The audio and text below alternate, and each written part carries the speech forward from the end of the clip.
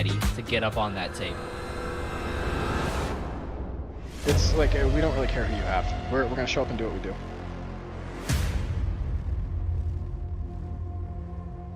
Last year in Boost on the Beach, we lost in Game 3 overtime against UNCC, and I will have my revenge in 2025 if they are unlucky enough to face us.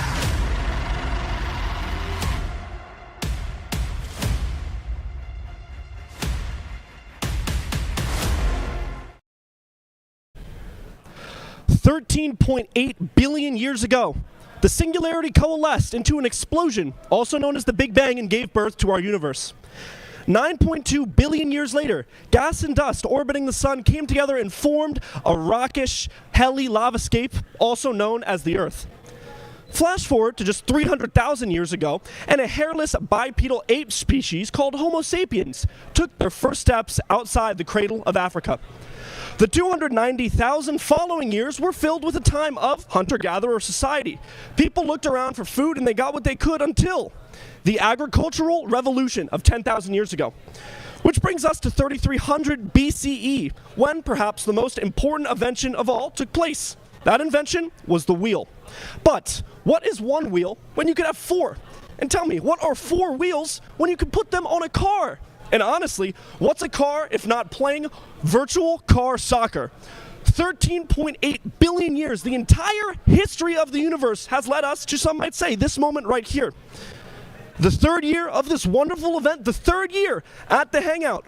Ladies and gentlemen, now it is time for Boost on the Beach 2025. Casters, over to you.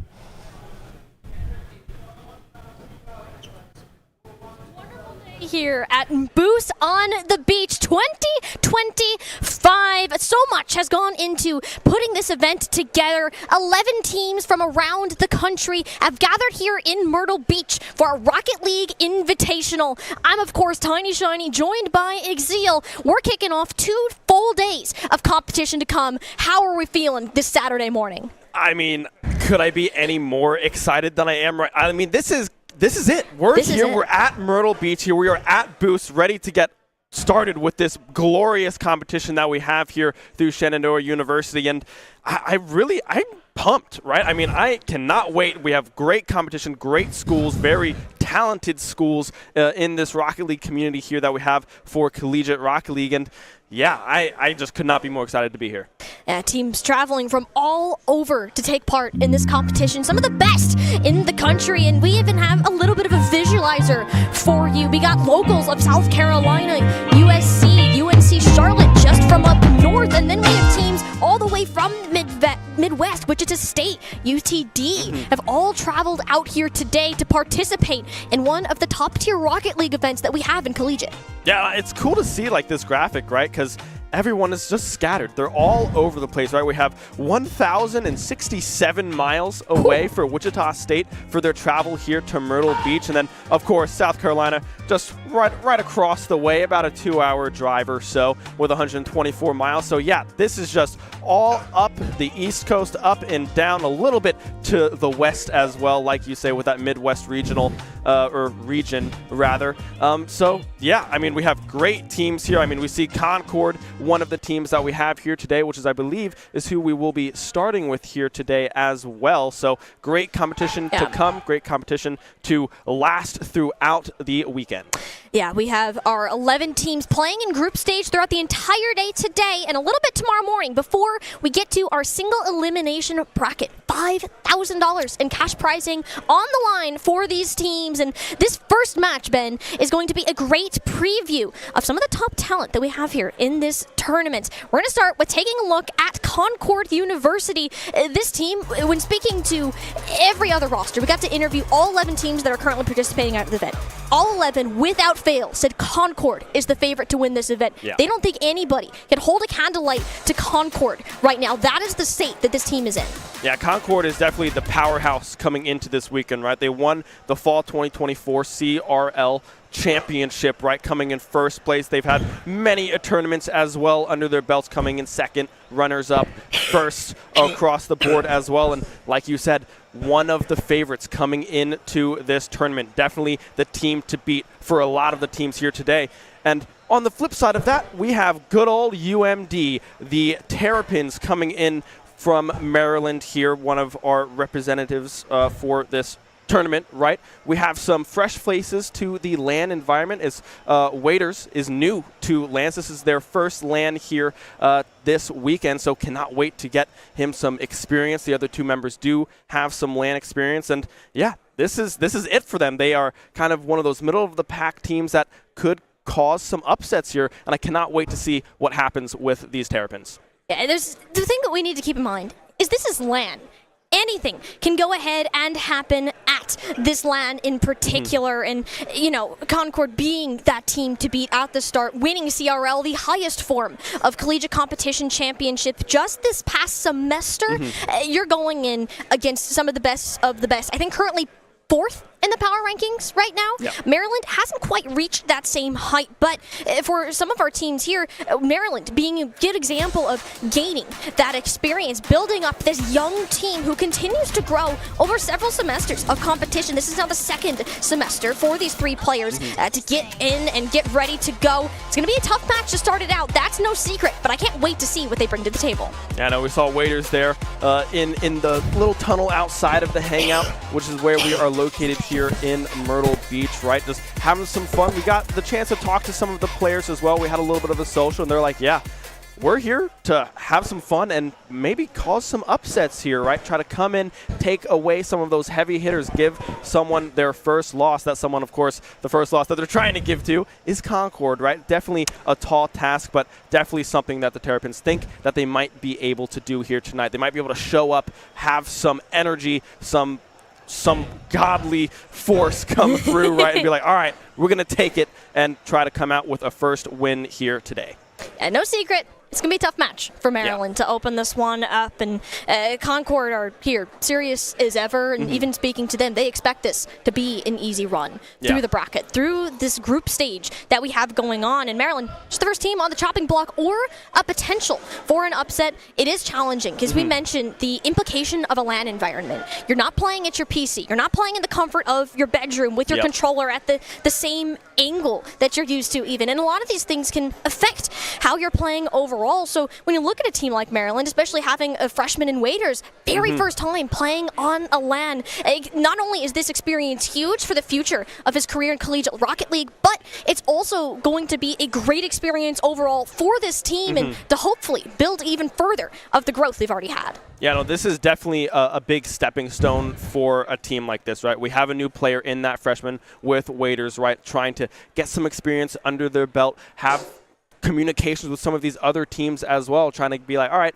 I'm here, I'm new, I'm going to try to learn a little bit from some of these bigger teams that we have here with Davenport, with Wichita, with Concord, teams like that have been together for a long time, right? So it's going to be very nice to see kind of how the evolution goes throughout this weekend with these teams, because day one, they could look completely different tomorrow when it comes to the bracket stage.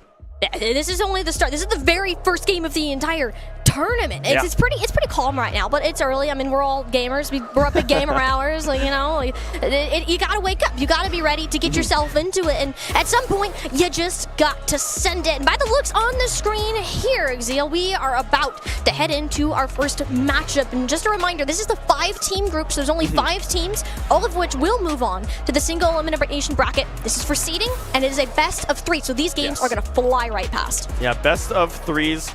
At the very minimum, we're getting 10 minutes of Rocket League, right? It could be 10 and done, right? Pending overtimes, pending a game 3 if a game is taken off of Concord here, or vice versa. If Maryland gets game 1 right and Concord have to storm back for, I guess it's technically a reverse sweep. It doesn't feel reverse sweepy because it is that kind of best of 3 environment. Usually that term is used for those best of 5s, best of 7s, right? But very excited to go into this kickoff, which is heavily Maryland favored there. We see Waiters trying to get up in the air, but good deflection coming through from Concord on that defensive side, as we now see Crispy trying to push it out of the corner.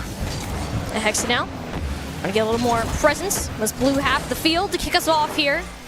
The Concord playing nice and slow, nice and controlled. Each team getting a feel for how the other is going to play before anything serious happens. Will be Helix. First shot of the day. Force Turtle in the way to go ahead and block it. Waiters now, a bit of a tussle in this corner, wins the control, setting up the shot over the backboard. Does he have any follow-up? Yes, but Hexy is one step ahead.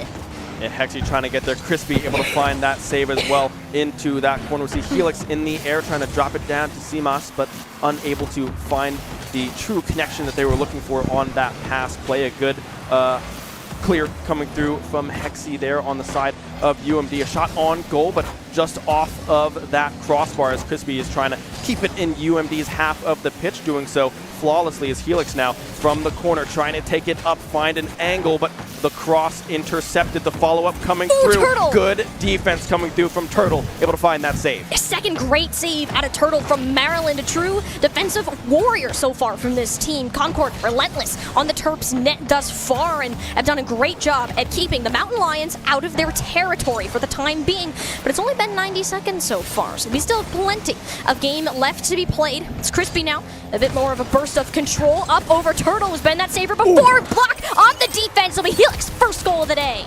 Yeah, Helix finding that angle out of that corner. Crispy taking it slow, tossing it up off of that corner. Then Helix with a beautiful follow-up. Hexy was trying to get back in position onto that back post in time, but just was unable to do so. Concord first on the board here at Boost on the Beach.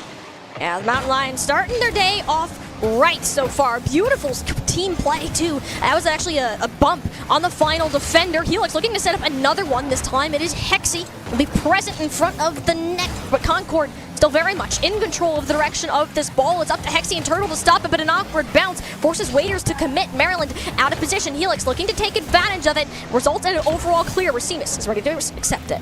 Yeah, Simas now trying to get aggressive. Turtle again on that defensive side of things for UMD, but the shots keep on coming from Concord. Maryland struggling to get this ball out of their half of the pitch. The post coming up clutch there as well. Simas just going a bit wide on that shot, but Maryland, they need to try to find a clear, and looks like they have done so. Hexy now trying to take it all the way down to the corner, but there's no follow-up. They can't get on that offensive rotation in time as Waiters now is trying to kind of turn that tide, catch it midfield, but still Concord absolutely relentless on this offensive side. They've been amazing at getting this control back, but what kind of setup is that?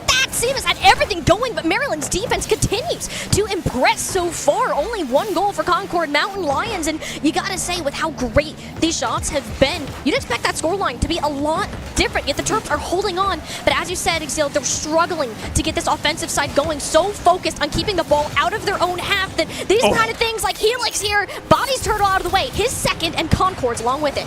I mean, Helix just with a great touch here as well. I believe it's Crispy that's kind of going for this kind of fake angle. We see, I believe it's Waters going up high, and then Helix just takes it down low with that fake coming through. Concord now find themselves 2-0 up here in game number 1 with about 2 minutes to go. Still plenty of time in a game like Rocket League to come back from this one, but if they want to come back from this one, they need to get that offensive side started, because right now the defense is looking good, but they really are struggling to try to find shots of their own.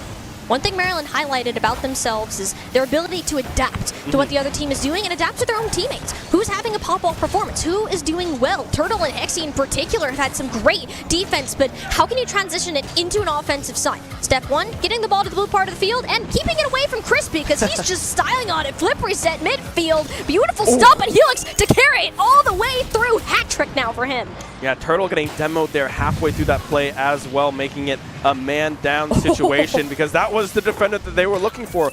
Waiters was up in the air trying to contest on that aerial 50-50, unable to get anything on that ball. And, I mean, that was just mechanical prowess there from Concord coming through, knowing exactly what they have to do, where they have to be, as Waiters now getting a demo of their own, but still the defense from Concord holding strong shots on goal. Turtle back on that defensive side, keeping them within 3 as we approach 1 minute to go.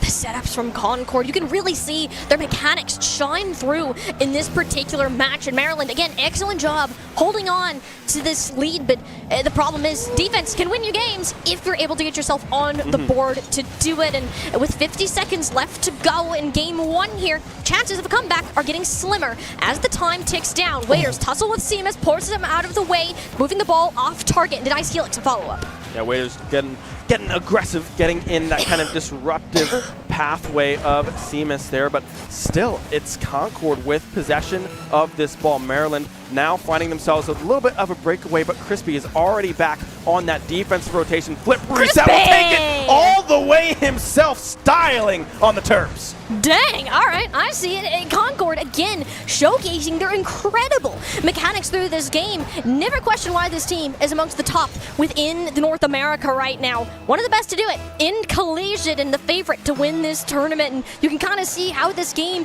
has scaled. It was a bit slower to start us off, but as Concord have gotten more comfortable on this field of play, so has their mechanical prowess, and it's continued to shoot up. Yeah, Waiters now trying to push it out of the corner, trying to set up some kind of cross, but it's Seamus there in time yet again to catch that one. 4-0, the ball trickling in front of Maryland's net. We will be able to find the clear, but with 1 second left, as soon as this ball hits the ground, which I believe it will, yes it will, there it goes. Concord finds themselves 1 up here on the first series of Boost. Yeah, dominating in terms of possession throughout that game, and the reaction. Like, I'm incredibly impressed by the reaction time of Maryland, but with the midfield gameplay that has been going on, the clean rotations of Concord, there just hasn't been any gaps to slip through. There's no crack in the armor that Maryland can find a weak spot so far. And outside of those first 30 seconds where it was a little bit of a tussle, feeling each other out, it was just Concord all the way there, their strength showing. And that's a lot to do with Crispy, right? A lot on that defensive side on those rotations, able to find these clears and then push it up to Seamus and to Helix to try to find these avenues of attack that they really were just able to open up based on their passing game, right? They were going back and forth, finding crosses from these corners, going up high, going down low. They were striking from every which way that it kept Maryland having to guess, right? They didn't know where they were going to try to take these next attacks. And I mean, it showed up here in game number 1, a 4-0 victory for Concord. Helix in particular, 3 goals out of that. And one of them was incredible, solo carry out of Crispy. But the rest of it was just kind of some nice passing plays, playing off the back wall and making sure Helix is in a position to succeed. And this team continues to be all-rounded and will only need themselves 1 more game to get us started. And if that's the direction the game's gonna go, Concord might just sweep. Yeah, well, Crispy already on the board here in game number 2. A kickoff goal of Seamus and Crispy meeting that one at the perfect angle to find that on-target goal here within the first second. 1 second came off the timer. I think that is the fastest goal I have ever seen in Rocket League. I mean, I've seen some 3 seconds here and there, but I mean, that was just a dead-eye shot there from Concord, as now we see Turtle trying to get some momentum back. Hexy taking that one into the corner. Waiters in position. Turtle as well trying to find these crosses, but Concord again already back on that defensive side, able to lock it down. They're smooth with getting back. And I mean, Maryland, they had the right idea. They had the offensive control, but with how fast this ball is moving, you simply can't keep up. Crispy and Helix menaces on this field right now. Seamus up to Crispy, attempted double tap. That one goes wide. Seamus opting to back off to the corner. Helix now in position. Open net, not quite. Maryland in the way to save it. Hexy, though, with a breakaway opportunity. Crispy saw it and ripped it right off his hood. Yeah, Hexy had an opportunity there to tie up game number 2, but like you would say, Crispy was there in time on that rotation, right? I mean, props to Waiters as well, finding that save in that goal on that kind of 1v1 scenario that they found themselves in on that defensive side, as now we see Maryland getting a little bit of momentum in their favor here, but a clear on target. Crispy in position, will go for the double tap, will just barely miss off of that corner as Waiters now tries to find the clear, but as Seamus again on that offensive side, able to keep that one in Maryland's half of the pitch. Crispy, though. Hexy kind of waiting on the backboard for that. Turtle tipping it over, attempting to vault Concord midline, but it just doesn't happen. Crispy bops it on down. First-class delivery, and now Seamus on the board. I mean, that was just perfect execution, right? I mean, Helix passing it over to Crispy and Seamus down on the floor, going down left. Hexy thinks they're going to go right into the middle of that goal, but no, we're going to go the opposite direction. Finds that slow roller into the goal. 2-0 now for Concord in game number 2, trying to make this a clean sweep to open up their Boost on the Beach journey. Yeah, make it the double Queen's Fleet. Maryland yet to score a goal, and oh my goodness, in and out. Hexy, the Guardian Angel from Maryland, has had the majority of the saves for this team. And like, this has got to have the adrenaline so high. Like, seeing this ball get as close to the net as it is, the speed behind these shots, Crispy and Waiters colliding mid-air, and it's just kind of a frantic race that's going on in the Maryland defensive half. Yeah, I mean, every player has been trying to find themselves some sort of angle. As we see, Turtle is there trying to find this angle. The double tap coming through from Seamus, not able to find it. Crispy now is going to take it up top, but Turtle says, no way. We're going to get that one out of harm's way. But still, Concord finding themselves back on this defensive side, able to find these angles. Turtle with the demo there onto Crispy, but they aren't able to do anything with it. The defense still holding strong. Yeah, the triple commit coming through, but nothing coming from it. I mean, Maryland, that was the biggest sign of offense that they've had this entire series so far, and it looked good. They had 3 back-to-back hits on it, but the touches just weren't of great quality. Concord was in the way that the traffic stressed them out. I don't blame them. Traffic is stressful to look at, and they just couldn't get that shot on target when it was needed the most, and you can see how quickly this offense and defensive sides can whip back around. Helix now off the backboard. Waiters, incredible save. Concord left it 2. Yeah, Waiters able to keep them within 2 here with 2 to go here in game number 2.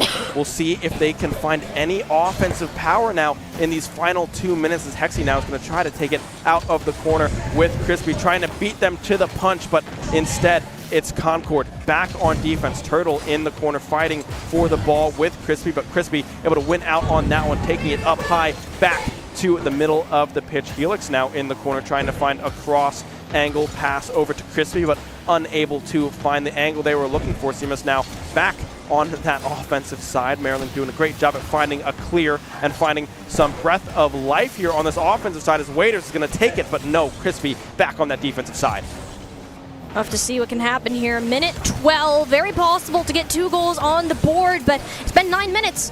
Nothing from Maryland, no sign of open. It's just Concord one step ahead time after time. There's an approach on this net. You just can't get there. I mean, Helix had the right idea, but ends up turning it straight back around off the backboard. Concord denied once more. It's scary how quickly they can transition from this defense to offense. I mean, the rotations are incredibly fast, right? Hexy now trying to find a cross. Turtle going for that follow-up, but just won't be able to connect as we approach 30 seconds left here. Crispy with an angle. Turtle able to get that touch out of the way. Seamus now with a few shots on goal. I mean, it's relentless pressure coming through from Concord, as now we hit 30 seconds remaining. All members of Concord are on this offensive side. Waiters now with a little bit of a breakaway. Can he get it? No! Crispy back in time to keep that cushion fluffed. Yeah, but Turtle though grabs it off the backboard. It'll be Waiters to nail it home. Maryland are in it. They got 15 seconds. Suddenly, there's a chance.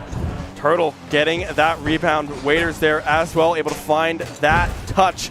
Now we're within 15 seconds remain. This kickoff is going to be life or death here for Maryland in this first series. They won't be able to get that touch. Good kickoff coming through from Concord. 10 seconds left to go. Crispy has possession. Maryland trying to get it back in their favor. Helix now just trying to carry it across. A clear on target from Waiters. Crispy catching that one now, just trying to find this spike.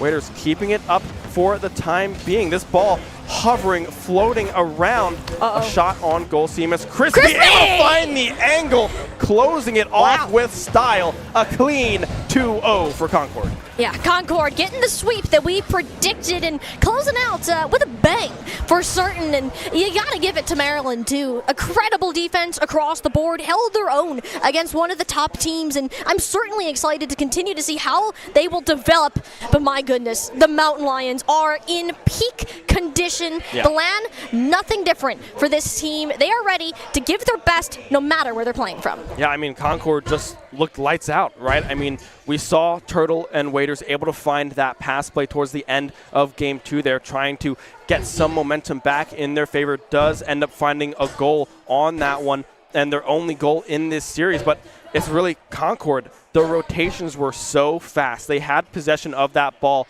pretty much all series long. Maryland find themselves on that back foot, on that defensive side of things, and Concord just relentless on the offense, and Crispy as well. Every member, frankly, from Concord on that rotation onto that defensive side of things, able to shut down what Maryland was trying to do. Yeah, Concord said it before. I'm going to say it again. They know how to read their opponents. They know how to play fast, and they know how to find each other on the field. 3 big assets from any top Rocket League team, and they're going to continue to be the one to beat. They'll be up 1-0 for our group stage, and I believe they're going to be transitioning over to the side stage that's going on. And yes, that's right, people. We do have more Rocket League being played. We have ours here on our main stage, but we also have 2 more teams that are going to be battling out on the second level of our wonderful venue today. Yeah, I mean, it's going to be a great day of Rocket League, right? We have 11 teams here battling it out for this 5,000 cash prize that you mentioned earlier on here. But yeah, Concord will be transitioning to that side stage. Maryland, I think, is going back-to-back on main stage here, so they get to sit tight, sit pretty, see what the next opponent holds for them, and see what they can improve on from this last matchup. Yeah. And it's kind of nice for Maryland too. Like, you're already set up, you've been in this environment, you do it the second time, you had the really hard opponent, and maybe this next one you can find a bit more luck with. I really want to see the offensive capabilities of this team. If it's close to what we just saw them pull off defensively, I mean, we very well could see them towards at least the top half of this bracket that we're going to have set up here momentarily. But it'll be it for this particular match. I believe Concord is getting set up with an interview in just a moment here. So I'm very excited. We got our first interview of the day. No pressure, of course. It's a very chill environment, this venue. I mean, it's the second time for us to be here, but it's the first time for both Concord and Maryland. Yeah, I mean, this is definitely, it's going to ramp up later on. If you know anything about the hang-up, about the get up on that table, right? It's fun. It is definitely a loud environment, definitely not what a lot of these teams are used to for a LAN environment. Sometimes for us casters, I mean, last year was my first year here on this Boost on the Beach cast, and I was like, whoa. This is loud, it is active, and it is fun, right? So hopefully the teams feel the same way. But yeah, clean 2-0, Concord, looking good to start this journey on Boost.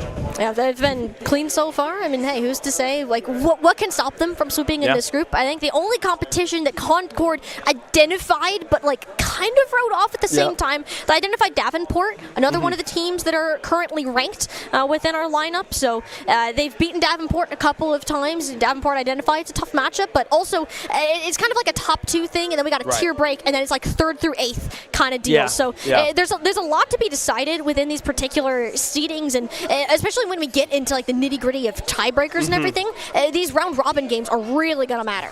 Yeah, because then maps start to count, right? If you're towards the end and you're all tied up 4-4 or 4-0, 4-0, whatever the case may be, those seedings do matter going into this group stage, right? Because I believe there might be a bye with this 11-team kind of structure that we have going through. Don't quote me on that. But, yeah, we'll have to see what ends up happening at the end of the day with these 2 groups, because both of these groups do have some studs in them, right? It's going to be very, very exciting to see what goes on here for the rest of this weekend and who comes out on top at the end of the day. Yeah. Well, we do have a fun little thing to go back. If us talking about it didn't state enough what happened in this game, we got some graphics, we got some numbers for you. I know personally, I am a numbers person. Look at the shot count on the side of Concord. If I'm doing my quick math correctly, that's 38? I believe so. Maybe? No, 28. 28. There it is. I was close. 28 at the right 8. But, yeah, insane amount of offense from this team. But, I mean, the saves are nothing to scoff at, too. Turtle, in particular, stood out in Game 1. Hexy and Waiters had a lot of their own. Waiters, of course, having that 1 goal for Turtle. And I'm really glad that Maryland got that they showed that, hey, we can do this on land, despite it being the first experience for some of our players. We're here to perform, and we're here to give it our best. And sometimes nerves kind of come into factor, right? I mean, this is Waiters' first land ever, right? So we are on land, thankfully. We're not just floating around. But yeah, so this is their first land, so maybe there is a little bit of nerves kind of shake off a little bit, right? But also, at the end of the day, they did look good, right? They were able to find a lot of defensive pressures, but they just weren't able to transition that into those offensive sides. Yeah, I mean, even if that wasn't the case, Maryland, they'll be ready to go for game number 2 of the day. They'll be up here on the main stage. But before we head to our next match, we actually have an interview ready with one of our Concord University players. Let's go ahead, send it back to Dan, and get this interview started. I am here joined with CMAS. CMAS, we were talking earlier, he's a freshman. It's his first year. Start off, first mass, boost on the beach, get a quick 2-0. How'd it feel? Felt good. Obviously, first time on the stage here. First game, nerves, everything. But we didn't feel too nervous, and yeah, it was fun. Easy 2-0. So, in the interviews that we did before this tournament, you said that you thought Boost on the Beach was going to be an easy land. Some harsh words for your competition. How do you think that reflects? We are defending champs. We won CRL. The second best team here is like a top 10 team. I don't think it'll be too hard, but obviously can't take it too light. We're still going to try our best, and it'll be an easy win, I think. So. Who do you think your biggest competition is? Davenport, and then I don't really think there's anyone else. Not to be harsh, but. No one else but Davenport. CMAS, thank you for joining me. You heard it from him. We're going to go to a quick break, and then we'll be back after with some more matches. Do not go anywhere.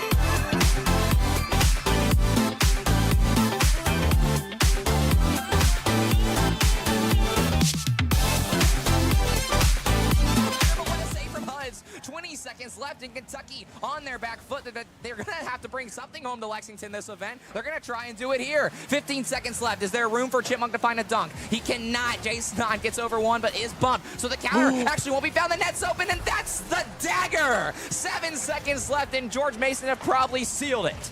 Oh, just so unfortunate for that entire sequence right there. We saw the commit from the side of Kentucky. It wasn't like it was just an open net, like they weren't prepared for it. Just a little bit of a miscalculation of where the ball is going to be, and as you said it, that really is going to be the dagger there. I mean, we could see some heroics in the next 5 seconds, but it's all going to be for naught. That's it. I mean, Kentucky would have had to pull a kickoff strat and find something within 2 seconds, but we won't see another goal. George Mason, a scary first game, a scary first 1-0, but they do survive the drama and maybe the trauma after the tech buff. So either way, GMU 2-0, that's what you needed to get the day started. Yeah, I mean, all things considered, though, we were talking about that game differential, that point differential. Kind of the best outcome for Kentucky there. They eliminate those 3 goals out of the beginning, 1 goal differential, and then they kind of got a freebie. I mean, I don't know why we're saying kind of. They got a freebie. They got gifted one, for sure. But, I mean, 0-2. It's unfortunately for Kentucky, I still believe this might be their easiest matchup of the day. I could see maybe some drama happening against your Northeastern boys. Yeah, you have Northeastern. I could see it, but George Mason is such a wild card, and I'm truly not sure which direction that team will go today. I mean, the Patriots, again, so much tenure, so much history, but this roster is not the same. I mean, can you name the last time you've seen a GMU roster without Titanium? Because I can't. Yeah, really, a lot of switch-ups here. You see GMU at this event, and you think of players like that, right? This team is totally brand new. I think they did what they needed to do, though. Started out very strong. Could have started out a little bit stronger if, some things happened. But, yeah, started out 2-0. I think we do have a group graphic here, even though the standings aren't there. I mean, we do know the standings. Yeah. Concord 2-0'd Maryland. Yep. And then George Mason obviously 2-0'd Kentucky. So it's not updated, but I can give you at least the TLDR. So Concord and George Mason will sit atop. You'll have Northeastern sitting right there in the middle still, and then you'll have Kentucky and Maryland joining them on the bottom half. And then for the rest of your schedule today, you are going to get some interesting games. Northeastern finally gets to take the pitch here on side stream, but they do have to play Concord. So it's a little tough draw to start your day off, but I mean, at least it's a warm-up that you really don't have expectations. I was talking with the team earlier. They're treating it as their warm-up. So, yeah, they haven't been able to get on any PCs yet, so that'll be their warm-up for the day. But, yeah, looking at those teams, you're talking about that was probably Kentucky's easiest matchup. I think outside it really is going to be Northeastern or maybe Maryland, right? Like, you have a lot of testers, I suppose, but I really do think going over won't even actually confirm that 12th spot or that 11th spot. I think with how strong some of these groups are, like we'll take a look at Group B later in the day.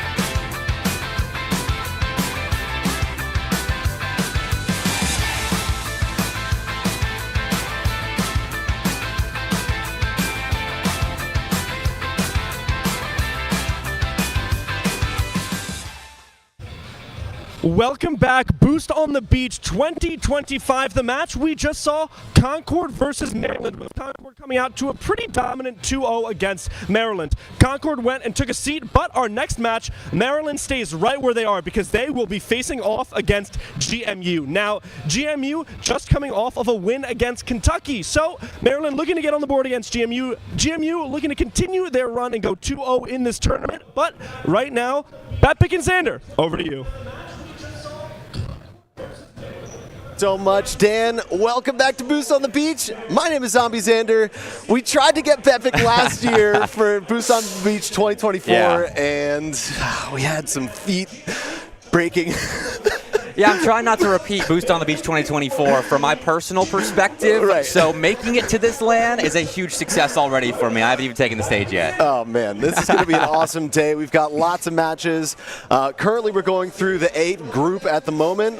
We've got 5 teams currently playing throughout this morning. And then in the afternoon, we're going to have 6 more teams coming into the venue. Let's go ahead and take a look at Group A real quick and see how that's shaken out. So, Concord coming out first, swinging. Maryland was able to hold them off for about 90 seconds before that first goal was scored. First game jitters, took a little bit, but after that, the onslaught was just unstoppable, right? And then, of course, George Mason upstairs on our side stream. And, of course, for you at home, on either Shenandoah University Esports or Syracuse University Esports, either of those YouTubes, both A streams and B streams will be happening throughout the day. But George Mason taking the 1-0 over Kentucky. Yeah, it was a sloppy win, but sloppy wins are what you need on LAN because you're not going to have too many clean series, especially early on in the day, especially when you're getting used to the setups, getting used to the environment that will be a lot noisier as people come into the restaurant that we're playing in today. But George Mason got the dub over Kentucky. Not many goals scored. I think it was 3 total for GMU across the 2 games that they did play. So against Maryland, definitely going to have to step it up a little bit because Maryland at the end of that Concord series was starting to look a little bit better, like they were figuring out the setup. Yeah, I mean, what a venue that we're in. It's pretty soon, once people start filing in here for lunch, we've got the players right around us here on the stage. We could give them some fist bumps all around. But it's certainly the early day nerves are real, especially on LAN. And we've got a couple players here. This is their first LAN. What a first LAN to be at. But let's go ahead and take a look at our first team for today. We're going to take a look at Maryland. Let's talk about these guys a little bit. So,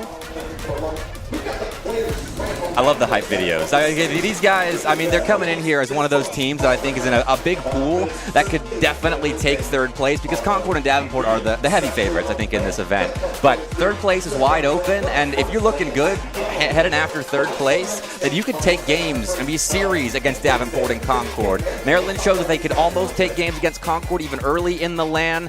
I mean, they don't have a ton of LAN experience. Waiters was telling me this is his first. And if you can win here, you should be good for any LAN in your career. Oh, yeah. Especially just the energy in this venue. I mean, it's not just Rocket League fans here. Yep. We're getting to introduce esports to a whole new audience, and they're watching all these schools come up here and play. And it's going to be such an exciting day all around. But this squad looks locked in. We've already got some mechanics, some flying around here, just getting warmed up. Maryland got to sit down here a little bit extra, and while they were waiting for GMU to finish up on that side stage, so they should be ready to go, locked in.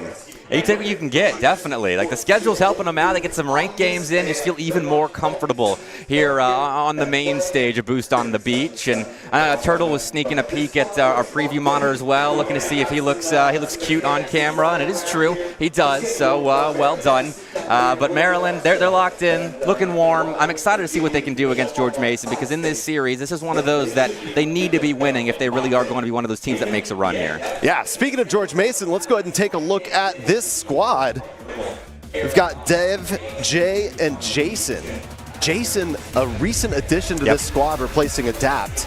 And upstairs on the very first game got the 14-second left in the game goal to put their team up 1-0. It was big. I mean, George Mason was dunking Kentucky left and right. Jasnon had that clutch goal in game 1. And, of course, Tihan behind him. He's got them locked in. He's looking at the monitor as well to see if he looks cute on screen. He does as well. But George Mason has been going through some turmoil this semester. Roster changes. They were playing with one of their academy players, former academy players in the fall. Adapt went up to the main roster, and they struggled. The academy team with Jasnon on it placed higher than them in the SEL so far this season. And in the other league that they're playing in, I know they're making some change-ups as well. So Jasnon's here to stay alongside the experience of Jay and Dev. I'm excited to see what this team can become. Yeah, and you're speaking on Tihan, right? Experience at Boost on the Beaches, a former player for GMU, now coaching this squad up. Of course, Dev been with this squad for 8 semesters now. Plenty of experience at this. This team was able to take first year 1 over Northeastern, and then last year not so much success, a little bit more difficulties there. But then this year, I mean, literal quote from the squad, didn't perform the way they thought they would, especially being the defending champions year 1. So they're looking to get some wins here, and they've already got one of their belts, so that monkey is off their back. It helps, but now they got to change setups. That's the trick, is to adjust quickly, and in best of 3s, that's difficult to do, so you have to rely on a lot of your built-up team chemistry already, and so Dev and Jay are going to have to help Jason get acclimated, I think, pretty quickly, but they all seem in good spirits, they all seem like good friends, and that really is a big boon for a team, coming into a LAN environment, traveling together, getting acclimated to the environment together. You really do test the limits of your team dynamics on LAN. Yeah, we've got these teams all through the group stages, swapping between A stream, B stream, main stage, side stage, and so sometimes they got to run down here. GMU just had to win their match against Kentucky, run all the way down the stairs. Maybe they took the slide. I don't know. This venue's great, and we're so happy to have a Rocket League tournament here. How many Rocket League tournaments do you know that has a slide? Not many. I took it yesterday. It's a good slide. It's one full spiral, so it's not straight down. There's not a ton of friction, so you go with some pace down the slide. Yeah, I approve. I think I'm exclusively going to take the slide, unless there are kids around. I feel embarrassed if there are kids taking the slide, like waiting in line behind some 7-year-olds to slide down in a restaurant. But I know the players need to be taking the slide as well, just to get the blood pumping. Yeah. So, I mean, I don't want to talk predictions this early, right? Okay. I'll talk predictions if you want to. I mean, we all kind of know that through all of our interviews with every single team, they all say Concord the team to beat. And on paper, that is absolutely the truth, National right? champions. Second place, everybody seems to feel like Davenport is, even from Concord themselves, they said Davenport's the only other team. No offense to anybody else, but that's that's who we're looking out for once we get to bracket stages. So, I mean, where do we think Group A stacks up at this point in the day? So, Group A, missing Missouri opens the door so much, especially right behind Concord, we're assuming. Crazy things can happen on LAN. It's best of 3s, so Concord, I think, could lose a series. I think they definitely lose games once teams get acclimated to the LAN environment like we've been talking about. But I think within Group A, Northeastern is my team to watch coming in second place. I've been a big fan of this team for a little while now. They're playing Concord right now. I wish them the best of luck up there. But Maryland and George Mason, I think the winner of this series has a really good shot at third place. I think this is a battle for third place. You get your shot at Northeastern as well later on in the tournament. So got to put your best foot forward here. Yeah, so all day today, group stages, both A group and B group. We're going to finish off a little bit of the group stages tomorrow morning before we seed our bracket and get into our single elimination tournament. But with Mizzou out of the tournament, top 5 seeds get that bye into the quarterfinals, right? So everybody else is going to need to play into those quarterfinals. So these are highly coveted spots, and especially now with that, the 5th place spot is just auto-qualify into that the 4v5 game in the bracket. And so a lot at stake here, even if you don't feel like you're maybe 1-2, if you could be 2 or 3-4-5, there's a lot looking forward to you have a lot to look forward to on Championship Sunday. Well, let's get this one underway, shall we? The players have waited long enough, and I really am eager to see how George Mason is feeling after that Kentucky series. I have a pretty good idea how Maryland's going to look, especially defensively. Already Turtles nabbing a huge save, prevent the opening goal, but George Mason still start us off 1-0. I mean, what a great way to start with George Mason. We were talking about how they had to move and get set up on this very, very quickly. And they come out swinging Jay already with the first game of the match, 16 seconds in. I mean, things are definitely looking good in terms of improvement from that first series for George Mason, because Kentucky's a tough team to get a read on. They play awkwardly at times, which can cause you to play awkwardly at times, especially if you're a team that's trying to bring in a new third player from the academy roster and find success with him. I think George Mason got...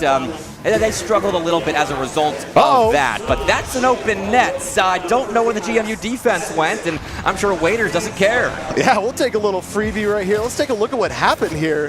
Just caught a little bit flat-footed there on the defense, Dev, out of position, and a nice slow shot. Waiters going to take advantage of that all day. Well, there were two players right around the ball, and Dev is the last man back for George Mason. I think he's expecting contact on the ball, and no one on the ball made contact, so Waiters just moved in, put a shot on, and Dev was not expecting it. But here he's ready to defend off the backboard of George Mason, but Maryland are starting to establish an offensive rhythm here as Turtle plays off the back wall, and there's a ton of space for Maryland to work with, but they are slowly developing an important rhythm right now. Yeah, absolutely. Maryland now needing to get back on defense just a little bit, but easy bat out here to midfield. Jay going to try and collect this one. Jason, he's been a threat all morning here so far. Takes a shot, going to easily defend it. Dev, no double right there. Jay will clear. It's a solo play, actually. Turtles required on the goal line, but he can't even make contact with the ball as Jay goes headhunting and puts the Patriots up again. Wow, look how far back that shot happened. Went up for the bump, clearing his own net. And George Mason up 2-1. This is kind of energy you want if you're George Mason, coming off of a win. Maryland, obviously against Concord, quick 2-0 for them, or 0-2 rather. So they're still maybe reeling a little bit from that first match.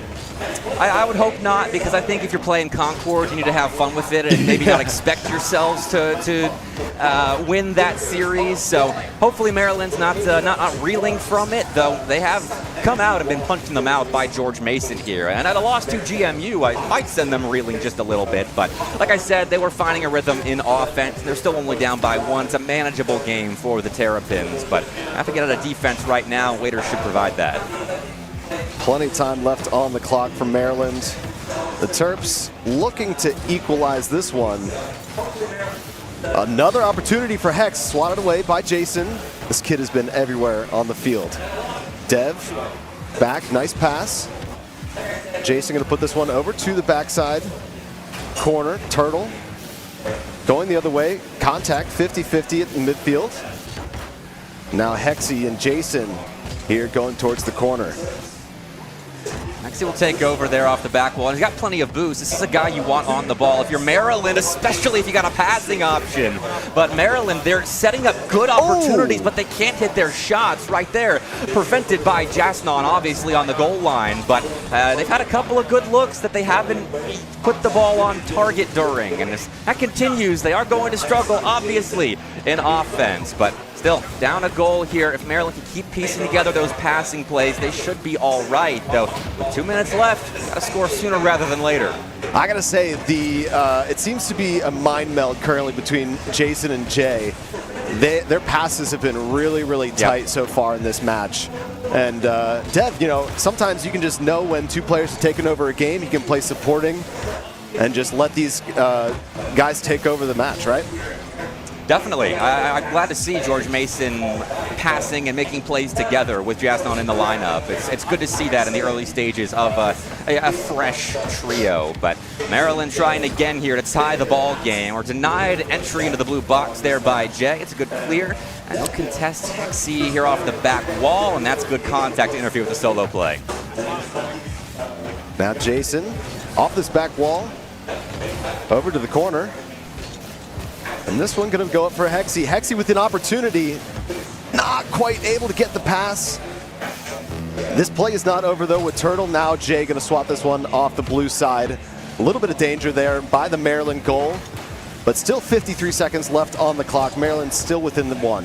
Oh, no boost there for Hexy, so Dev got a free shot, but the crossbar stopped it. Would have been an all-important third goal for George Mason if it hits, but Jay will try again here. Can't quite get back to the ball until it's already on the dirt, and interferes with the passing play I think GMU was going for. So Maryland clear, but only as far as Dev coming off the ceiling to deny Hexy any space in offense. So 2-1, 30 seconds to go now, and Maryland are in a time crunch in game one.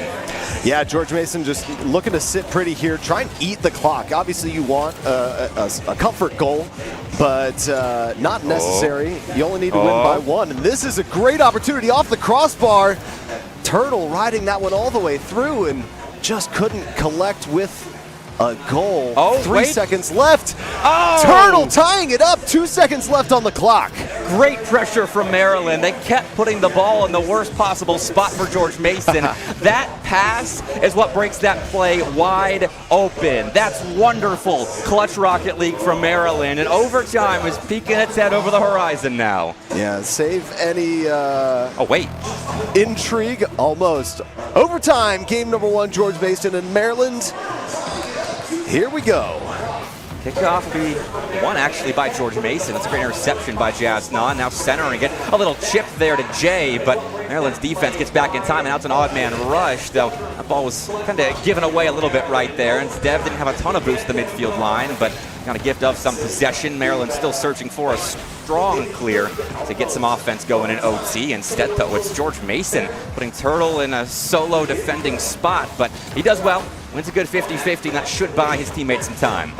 Boy, what a big momentum boost this would be for Maryland if they're able to steal game one from George Mason. George Mason, no stranger to stealing a game, especially against Kentucky. 14 seconds left on the clock for that one where they were able to go up 1-0.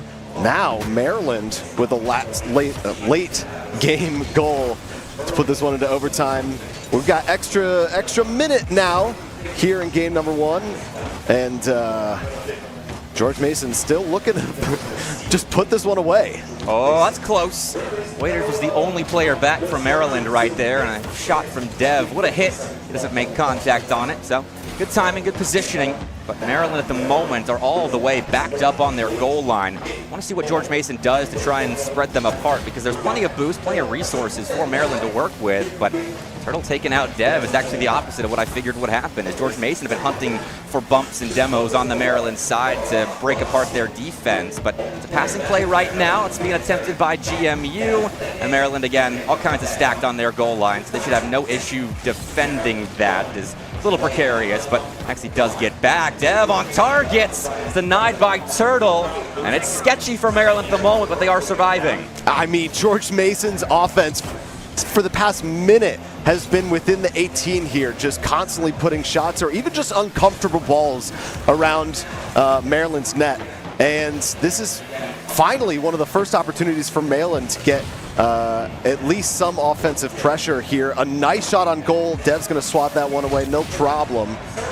But Maryland really just trying to get away from their own net here just for a moment, get a little breath of fresh air here in overtime.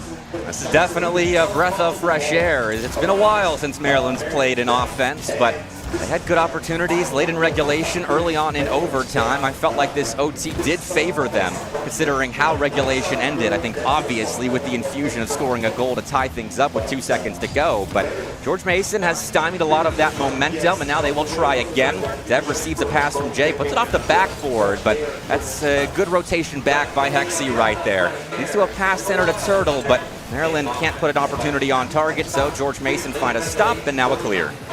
We have cleared over half an extra game here in overtime, now cresting 3 minutes.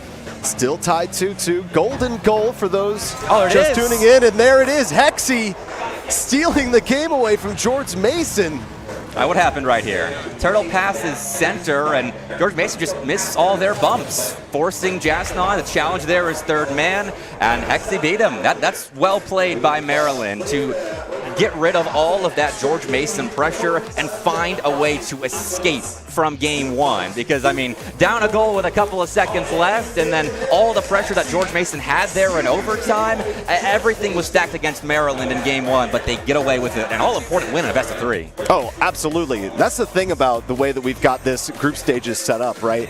You have time to get into a rhythm. You have time to really settle into a series in a best-of-5, but we've got lightning here in the best-of-3 group stage, and you don't have time to get settled. Of course, if you go to 3 extra minutes in game one, there's a little extra time to get settled, but brutal for George Mason dropping game number 1 because now their only option is reverse sweep.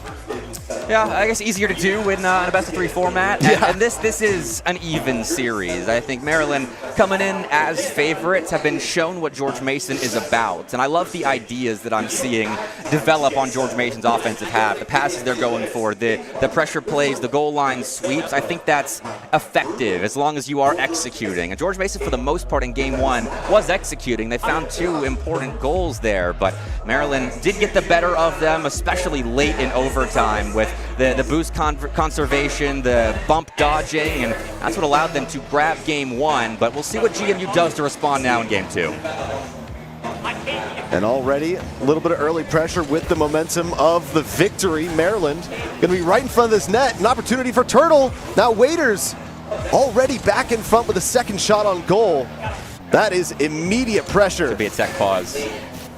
I think George Mason is having some audio issues, if I can hear correctly. We are in the middle of the players. That's a luxury of this setup. Is I can hear Jasnon saying, I can't hear anything. And so, I think we're going to restart game 2 as we didn't get too far into it there. But hopefully we can sort those issues out quickly. Yeah. Also, we're just wish we could get. I mean, obviously, we can get our roaming cam to give you guys really perspective on what this looks like. Can we show the slide on the roaming cam? Is that possible? It's definitely possible. Maybe we'll get a shot of you going down as well on broadcast. That'd be a good one.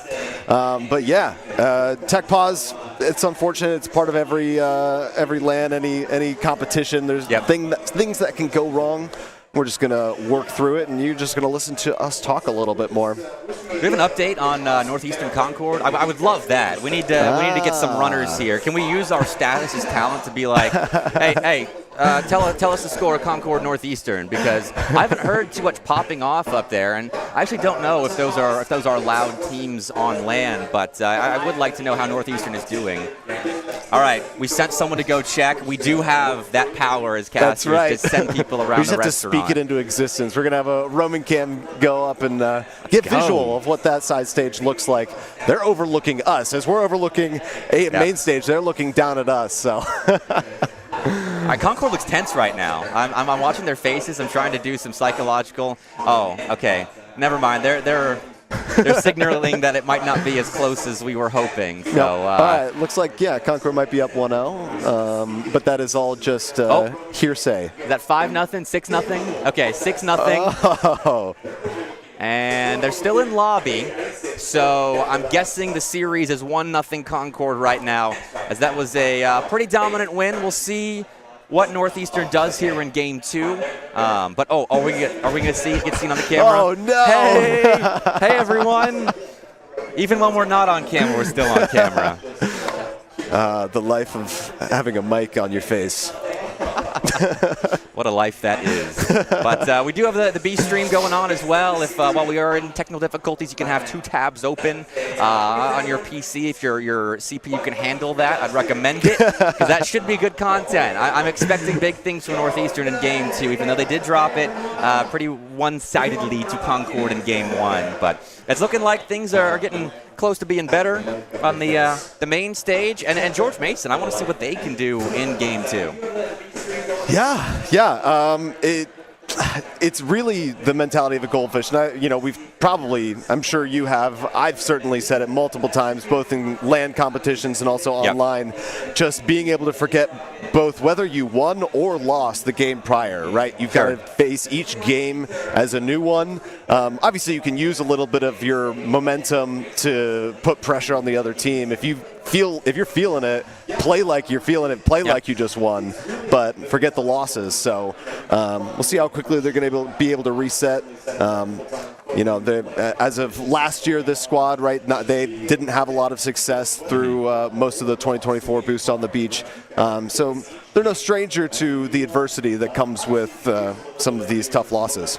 For George Mason, though, I think they played well enough in Game 1 to kind of replicate what they did going into Game 2. And for Maryland, they seem to be figuring it out towards the end defensively, but you still have to dodge bumps and demos, keep your head on a swivel, and stay locked in an environment where it's not easy to stay locked in. We have people filing into the restaurant now, and they're maybe spectators about 5-6 feet away from Maryland at the moment. So there are a lot of ways to get distracted in this series. And when you have everything that George Mason is throwing at you being thrown at you, that's not easy to survive. So credit to Maryland for getting out of Game 1 with that win and finding themselves that match point.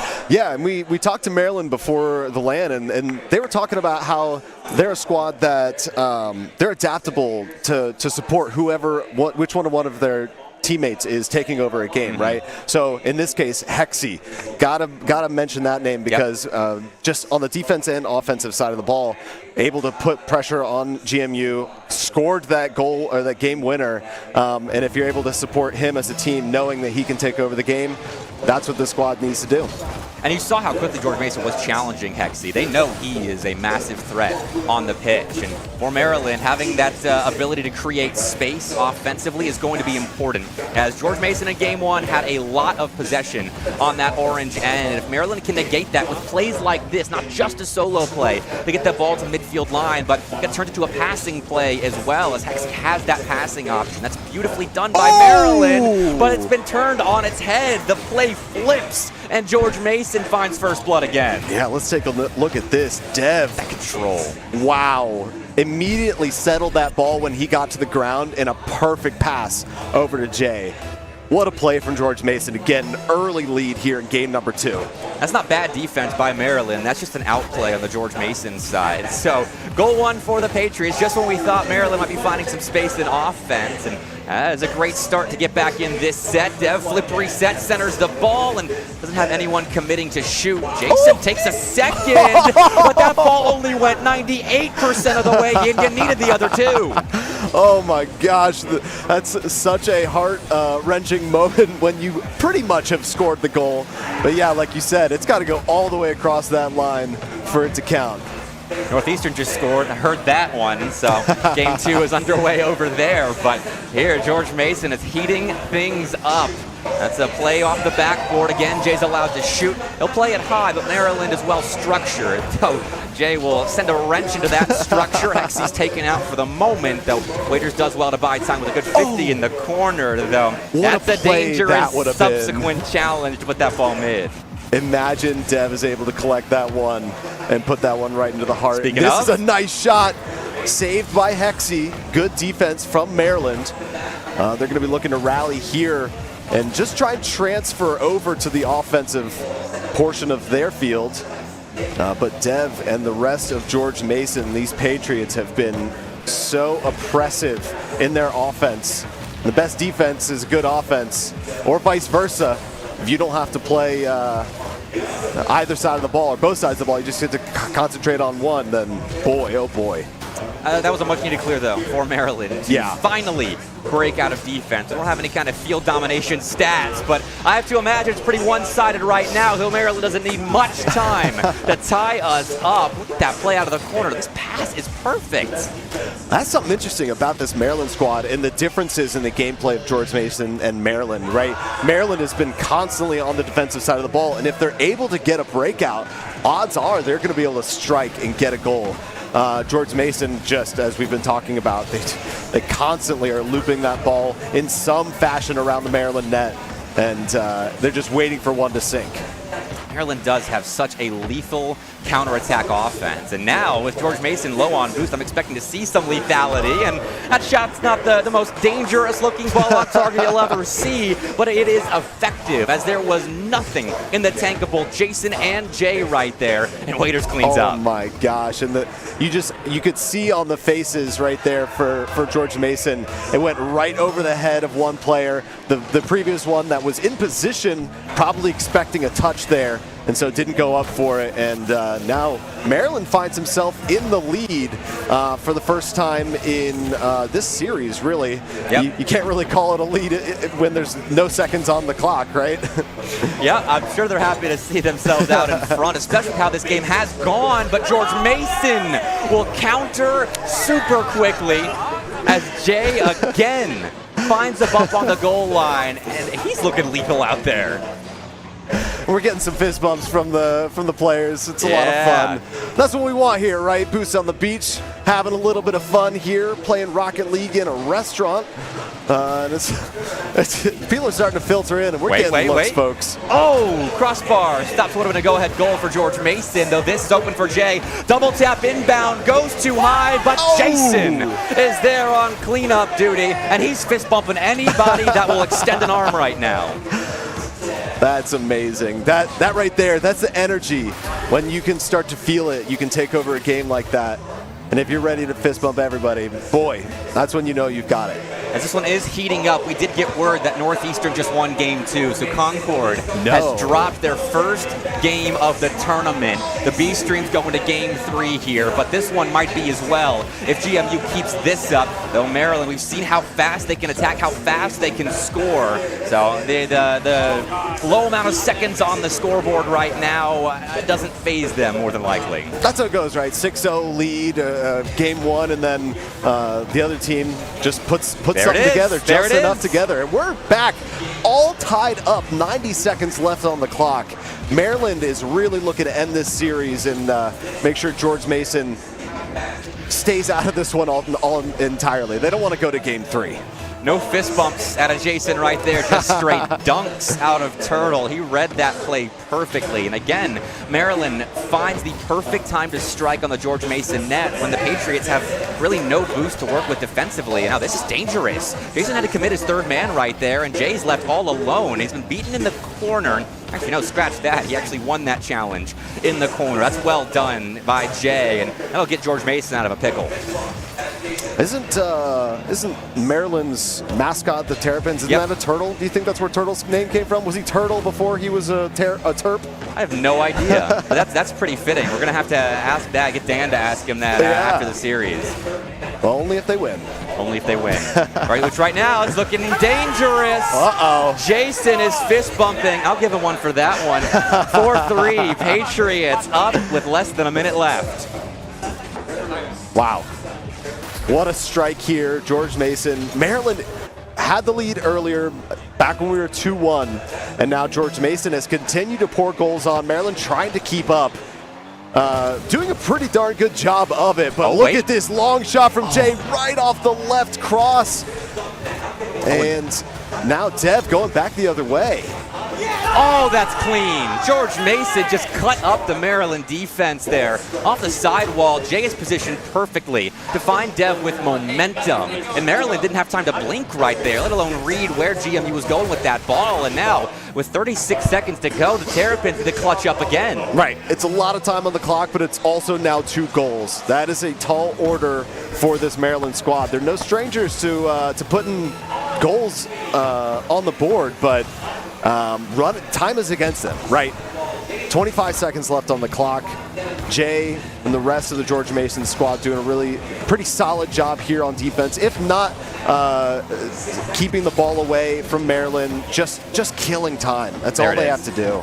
That should be game right there, with George Mason killing the rest of these 10 seconds, more than likely in the Maryland end. That pass, that'd really be a goal right there. So we're going to game 3 on the main stage, and Hexy will not let George Mason end the game with another goal. So 5 is all the Patriots will have coming out of game 2.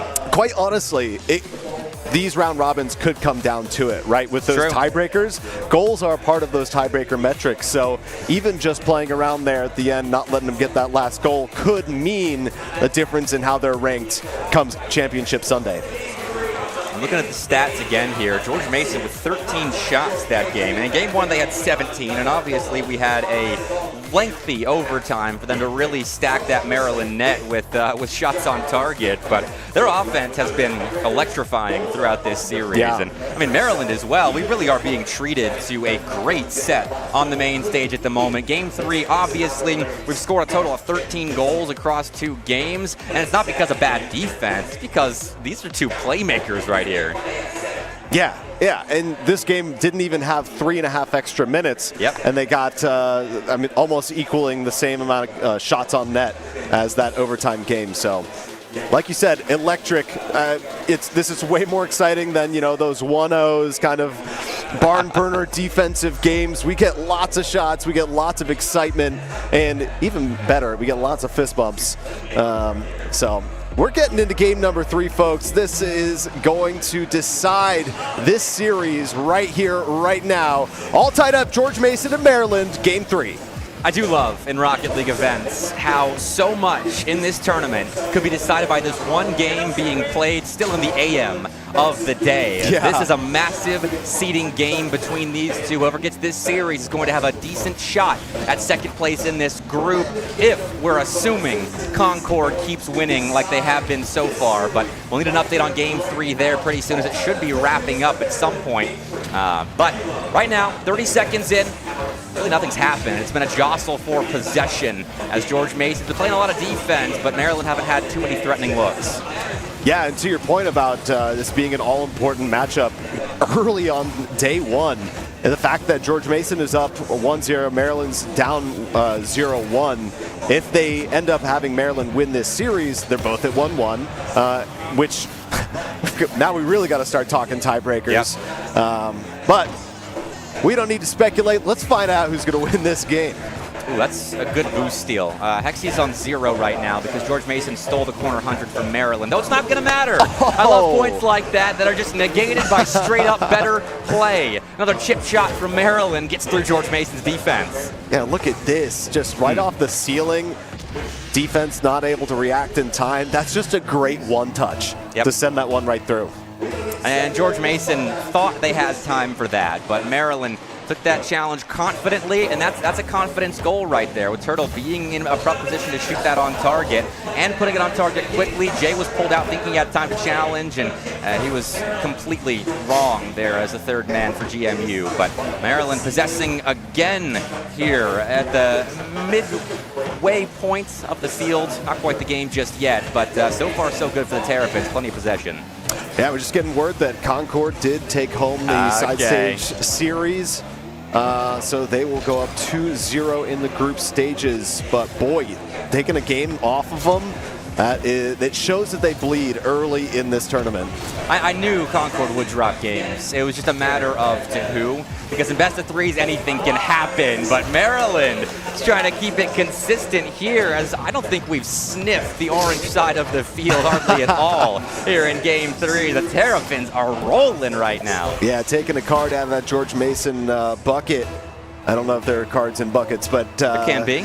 It can be, and there is in this anecdote where Maryland's trying to keep that constant pressure up on the George Mason side of the field, which has been basically the calling card of the Patriots. How close they're playing to the ball as well. Maryland have clearly implemented a little bit of a shift here, focusing on keeping George Mason hemmed in, but that means you got to get back in defense quickly if things go awry, which they did for a moment for Maryland, and they might keep going awry as Jasnon dunks the Maryland back line, but the Terrapins do well to recover and double whiff and get demoed, so George Mason finds a way back out of nowhere. Take a look at Jasnon. Jason, I don't know. Jasnon is how you say his name, but Jason's a lot easier. Yeah. You know who I'm talking about. Boy, getting a nice strike there, pulling within one. We're only at halftime here in game number 3, so really well-timed for George Mason, even if just a momentum mover on the field. All right, Maryland's getting nervous right now, or something's happening because they just had a double whiff in defense that cost them 1/2 of their lead. And then right there, they had an open-ish net. The ball is placed near side, but again, it's a miss off targets, and we'll see how Maryland recovers from this. If they try to slow it down and just take a deep breath, or if George Mason can speed up the pace of play again, because they forced double commit, 2 straight double commits out of Maryland, and the Patriots have to be feeling a little bit of a boost at the moment. Yeah, those double commits absolutely can be dangerous. Now Demo down onto Hexy. So there's going to be a little bit of diminished defense here for just a moment. Read. As Maryland looking to clear this one. Great Will read. get the read. Will Waiters get this net? Yes! Up 3-1. A minute and 38 seconds left in game 3. A perfect time for the comfort goal for Maryland, and Waiters, what a touch. That's massive for Maryland. Stops the bleeding, slaps a nice bandage on the wound. It's just a simple attack from your defensive half where you speed up the pace right there, get in the middle of George Mason's attack. Waiters positioned well, put a fast shot on target, and he gets to double up on it off a kickoff. Wow. Look at that, and now Maryland's got to be feeling good here. Oh, yeah. Coming off the back of a Concord loss here on the main stage. Fighting so hard against the Patriots. A lot of time on the clock, but 3 goals is tough. Now Turtle again with the defense here. They're going to try and keep this one away. The more time they can kill off this clock, the better. Now Dev with an opportunity. And Jason, this is awkward. Oh my God, it's so awkward. I mean, Hexy was backwards on the Maryland goal line. George Mason can't score. They needed one right there. I'm not going to call the series over with a minute left to go, but I think they needed a goal to cut that lead to 2 heading to the final 60. Yeah, and also that little interaction just took so much time. It was so slowly paced. This is a great opportunity. They're now within 2. This game is not over. All right, let's see what George Mason's got cooked up for us in the final 60, because Maryland is scrambling a lot in defense right now. They need to settle in right here. Make sure they're locked in. A 3-goal lead is not a death sentence for George Mason. It's not an out-of-the-woods trip for Maryland. They still need to close this out well. With 45 seconds left, George Mason has control. Yeah, and that might just be what George Mason needs, right? A crack in the facade of Maryland. They appear to be confident. They're up 2 goals here, but if they start seeing some of those double commits you were mentioning, then could be an opportunity. But 30 seconds left on the clock.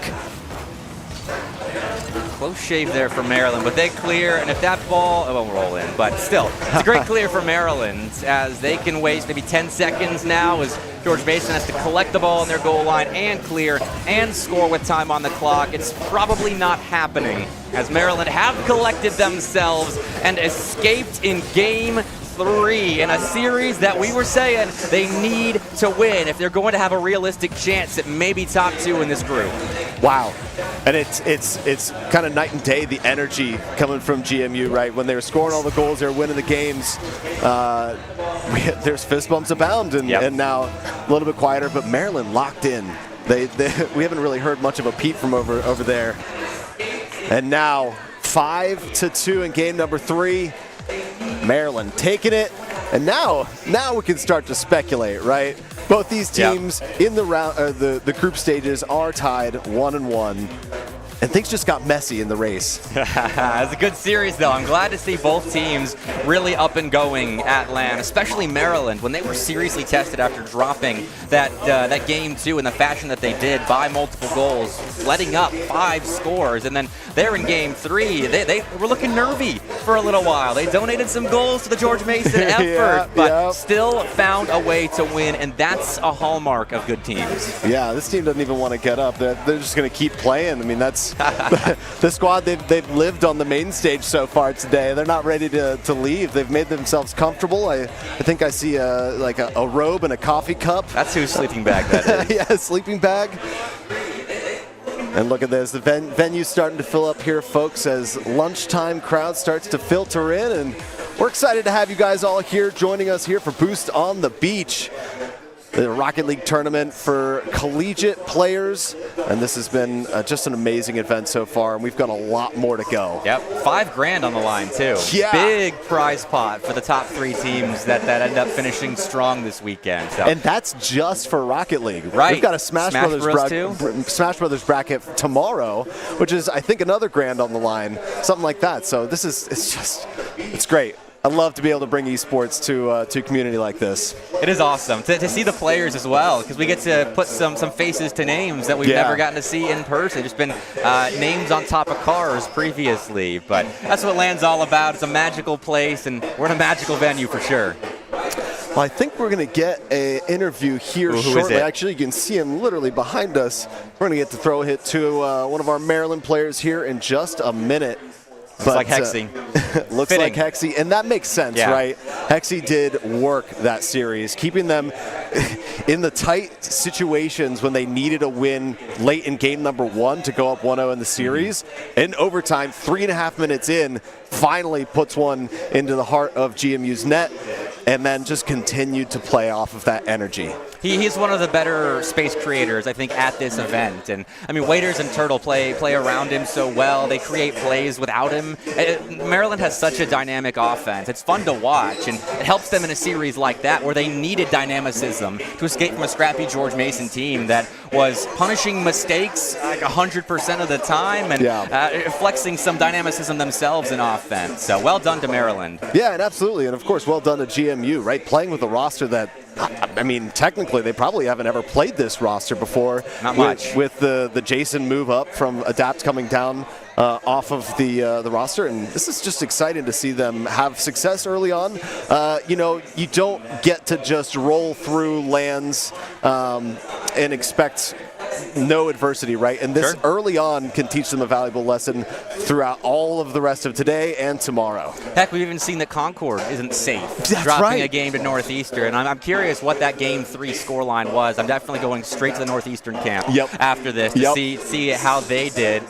And then we'll see how Concord's feeling after that game 1 loss as well. But I think we have an interview ready. Is that what I heard in my ear? Is that what I heard, Mr.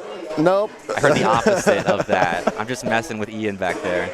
Well, yes, Ian, our beautiful production team, just off to our left behind us. They're going to work hard all day, both running this stream and our side stream. It's very exciting stuff. Great production, too. Lots of content as well. I mean, the media day yesterday was fun to watch, just seeing the players and the poses that they're choosing to do outside, around the venue, and then to see it all come together with the player names, with the cool slow-mo shots, sunglasses on. I'm really enjoying the production quality we got going on here this year. Completely student-run production. Yeah. Well, mostly student-run production. Close enough. Minus our beautiful coordinator of production, Ian Burnett. Yeah, we're going to look at some stats from that matchup. Let's go ahead and take a look at how this came to be, what our numbers are. Bepik, you're a numbers guy. Yeah, I want to see what stands out right here. Dev with no goals definitely stands out. That is surprising to me, as Jay definitely stepped up in terms of the solo plays for George Mason. He is a deadly force when it comes to bumping goalies, but Dev can absolutely score as well. We saw the solo play that set up a Jasnon goal, I think, in game 2, where he just cut up the Maryland defense. So interesting that he didn't score any that series. But Maryland, I told you, they're a fully stacked offense, as everybody scored at least 3 goals right there. Although Hexley needs some references in his assist column. Yep. I wonder how many he did end up getting, because he definitely laid the ball up nicely for his teammates a couple of times. I don't know. That usually shows up when there's a 0 in that column, which I'm surprised. I'm very surprised. You know, we'll see exactly if that is correct, but it looks like we do have a beautiful interview coming up next with Maryland. We'll send it away. Dan. I am here joined by Hexy. Hexy, what a match. 2-1, a close victory. How did it feel to come out with the win? Felt pretty good. Had a really rough start from me. Teammates really picked up my slack. My rotation and my first touches weren't really the best, but happy we were able to get the W. And you scored that game 1 OT winner. How'd that feel? Felt pretty good, really relieved, especially since I could have scored like 3 other goals that game. And yeah, that's kind of it. So the tech pause, right? People are talking about it. People are saying it's a bit controversial. Do you think that hurt your momentum? Because GMU did end up winning that second game. It didn't hurt our momentum, but we were kind of confused because our headsets were messed up since game 1. So we thought they were able to like play through it, but I don't know. I guess it was kind of annoying. Kind of annoying. We lost. And so you're a criminal justice major, if I got that right. Do you think that helps you when you're out there taking care of business, taking care of the criminals out there on the pitch? Yeah, criminal justice really helps me like learn rotations and know who to beat, you know? Yeah, for sure. It helps them know who to beat, and boy, did they. Maryland come out the 2-1 victory. Hexy, thank you for your time. Thank you, man. Stick around. We got way more Rocket League coming up to you after the break.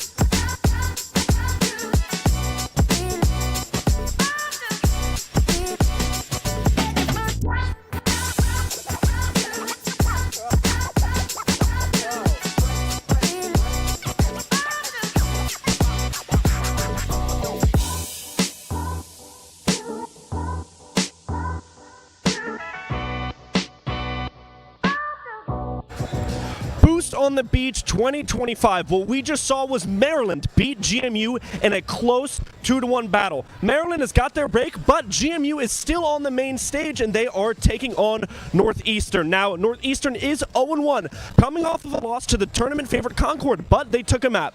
Northeastern looking to get on the board with the win. GMU looking to get back on the W column with another victory here. Casters, Nikita and DJ TJ, over to you. Ladies and gentlemen, welcome back to Boost on the Beach. The A-Stream has brought all the action so far, and now we finally get to take the stage here. We're getting up on our table. My name's DJ TJ. This is Bear. How we feeling? Feeling good. I mean, there was a little bit of action off stage on that off stream with Northeastern earlier today. Yes. But yeah, I mean, we just had a banger set 30 minutes ago with GMU on the losing end, so they have a lot to prove right now. I mean, this is LAN 1101 right here. I mean, all the college kids, I'm sure understand that reference at least. Northeastern shows up in their second game against Concord. Of all the teams they could have pulled, they grab a game, and it was a very, very close one as well. And so massive shout out to Northeastern. They came ready to play. Yeah, it was like almost, it was a series of unfortunate events hitting a very fortunate event where Pros got demoed and then instantly spawned with Concord's attack, and then was able to just hit on empty net. Like, it was actually hilarious. I mean, that's what Boost on the Beach is all about, right? It's about unpredictability. It's about, I mean, shoot, we're here to play car soccer, and that's the most unpredictable game there is right now. I mean, no Valorant, no League. Smash is up there in the other corner. Rocket League, this is the main event for a reason. It's completely unpredictable, and I expect this series to be no different. We talked about proving grounds on B-Stream earlier. This might be one of the biggest proving ground matches for both these teams. Yeah, I think this one is going to determine basically the entire placement for this group. This one's really going to tell. We were talking about earlier in side stream, like, where we think we rank these teams based on like projected seeding and whatnot. This one will really determine who's 2, who's 3, who's going to be 4. Yeah. I mean, and look, I'm willing to go down with my takes here. I had Concord, what do you got? What do you got? I had Concord, and then I had Maryland, then I had GMU, then I had Northeastern. Or no, sorry, I had Northeastern, then GMU, then Kentucky. So for GMU, they haven't looked bad today. That Maryland series wasn't the absolute best situation, best scenario. It went all the way to game 3. There was some overtimes involved. It's a close series. You kind of just got to take it on the chin and move on. But for Northeastern, the floor is wide open. It says 0-1, but they played against Concord. So, I mean, the world's their oyster. No beach puns there. But either way, they really got full control of this. And let's take a look at the group. Yeah, I know. We were talking about all the teams there. I mean, Northeastern went into that game. I was overhearing them talk. That was going to be their warm-up. I don't think they had any expectations of truly taking a game and then truly pushing that game 3. So I think that's a win in their book. On paper, 0-1, but they got the hardest one out of the way right in the get-go, so it's only uphill from here. GMU, we talked about it, had that up, had that down, and now really, really important for them if they want to get a good seed tomorrow to win this set. We're also looking already at tiebreaker scenario, all that Northeastern has to do is just beat GMU, but we're going to start with GMU. Let's take a look at the team. All of the videos look so fresh this year. They look great. They look incredible. I mean, GMU, a team that whenever you talk with Tihan, their manager, they're here to have a very good time. And also, this team's got smiles on their faces all day. Yeah, I mean, they stood up with they were dancing right before this too, so they know how to have fun. Sleeping on them. Good old Dev. And then obviously, like we mentioned, Coach I didn't know we got Tihan in there. Yep, that's great. That's Coach Tihan. That's my ginger brother right there. I got a lot of love for what he's done with this GMU program, and I'm excited to see how they look today. And so far, the smiles continue to carry on. Yeah, I mean, the whole point of this event, realistically, is not to win. It's to have fun. I think we bring a bunch of teams that have a lot of really great players who know how to have fun, know how to get loud. I mean, I think Northeastern's going to be like peaking our mics when they're screaming. So, but yeah, you see the folks over there at GMU right there, all smiles right now. No, except right there, locked in. Well, I mean, you got to lock in. I mean, again, you need to defend your crown right here if you're GMU. Not really a crown per se, but at least your group's standing. Because, if you lose this and Northeastern pushes you into a 3-way tiebreaker, it's going to be a rough scenario because it goes by game differential, which as of right now is going to be close because of Northeastern getting that game over Concord, and then we'll see how this one goes as well. But if GMU goes to 5 here, or sorry, 3, if they go all the way, then it's going to really mess them up in terms of their general standing. But enough about GMU. Let's take a look at Northeastern now. Oh, Nico has the glasses on. All right, what do we got here? What goofy thing are they going to do? I mean, we talked about smiles. I think we already mentioned it. These two teams are probably the most fun to watch. I mean, Frost, so much kind fun. of a crazy little transition right there. Little 1-2 right there. No, the editing team has done amazing. The entire production team has done incredible. And then Andrew Bro, he's a thinker, himself, dude. He's a thinker. He is a thinker, a shooter too, apparently. And then the newcomer as well. Yeah, Harlequin, newest member of the team this year. They were here last year, and Andrew Bro Prost was on that team when they went over for the weekend.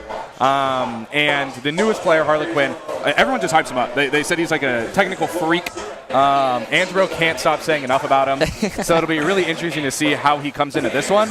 Upstairs, he kind of has that like main pro tag energy. Yes, he finished after winning game 2, immediately tapped out to YouTube to change whatever anime song he was listening to because he needs to get like the aura correct for game 3.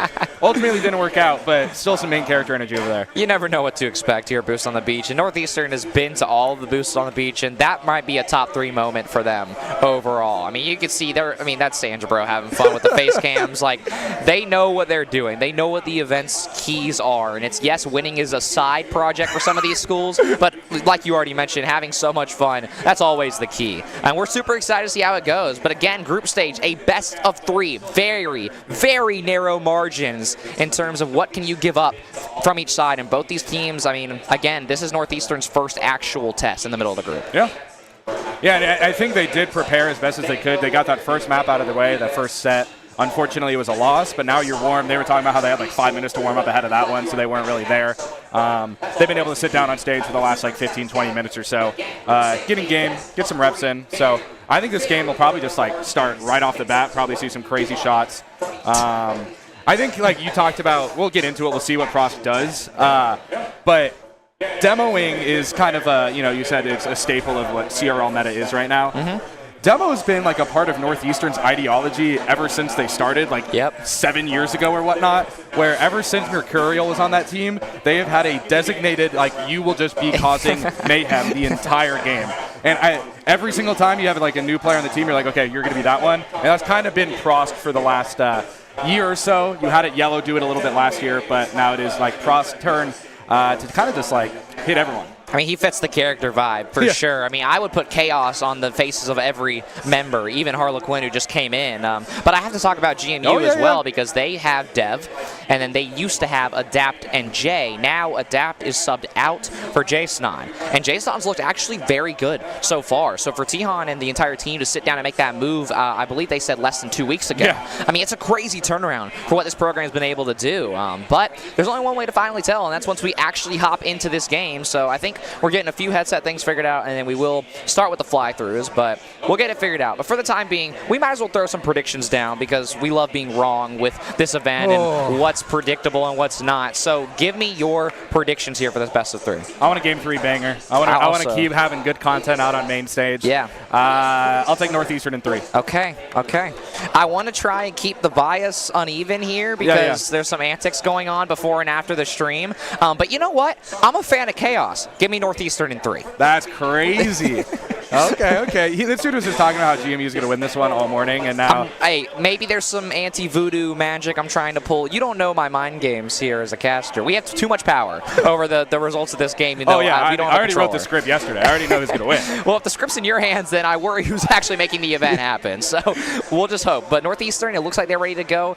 I mean, it was tribal what I was just hearing. A little bit of a... They, like, before their Concord game, they all got in a circle and, like, spun around. Like, I don't know what they're doing over there. They got something in the water. They have some lead in the water up in Boston. Hey, I mean, you mentioned they were ahead of the demo meta. Maybe they're trailblazers. Maybe there is more meta to team vibes. I mean, Flow State, we saw their coach. We talked about Tihan for the side of GMU.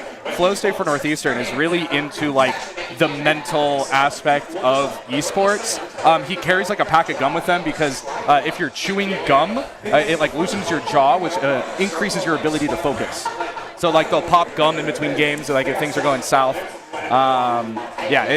Interesting bunch over there. I mean, for those of you on your spring break, there's your science lesson for the week. Shout out to Coach Flow State. But I'm glad you brought that up because there's a clashing of styles here. Tihan has been a player and has been a starter on this GMU roster for years before. So he's coming from a more mechanical space, and then Flow State obviously coming from a more mental space. If I had to give keys to the game here, that right there is it in verbatim. GMU has to be consistent, and Northeastern has to relax. Oh, yeah. And I think, like, shout out Doc Haskell, Doc's keys to the game.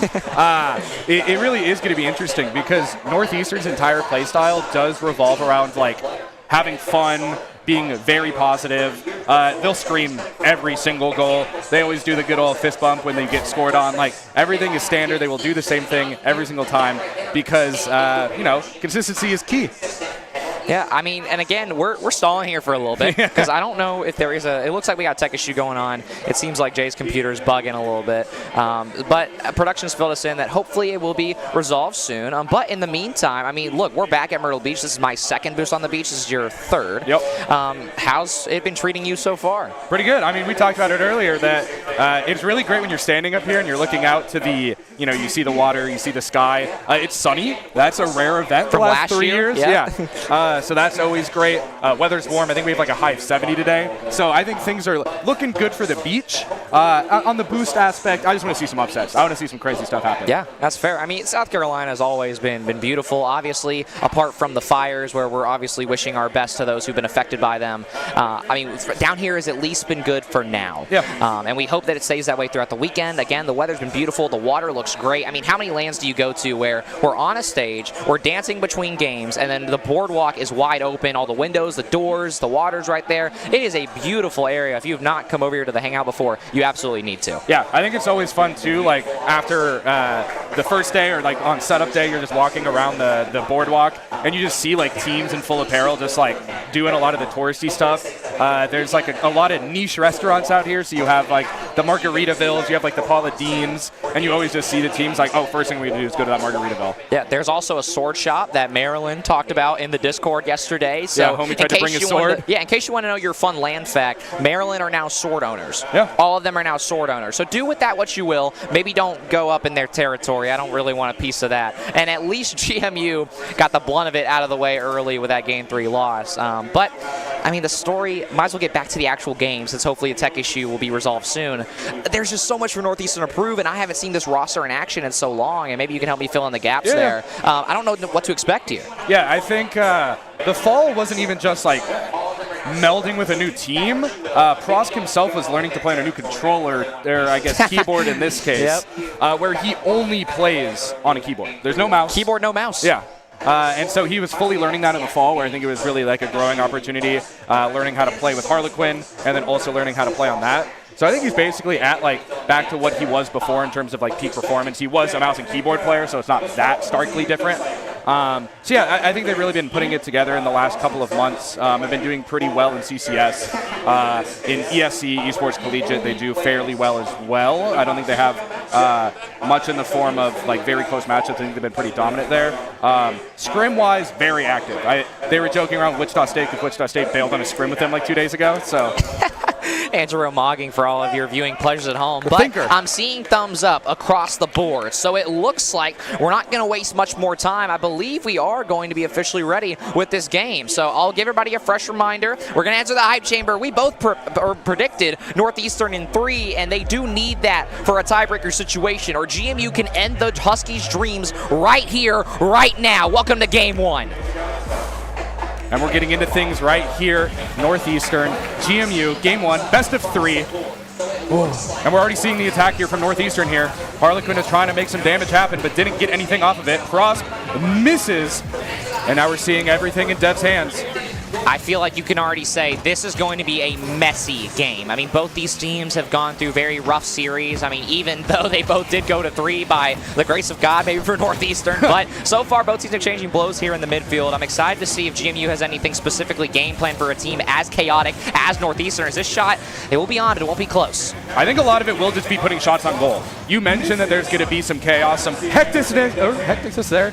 Dev is able to put something up there, and it's just going to see what happens in the scrap. People are going to get moved around, knocked around. There's going to be some empty nets. We already saw one earlier that was barely able to be saved, so I think it is just put shots on goal if you're GMU. Yeah, and then also I have to make note that Jason looks like there might be some slight PC issues, so I hope we don't have to pause the game. But there's going to be a shot again for Northeastern. They are actually painting the corners beautifully well for really not having much of a warm-up other than just coming in later today for their second round match. But so far so good. Minute 20 in, they're definitely winning the possession battle, but now here comes GMU off the backboard, a spot for Jason to maybe find some opportunity, but instead instead. It's going to be Harlequin who looks for maybe a delayed Musty, won't find it. Shot goes middle off of Harlequin, off the post as well. Another one will come back on, but it's still off. Andrew just wasn't there to capitalize on that good deflection there. And now we're going to see what happens here. Jason's going to try to clear things out here, but Northeastern is still on the attack. This one will sit in the GMU corner for the time being. That blue side struggling to get out as they're very low on boost. So Northeastern trying to keep some opportunity in that right side. They're going to not want to move this ball much further as Prosk will finally look middle, but he doesn't have anybody there. So now Jay has room. He'll go off the right wall. He's got somebody on, but he's over one, but doesn't have any boost to follow. Yeah. So both sides really starving here. Finally, a shot goes on for Northeastern through all of that. Here comes another chance. It's pushed too far left, though, as now 2 minutes in, we are still dead even. They're just living in the scrap right here. We do see Andrew get the demo there. Going to be able to really help out and keep Northeastern on the attack. But Dev has different plans here. This one now off the ceiling. See if Jason can make something happen, but it looks like that there's no options, as now this one will float up. Jay's got room, very dangerously will opt to keep that ball middle, but is able to stay on it and keep the 50. Those are the plays that GMU's got to rely on. Now, just like here, you get a bump opportunity, but unfortunately the ball was hit a little too hard. So now, halfway through, we're still dead even, but GMU slowly starting to bring that possession battle back. Yeah, it's still just a starved economy right now, though. Nobody has boost. A really good job for both teams just being really proactive and trying to take what's there, but we've just seen a lot of opportunities that you saw, that opportunity for that reset up there for GMU, just not enough boost to get it done. Shot on goal, just wide right. I mean, but it's not over.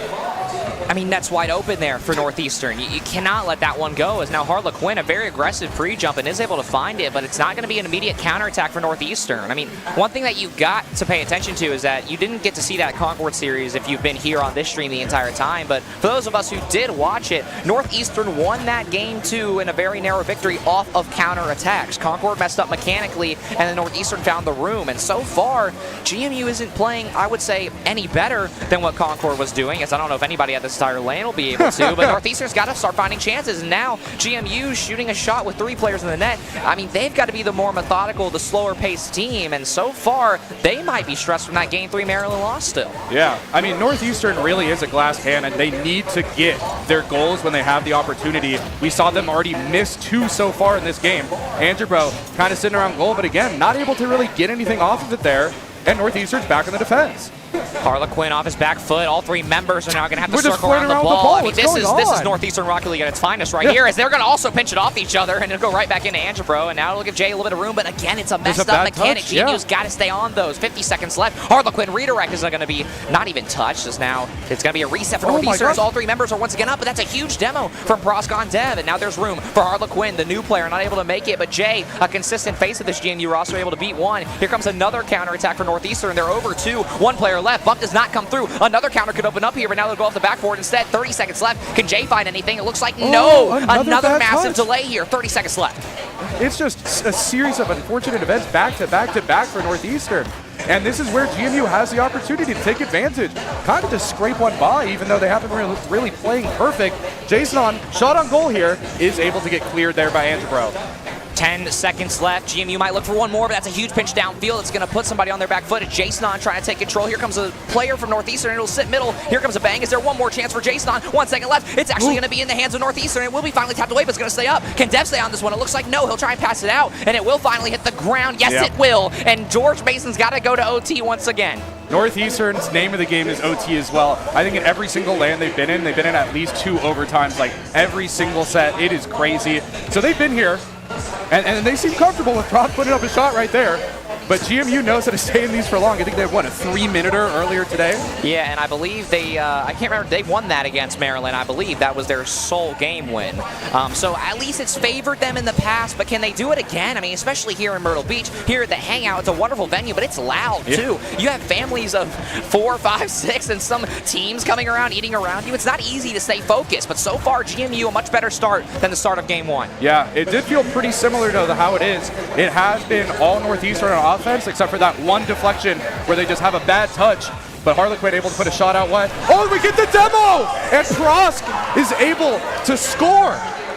46 seconds, the newcomer beats Jason on. That right there, that's not comical. That is absolutely spiritual in the way that was written up. So good on you for the script writing. Both new players meet there. That's a huge win for Northeastern. Yeah, and really what it all boils down to is you just got to do it right once. They're pretty sloppy for the first 5 minutes, but they're able to get everything that perfectly encapsulates Northeastern right there. Both were down there. You get the demo. You're able to score in the scrap. All right, so I'm going to shift the narrative a little bit Let's here. go. Whenever we talked about all the groups and all the teams involved, we mentioned George Mason's previous performance and about how last year them and USC both showed up with mechanics, showed up with experience, but couldn't translate that to LAN dominance. And now, after George Mason, I believe last year was 9th through 12th, I worry, are they on the same path if they cannot make it against this Northeastern roster? Yeah, we failed to even talk about the hero to zero stories from both of these teams from last year. At the first Boost on the Beach, this was the grand finals. This was the tournament. And now you go 12 months back, and both of these teams are in the bottom. Northeastern didn't win a single set. I think GMU won one the entire weekend. Northeastern got one game. Yeah, an individual game. They've now already beat the beaten record. their record from last year. And now it really is a story of, can Northeastern return to that prominence they had 2 years ago, and can GMU break the curse? This one really does feel like it's kind of going to determine the entire weekend for both of these teams. I mean, luckily, no matter what happens, you do get the whole rest of the day to enjoy South Carolina and Myrtle Beach, but still, you got to show up Sunday. You still have to finish group stage, and then you only get an hour break between the end of that and playoffs. So for GMU, you've got to take your resets as early as you physically can, because whenever tomorrow comes and the sun sets, you're not going to get a second chance. Oh, no, not at all. But also, like, looking from game 1 to game 2, I don't think GMU did anything. I mean, maybe that's also an issue. I don't think they really did anything that would cause them to lose that game. Like, I think they were playing correctly in how they should be. So maybe that makes the game 2 adjustment even harder. You're like, I don't even know what we did wrong necessarily.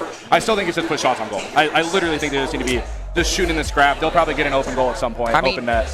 If I'm Coach Tihan, this is what I'm probably throwing out. Okay. GMU had the space, had the room. That's the hardest part. And then actually pulling the mechanics out to make something happen, it can be easy. Now, granted, the way that you look at this game is always so open because it's a physics sandbox-based game at its core, and you can do whatever you want with the ball. But for GMU, you're mechanical enough. I think on paper they're the stronger team. You've got to play like it. You've got to simplify it. You've got to make this easier, and now you've got to reverse sweep. Yeah, but I think a lot of it really just was the lack of resources. I mean, we're just seeing the scrap back. I don't even know.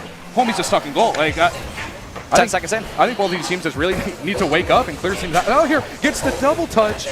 What is going on? I mean, Jason should never, I don't care who's for the B team, you'd never ever hit that back into the falling player. Now there's going to be a lot of falling players, and Northeastern will find the chance here. Angebro kicking it off early. Yeah, and as you see in the little player cams right there, Angebro is going crazy, is very loud. I mean, we don't even need to talk about what just happened there. I will. Let's talk about how they both landed in the double bumps there, and then the net's wide open. What are the odds of that happening? I mean, we talked about the Concord series where Northeastern was hurt by a respawn.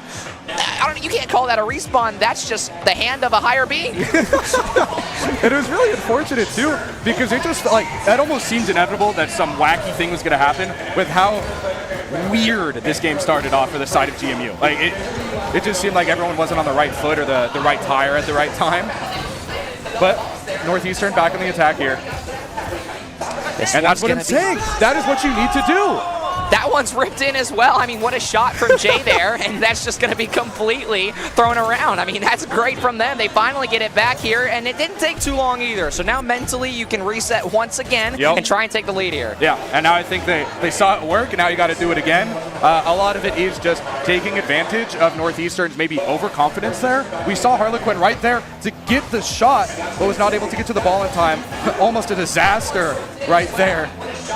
I mean, once again, these GMU mechanics, you've got to slow down. I mean, that previous shot we just watched, it was a flip reset that maybe you didn't need to pull that out the hat there. I mean, there's still a lot of Rocket League left to play. We still got 4 minutes left, and a whole lot of miscommunication in the midfield from both teams as well, as nobody's directly ready for the next ball. Almost a double commit for GMU, but Jay is there to at least stall away the play for now. Now he's in his own corner. Devil finally clear out a player, but it's not enough, as here comes Northeastern once again. That first man, diabolical. Yeah, we do see Prosk able to get a touch up there, but that's not going to stop Dev. Looking for something here for Harlequin. Ooh, Jay had the opportunity, but maybe it was just a little too slow right there. Still just a lot of weird things happening in center field. Almost to that 3-minute mark, and this has been maybe the series that we more so expected. I don't think we were expecting a scoreless game going into overtime in not game at all. one. We expected this to be chaos, and maybe both teams are finally going to start to settle in. I mean, Northeastern again came off of the Concord game, and GMU, they've been on main stage the entire time for the last hour now. So if anybody should be comfortable, it should be them, but demos are being traded. I mean, tires are flying everywhere. This right here is about as chaotic for a Rocket League match as you can get. And it's almost just like with how technical GMU's players are, they have too many tricks to choose from and just keep doing too much. Just simple it down.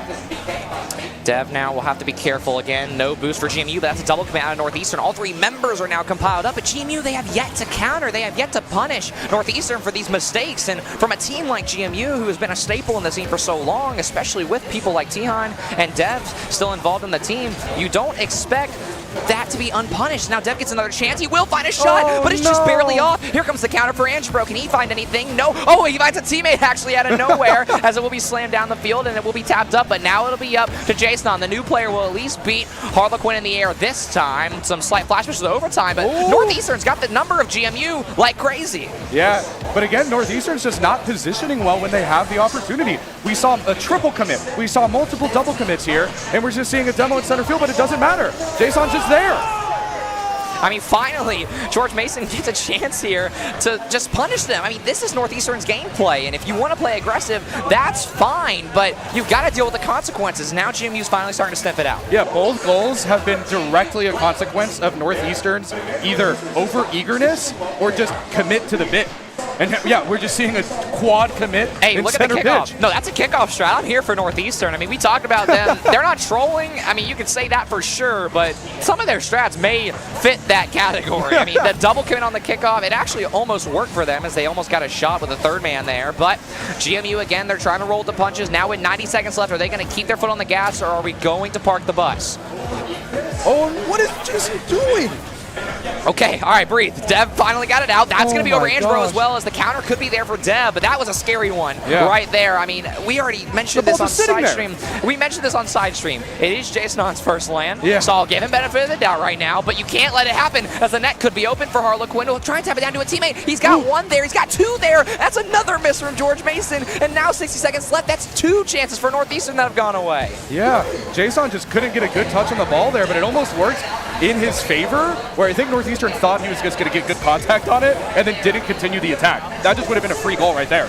This one's tapped over a player, but Harlequin isn't ready now. 50 seconds left. It'll be going off the sidewall now, and it's very awkward for Dev. And here comes the first man. There is a chance here off the backboard. Double tap comes down for Northeastern. It's a pass, actually. Double commit for GMU. It's a 3v1. Here comes a potential shot opportunity. Could it be flicked over? Jason will get it middle. Can there be anybody there? How about 2 Northeastern players? Yeah, Harlequin's just bumping cross there. I mean, the defense is working, but they're just overcommitting on repeat. 20 seconds left. Northeastern will try to send us to another overtime. I believe it'll be the only series of the day with 2 overtimes involved, and we'll see if they can do it right here. Here comes the counter. Jason's on his back foot. Here comes Jay as well, trying to cover for him, but he's got no boost. Can he stay on that? It looks like no. This one will go on the net. Jason will try to push that one away. There's demos galore happening. This one's middle. Is there a Northeastern player? Side flips off the sidewall. Is there anything here? It will stay up, but that's a huge denial from the new kid on the block, and Jason sends us to 3. The script is perfect. We have a game 3, folks. Almost a double overtime there, so you just got to take a breath if you're GMU. We could still easily get another overtime. We are nowhere near the end. Camera in his face. Jason does not care. I mean, first lane, he's too busy talking to his team. Obviously, Tihan is taking his time to break things down, and it looks like we're trying to... Actually, I don't even think there's headset issues. He's just using... That's Jay, or not Jay's. That's... hold on, we're going to get there. You think it's Tihan's name? No, never mind. Anyways, because there's Jay and Jason. Oh, true. Yeah, anyways, they're waving at us now. Obviously, we're all kind of off of our rockers because this series has continued to produce absolute chaos. But GMU, they're starting to get comfy on main stage. We're seeing some smiles, some waves. We're seeing them actually look dead-eye at the camera. I mean, not many players on LAN can do that. I mean, I like the odds of GMU getting this game, but Northeastern, I mean, mentally, they're probably one of the most... resilient? Yeah, let's go with that. Resilient teams here. I mean, they could easily bounce back. Oh, I totally agree in that aspect. But I think looking at the game-to-game adjustment there, that could have easily been like 5-1, 5-2 GMU last game. Like, they had so many opportunities where Northeastern was mispositioned, over-aggressive, double committing, or even triple committing in certain situations. That could have easily been a dominant performance from GMU there. So I really think it is just like, who could put it together? Who's going to capitalize on the gifts that are being given to them on silver platters? There's no guarantees in Rocket League, and we still have to mention Kentucky in this group as well. I mean, I truly think that Kentucky could also get in the mix, and we could see some crazy tiebreakers, as it looks like that GMU's already started. I mean, we didn't see what happened, but they scored. So here we go. It's just a flick off the bar. All 5 members in the lobby went. I mean, that's about as on theme as it's been all game. Yeah, it's almost surprising that is the first time we've seen a goal that quick, with how hectic each kickoff has been to start each game. 10 seconds in, and production will eventually, I mean, things are good now. So now we actually get to watch the rest of the game. And Northeastern now, instead of GMU having to come back from 1-0 lead, now it's Northeastern who has to make the comeback. So this right here is Northeastern's first true test. And so far, that aggressive style is starting to bite them in the behind at least. Yeah, it almost seems like when they have the opportunity to set up a teammate, they keep trying to go for like a corner double or just a pass out of the corner. And it's like they just have not been reading the ball well off of that. They've had so many opportunities just stifled by, I'm just going to tuck the ball over here, and nothing comes from it. This could be a shot right here, but it is put directly into the hands of Jason, who was extremely clutch in the back half of that last game. No touches, bumps galore, and GMU, even when they're demoing, they're still getting scored on. Oh, yeah, and that's really what you need there. Oh, but I don't even think JMU cares. Jason's just looking at his teammates kind of fooling around right now. You gotta shake it off. We're back to even. I mean, yeah, you got no choice. You gotta smile through it, and the mistake happens, and that's what LAN is all about. It's about surviving through that. I mean, this is only the 3rd round of the entire LAN, so there's a lot still left to be determined. Jay up and over 1-2, but can't find the knockout blow. Another shot could come through, but what a play from Jay. Yeah, and we see the reverse opportunity here for Angebro. Ball's just chilling up there. Jason's able to clear it out a little bit there, but Northeastern should be able to kind of turn the tide again. Ooh, we almost saw a pinch. Northeastern, I like the fake challenges. They're starting to maybe relapse on that aggressive style in a positive way, as it will give them some chances here, but it seems like they still have to get out of their half. Jason can find one middle. He finds his teammate, blocks his own shot, but then it goes right back into him. GMU finds a worldie of their own. Oh. Jason is kind of playing out of his mind that this is his first LAN ever, right? Like, this is crazy. Shook off those jitters from game 1, and now has just been absolutely dominating there. Is able to secure a 1-goal lead. With only 3.5 minutes left to go. I mean, that's a dot from the new landcomer, but wait a minute, Harlequin, the newcomer on the Northeastern side, almost finds a beautiful top right flick, but they're going to have to reset once again, as goals and offensive opportunities for Northeastern have not been too fun to come by, especially after that game 1 overtime win. Yeah, and if an opportunity has been there, it's been exactly that. It's so golden. Open net. Oh, top left corner off the deflection, and look at Jason, 450 points, 2 goals. He might be the GOAT, dunking on his head here. Homie just flexed at us. He is feeling it. And now if you're Northeastern, I don't even know if a change of pace to something slower helps at this point. I think you might have to return to the style, and maybe they found some shots. Like they had the Harlequin one-on-one, and they didn't win it, and that's one of those chances that you kind of have to let go, and now they could find more. There's bumps galore again in front of the GMU net, and now the counter is wide open. Is there going to be a shot? It looks like no, as we're almost getting to that halfway point. Northeastern does find a redirect, but GMU's not missing their touches this time. Yeah, it was just really weird positioning there from Northeastern on that offensive threat there. We saw the triple commit deep down in the corner. That was another open net that, if the ball had a little more juice on it, that probably was going to be a 4-1 game for George Mason. But we do see Prosk in the attack here. Looks like Angebro has the opportunity. Prosk can't find it! Jason again! What a save! He's been the face of the program for the last 3 minutes. As now Harlequin will try and make a stab of his own, but with 2 minutes left, once again, Northeastern has to reset. They keep trying to find these stabs at the GMU defense, but they're not finding the final piece of the armor that they can actually pierce through. It's just misposition after misposition. Harlequin was behind after Prosk shot, but was just too low to get the deflection. Oh, we do see an opportunity here for Harlequin. Angebro will tap one middle. Here comes another shot opportunity. Northeastern needs this one. The net's wide open, and we got a game with 2 minutes to go. It really did seem like things were shaping up Northeastern for that last minute or so. They just weren't able to put it together. And what's easier to put together than an empty net, right? Down by 1, 2 minutes left. both of these teams have been here in this exact situation just 5 minutes ago. I mean, we've talked about GMU being the team that was originally predicted, I mean, again, so inconsistently by the entire casting crew because of their past performances, not only this competitive season, but at the previous Boost on the Beaches as well. I mean, you talk about that finals roster. For both of these teams, it's not the same nearly for this group of 6 here. I think you better wait a second. Oh, pinched upwards. What a save from Dev as now Northeastern are going to try and turn around here. Ansbro can't find it. Shot from Harlequin, and the newcomer ties it with 90 to go. Oh, and Northeastern is loud. We see Harlequin able to get the pass from Ansbro just right over the top of Dev and even things up here. All right, well, for the viewing pleasure of the wonderful Hangout venue, we get a tie game in Game 3 with almost a minute to go. I'm not sure what more you could ask for. I think overtime is about the only thing we'd maybe ask for is now. We'll see if Northeastern can keep the pressure up. They have been dominating this back 2 minutes, finding multiple shots on net, and George Mason maybe kind of stopped playing aggressive too early, but Northeastern still double committing. That's got to stop because here comes a shot for Jason, who's been incredible so far, but he can't find more. Ansbro has a chance. He's got the 1v1. He's got to win the 50. It will go off the ceiling and down. The shot is missed again. Is there another one? On net, off the side. Jay gets the save. 50 seconds left and the chaos ensues. Northeastern had it. They just needed to finish it. But this attack isn't over yet. Harlequin looks for the opportunity here. We do see Jay able to try to clear things out here. Goes for the 50 and goes in the favor of Northeastern here.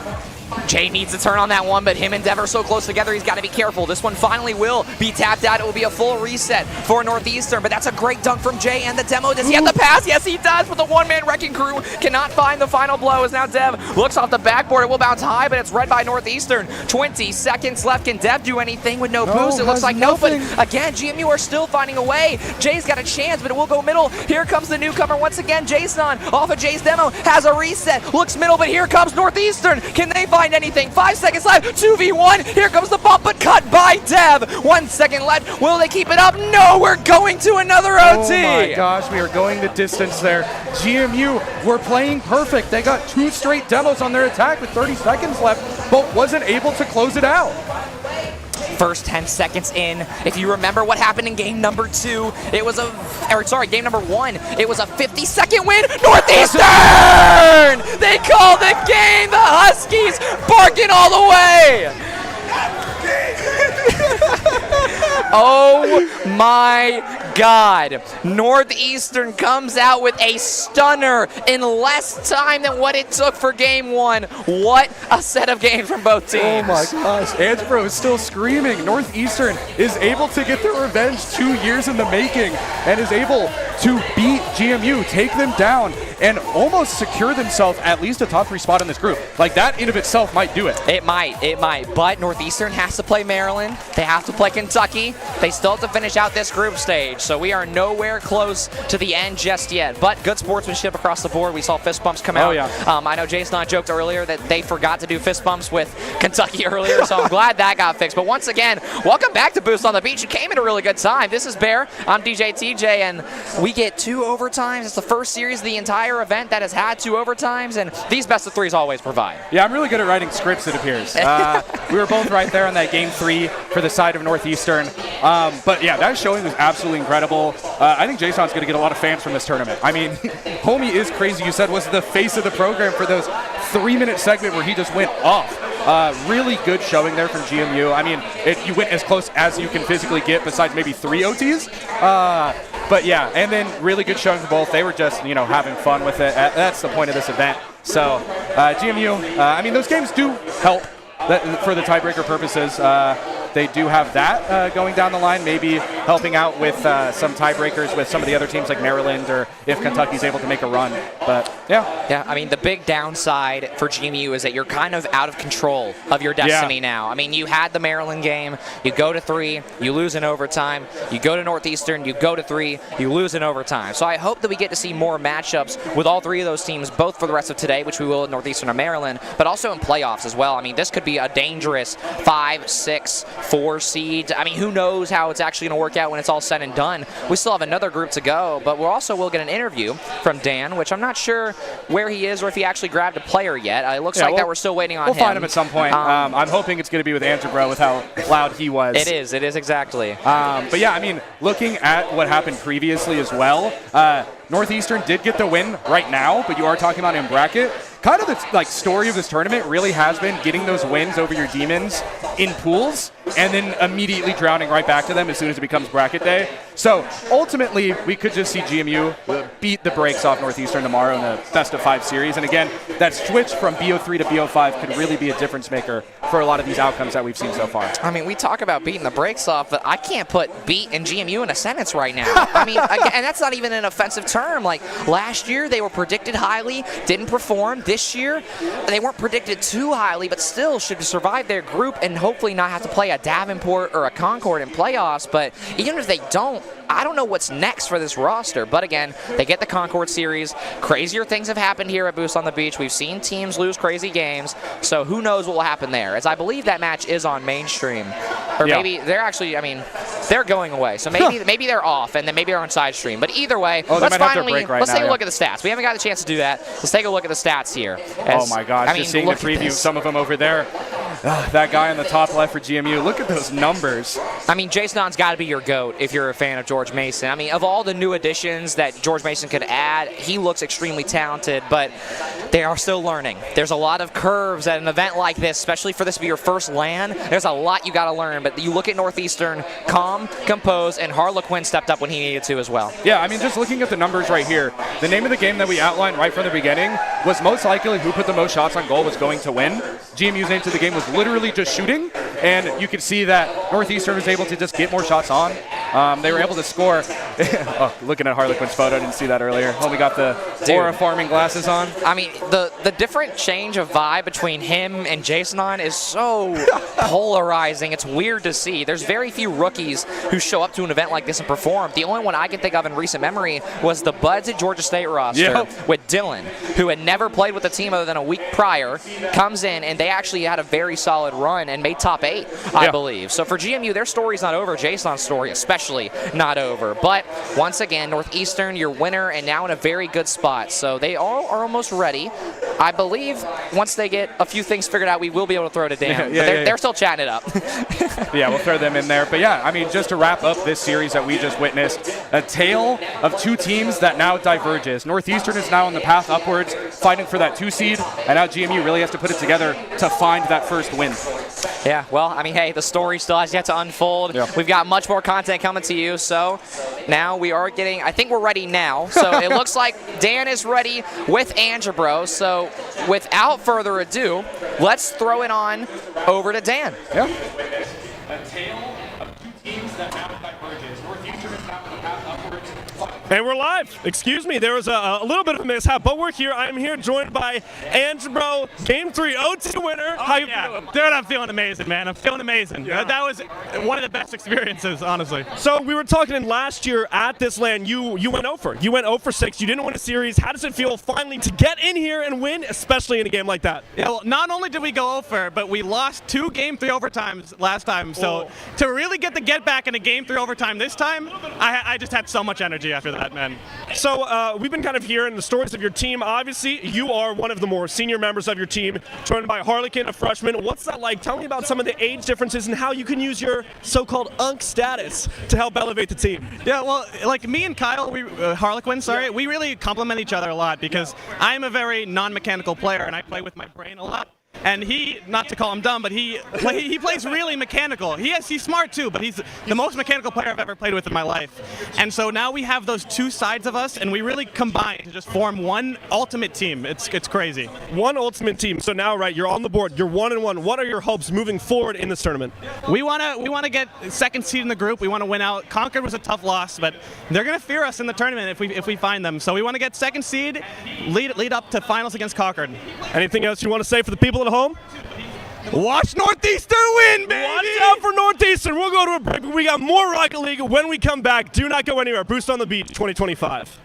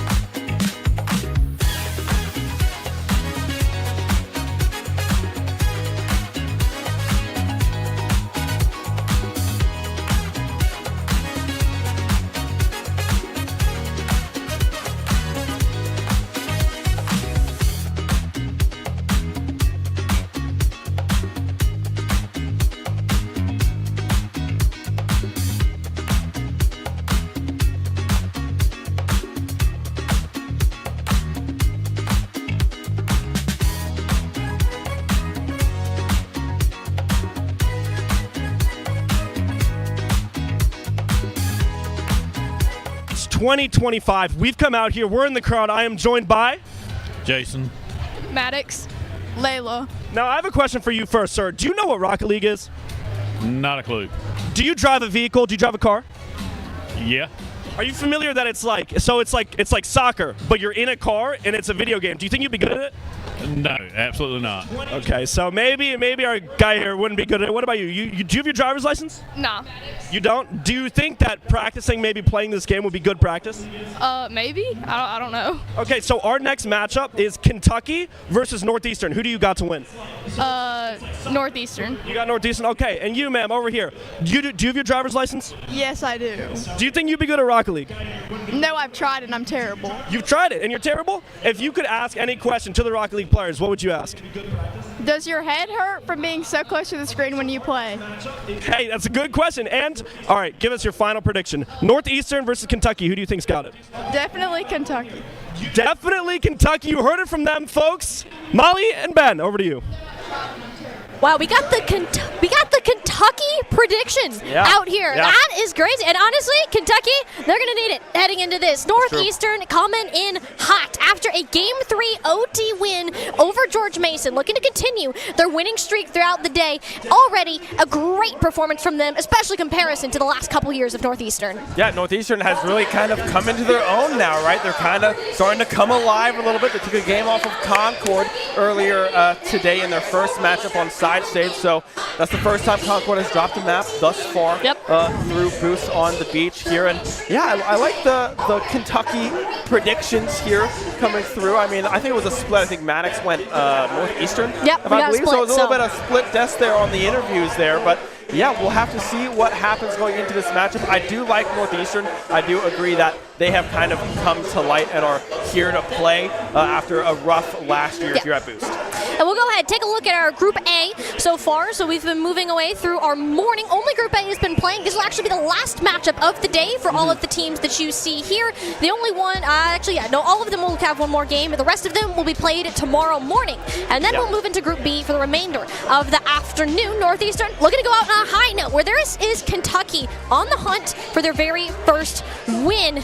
And it's going to be tough. Northeastern, they're looking strong. 0-6 in the previous Boost on the Beach. And right now, 1-1, feeling hype, feeling the energy after game number 1, and you can see why when you look at this roster.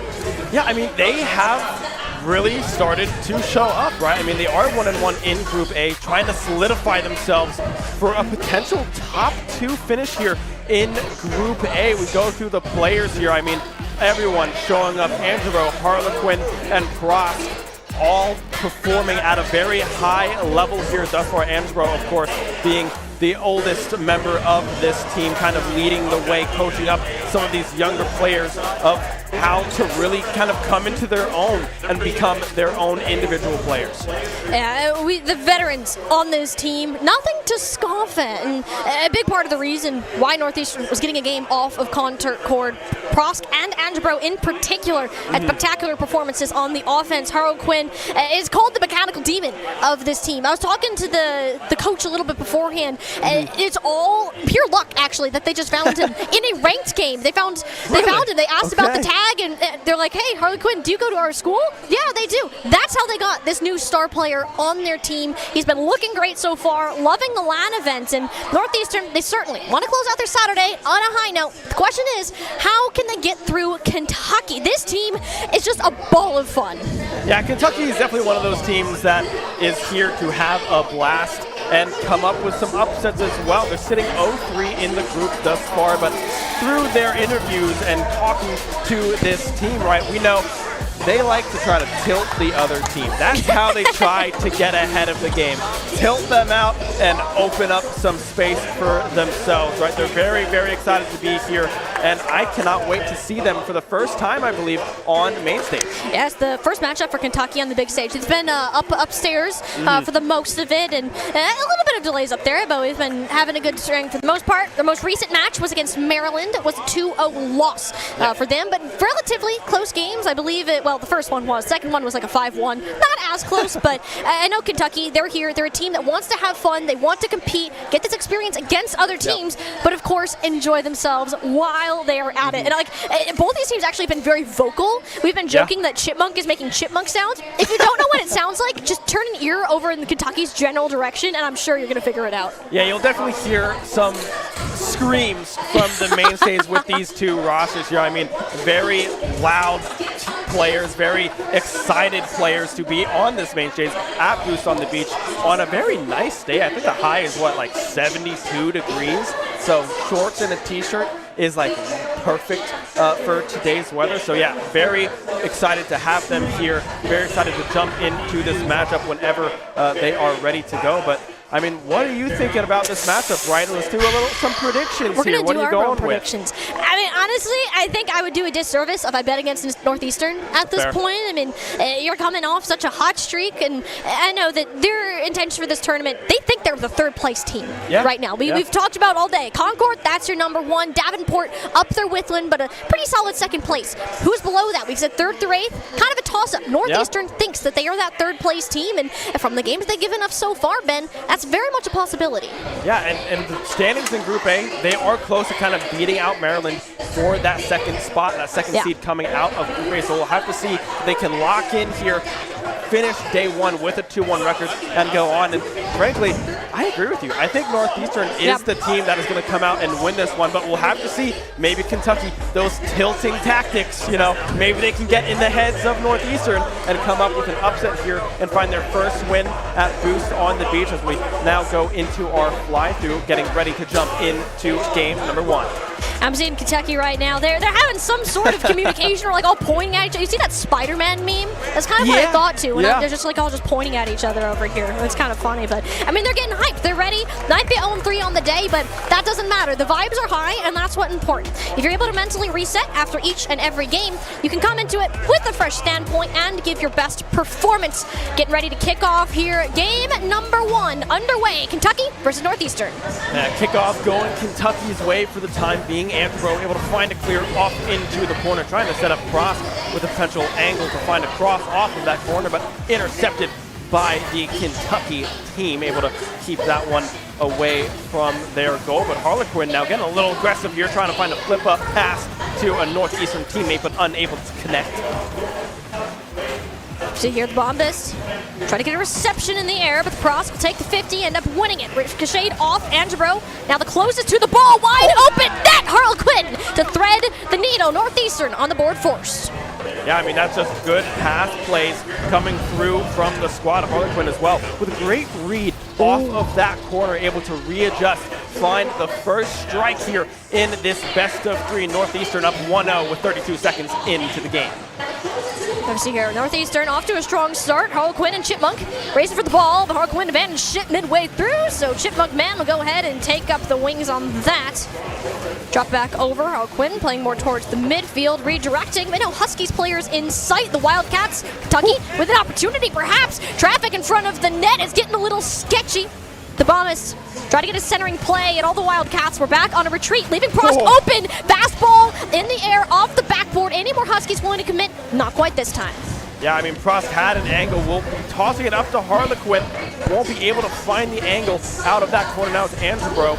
The pinch opposite side. Prost already back on that defensive end. Huds getting the disrupt. Angebro now on the ground. Just barely goes wide into the post. The defense of stationary objects goes unmatched. Judd, you can't miss that. You just can't do that. Wide open, Northeastern find themselves smack in the middle of a goal post.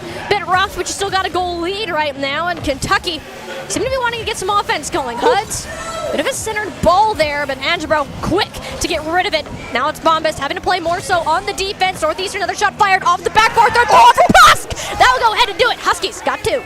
Cross again, finds an angle, finds the goal. I mean, that's Harlequin as well, up in the air, the backboard pass. Cross in the air already on that read, knowing where that ball is going to be placed, is able to strike true. 2-0 for the Huskies. Yeah, that's kind of what we expect from Northeastern coming out the gates, but Kentucky, they'll get the pinch off the kickoff. Huds reads the backboard perfectly, and the Wildcats are on the board. I mean, we could already see the Kentucky effect kind of coming true, right? They have that kickoff goal, and they're already clapping it up. Exactly. They're having fun, and having fun with that goal as well, able to bring it back within one. The kickoff now heavily in favor of Northeastern. Frost trying to take that one, just hovering there for just a moment. Angelo with an angle, takes the shot and finds the goal. 3-1 Huskies. Yeah, there you go. Kentucky got on the board. Northeastern's like, no, you can't do that. We like a safe 2-goal lead if you don't mind. Angelo threading the needle. Huds, oh, you can see it, the tire of his car so close to making that connection. Building Northeastern, though, edging their way ahead. Now free from insurance from a quick one-shot goal. Yeah, some bumps happening there on that kickoff. Angelo trying to find an angle yet again, but unable to do so. Northeastern now about halfway through game number 1 finds themselves with a 3-1 lead. Harlequin trying to find a clear, but unable to do so. But the Bombers instead will meet that one halfway down the pitch. Northeastern still steadily in control of this ball, taking shots left and right. And Kentucky have been relying on the Bombers for the majority of their time as a team. He's the newest player as a senior, but also one of the most mechanically talented. So although we haven't gotten to see a ton of him on the offensive side, still making an appearance here and there. Fortunately, that one will go right over his head, forcing the chip back man to commit. Well, even though if he gets taken out mid-air, it'll be Angelo now from Northeastern. Bit of action in front of the net, but Huds redirects it. That ensures that the Huskies will have to play on their own side and without the likes of Huds to worry about for a couple more seconds. Yeah, we can see the Bombers trying to find a cross. Huds back up in the air, unable to make contact with that one as Northeastern had a good disrupt and a redirect on that defensive end of the field. Here, 2 minutes to go. Northeastern still holding on to that 2-goal lead. Let's see if Kentucky can finally get some momentum back in their favor. But right now, it seems the Huskies are in full control of this ball. Yeah, we've tuned down since the first half of this game, and they're not taking any of these big jumps, these big risks, and there's not much of a need. If you're a Huskies fan, well, the Harlequin's going to do it anyways, doubles off the backboard, the Bombers, and they play a goal line save. Risky territory for sure, but the Huskies showing that they are no snoozers when it comes to mechanics. Yeah, Harlequin had an angle there to try to put it in, but like we said, the Bombers with great defense on that goal line, able to find that save and keep themselves alive here in this game. A pinch now coming through across the map, far corner, as we now approach the final minute of game number 1. Kentucky needs to try to find some momentum. Huds with a shot into the own goal. Credit goes to Angelo, but Kentucky, that's not what you wanted to see. I see 2 players and the coach all with the hands behind their heads like, what just happened? Ooh, that's a yikes. You know what? It happens to the best of us. You gotta shake it off and move on. I like that they're treating it with a laugh and a smile, but man, that one's gotta hurt. Yeah, that's a tough one to have in the final minute when you're down 2, because, well, now you're down 3, and that is an unfortunate own goal coming through from Huds and the Chipmunk band kind of in tandem on that one there. Harlequin now trying to take it off the ceiling, flip reset in the back pocket. We'll let that fall to the ground. Frost trying to find an angle, but Angelo on target, and a little bit of a steal on that goal there. Harlequin finishing the job, 5-1 Huskies. Yeah, Huds was so confident they'd have the control. As soon as that was lost, the commit from Kentucky was well on its way out. Northeastern now with a 4-goal lead. With 30 seconds remaining, though, it looks like the Huskies are going to close out game 1 on top unless the Wildcats pull off some sort of miracle.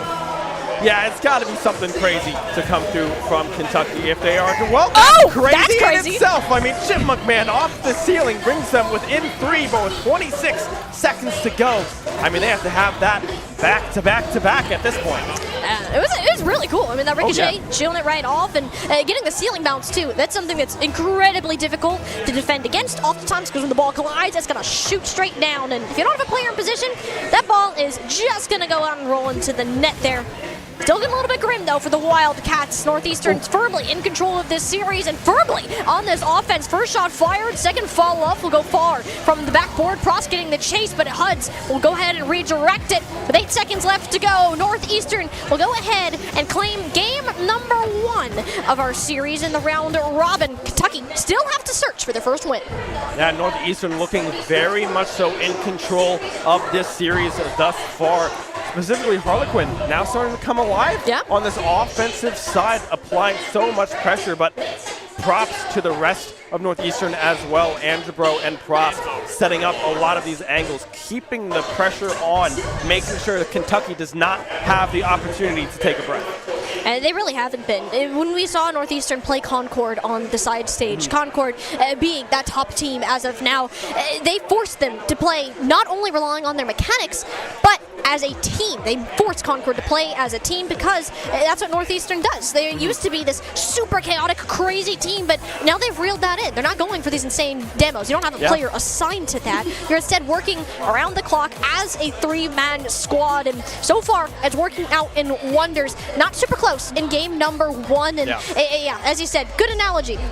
Northeastern in the driver's seat, Kentucky getting dragged behind the bus. Yeah, at this point, yes, that is exactly what it looks like thus far. Let's see if Kentucky can try to bounce back here and come up with a reverse sweep in this best of 3, but Northeastern has looked in peak form, in control thus far in this series, and trying to advance to tie Maryland in Group A at that 2-in-1 spot. But we'll have to see if Kentucky can come back here.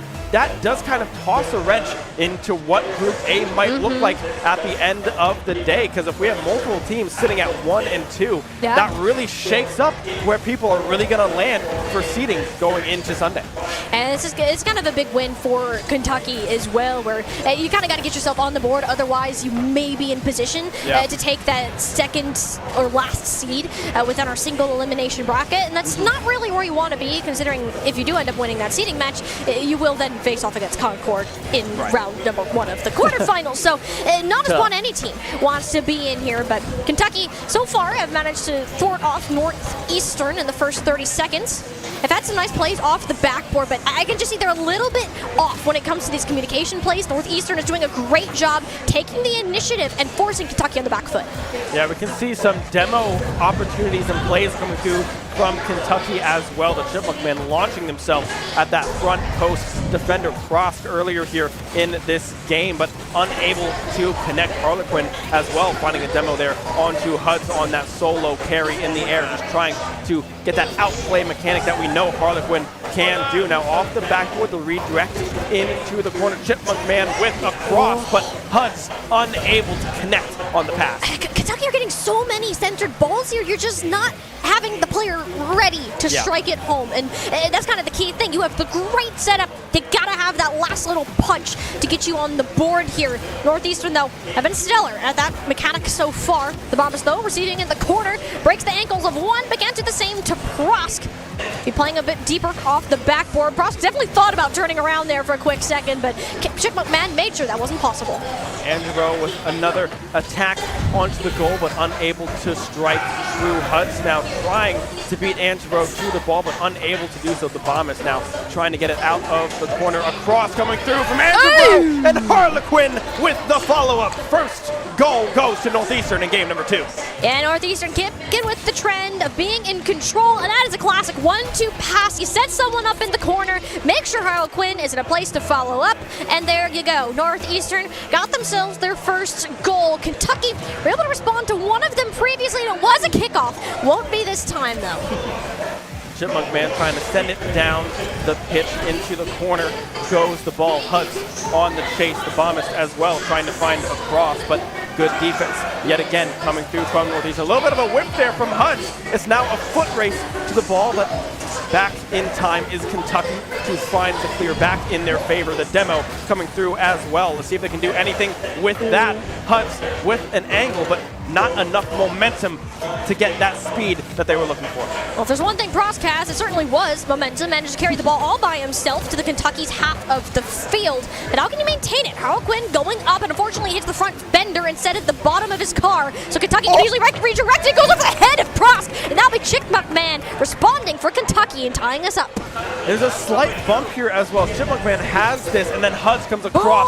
Hits Prosk just barely, like a pixel out of the way to make sure that they cannot find that save. Kentucky now ties it up at 1 halfway through game number 2. Now looking much better for Kentucky in this game number 2, but you guys still got to say Northeastern have had the majority of the possession, the majority of the control. If it's a time to change it, it would be now. Prosk Dusk, though, stealing HUD's opportunity at a shot. And they managed to get this full grasp on possession. Kentucky had some big passing plays, but also some wide open nets. Angebro, Northeastern, back in the lead. Yeah, I mean, that's just a 50-50 win for Northeastern there. Angebro just barely getting to the ball before the Chipmunk man is able to get up in the air with their car. Northeastern strike back quickly and retake that 1-goal lead 2-1 in game number 2. At Northeastern, back in the lead, back in control. But what can Kentucky cook up? They had a nice little team play last time this happened. Perhaps a pinch off the ceiling. Nothing they're quite searching for. HUD's instead, though, racing against Harlequin against time, but he tipped off the car of his own teammate. Oh, I definitely know you're kicking props for that one. Yeah, that's tough. That's not what you want to see when both players have a breakaway, a save from your own player on your own shot. That's not exactly what you want to have happen, but nonetheless, it does. Harlequin now in the corner trying to carry this one off the backboard. The follow-up from Frost. Good defense coming through from Kentucky. And the bomb is just barely a hair of his car connect with the ball there. So denied Northeastern that time, but all the goals they have scored, the ones with the net, looks rather empty. No Kentucky players are home.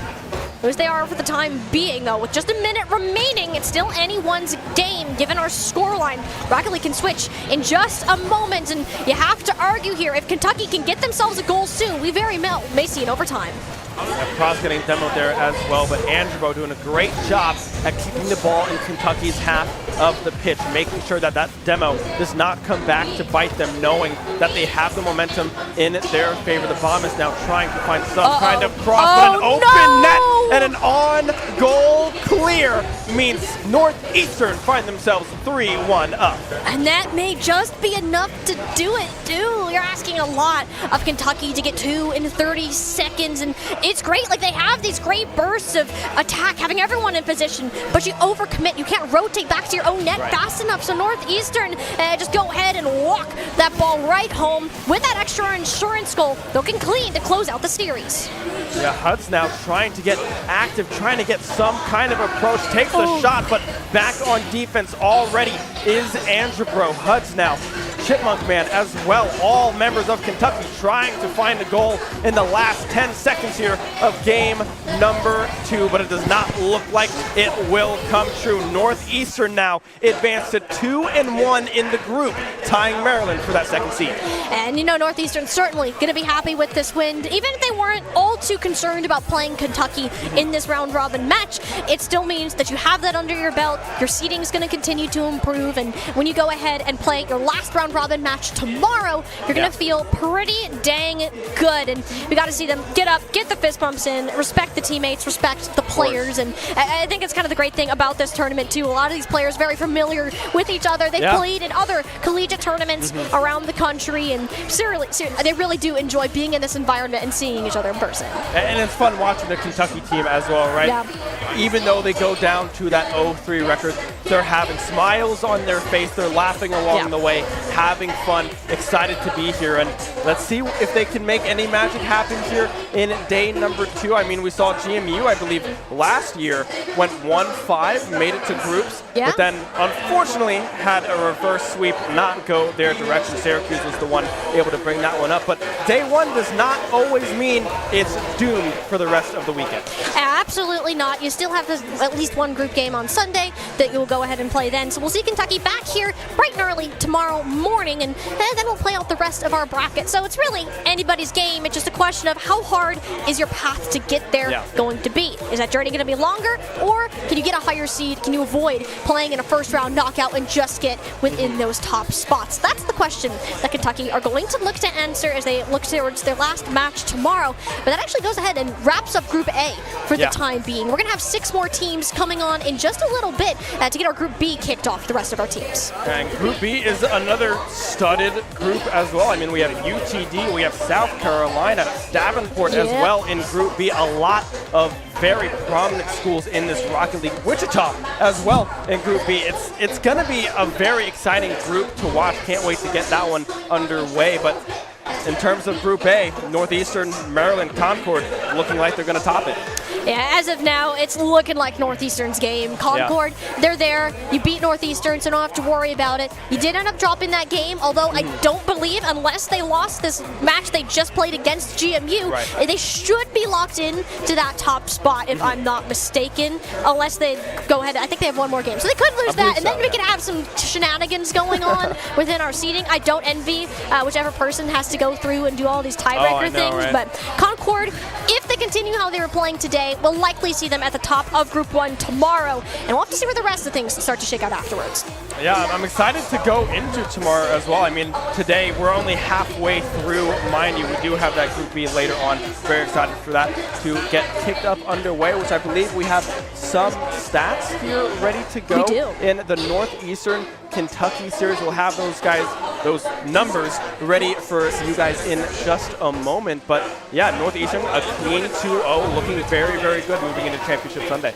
Yeah, we get to see the continued improvement of this team. And honestly, going into this event, I think that a lot of people rated them a little lower. Like, oh, we're not too worried about what Northeastern can do. And I can see the confidence. And talking to their manager, talking to the players, they're like, okay, we can be a third place team. We can crack this top 3. We're underestimated and we don't deserve to be rid off. These are kind of things are going to go ahead and continue that narrative. They're going to show other teams that we are someone you need to be taking seriously going forwards, and I think that mission was certainly accomplished today.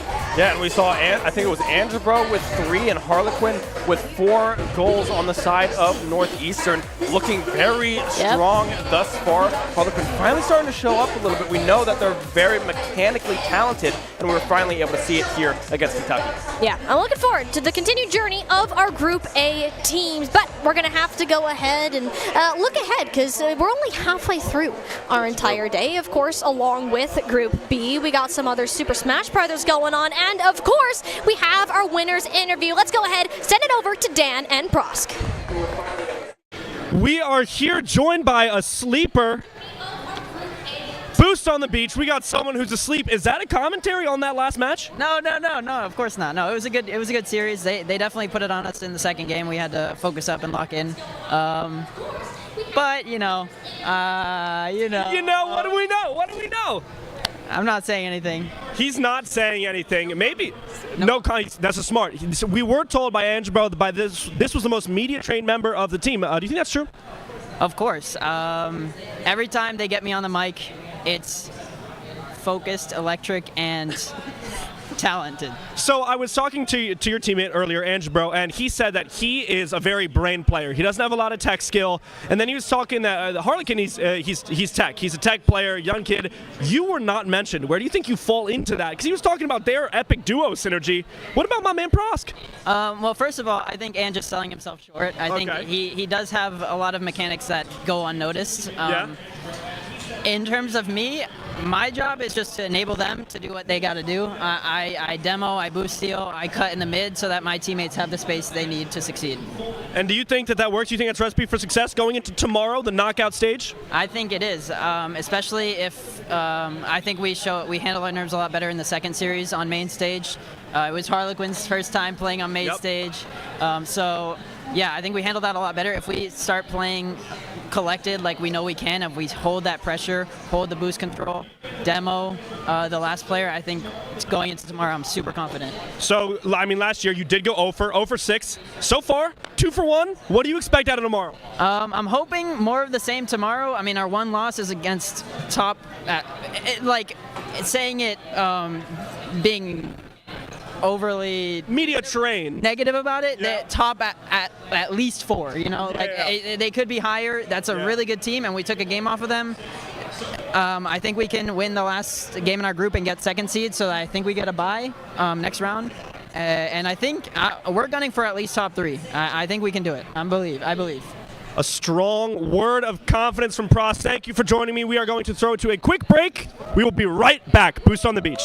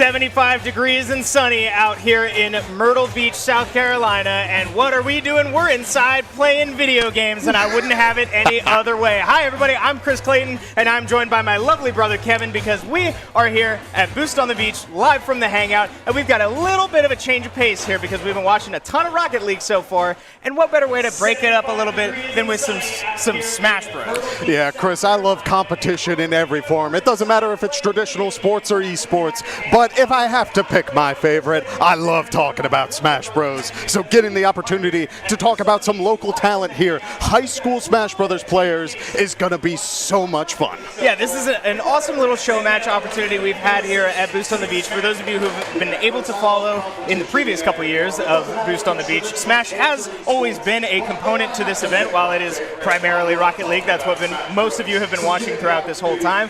We decided to amp it up this year because we could. So we brought in some local talent, some younger talent to showcase what they're able to do, and it's been a lot of fun to watch so far. Oh yeah, and when we say local talent, I mean we're talking about people who have had amazing performances, not just this year, but in years prior. A couple of familiar faces have made their way back to try and compete in this tournament, ending up in 5th place twice. I mean, like, they are phenomenal players in a bracket in a state filled with really good players. Absolutely, yeah. And we have some awesome Smash competition going on tomorrow as well. So if you're watching from home, be sure to drop us a follow wherever you're watching so you'll know when we go live tomorrow with more Smash, if that's what you're looking out for.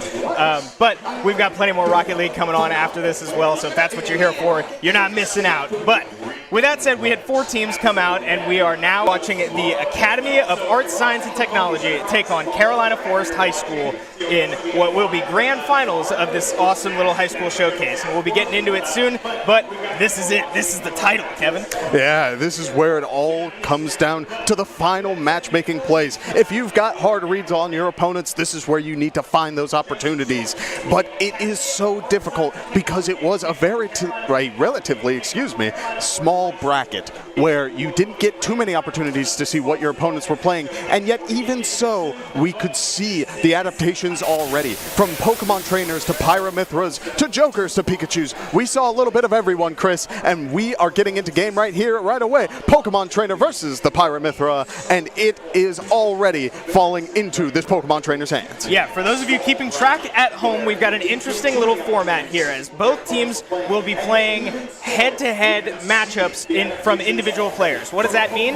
Both of these schools send in their first player. We've got Living Candle against Hardcore. These 2 players will play a best of 3 against each other. That will give each team, or the winning team, a point. We play a best of 5 based off team points, and we'll take it from there. So we'll keep you updated as we go, but we are in game. Like you said, Kev, Hardcore taking on Living Candle, and Hardcore striking first. Yeah, that up special has incredible knockback every single time we see it, but I'm also loving what I'm seeing so far from this Pyramithra player, who has been great at getting this combo game online. They're going for these couple of stray hits, using the neutral special to call out air dodges. It's beautiful and the right kind of play in this sort of situation. Ivysaur is a bit heavier, a little bit difficult to get out of the way, so you need to take full advantage of that as we continue on in this match with this Pyramithra looking real good right now. Yeah, and it's worth mentioning that so both of these teams have played 1 series so far. Wow. Crazy call out. Left me speechless there for a second. Hardcore up 2 stocks. But like I was saying, both of these teams have played 1 series, and it was not against each other. So in that previous series, AAST went 3-1. Carolina Forest went all the way to Game 5. No way that So connects. wow, both of these teams have been through it so far. Living Candle goes down, and what a start here for Carolina Forest. Yeah, a couple of situations there where the Pokemon trainer could not find the ledge. Hardcore taking full advantage of that and able to get these initial hits, comboing into crazy percentages, finding those last hits for the stocks. I mean, we're talking about a 3 stock here to start things off, Chris. That's a commanding performance. Right, momentum matters. This is a one-on-one fighting game, and we talk about this all the time, right, in all different types of esports Esports in the Rocket League you guys have been watching so far, sometimes you can blame your teammates if things are going bad. But in a fighting game, there's no one you can blame but yourself, right? It's a very isolating game, and when you come out swinging that hard, that's momentum, and momentum matters in games like this. So Carolina Forest off to a very strong start. I started to say toward the end of that neither of these teams got a 3-0 in round 1. Carolina Forest went all the way to Game 5 and won by 3-2, and AAST went to Game 4, winning 3-1. So the one game that was dropped by AAST was Living Candle. So clearly AAST has some strong reserves, but something to keep an eye out for is that Carolina Forest is up early against a very strong team. Yeah, and not only that, I think we just saw a bit of a fluky interaction in most of that matchup. There was multiple times where this Pokemon trainer was stuck on that one Pokemon. The nice thing about PT is that you can swap between these characters. You can find opportunities to get back onto your combo starters, your hard hitters, whatever you need in the situation.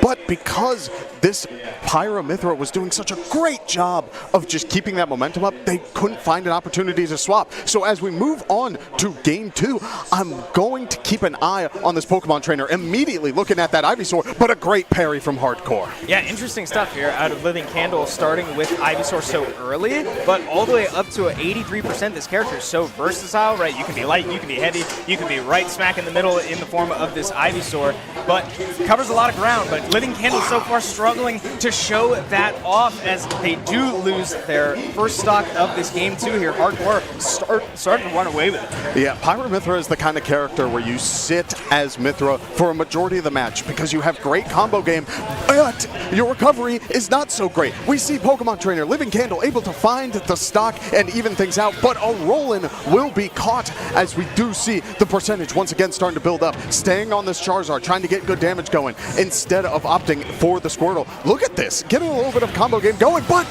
the up special goes a little bit past the ledge, getting hit by the Pyra/Mythra forward smash. Hardcore doing a great job of running away with that advantage. Yeah, signs of life out of Living Candle, but quickly put out by Hardcore as they do not let that hope stand for very long. Now running away, Living Candle with one stock remaining, and if they lose this, that will just be a series point in favor of Carolina Forest, and just like that, a quick one for Hardcore, putting Carolina Forest up 1-0 in the series. I mean, that's an air dodge situation right there, Chris. That is a ultimate staple. You got to be very careful with your air dodges because it leaves you in this delayed state. You have a ton of end lag at the end of the move, and you can't do anything out of it. Obviously, you're getting all these combos hit on you, but if your opponent catches that you have an air dodge habit, they will stop the combo early, catch you going, trying to dodge away, instead throwing out a smash attack and just securing the round. Beautiful stuff all around. Yeah,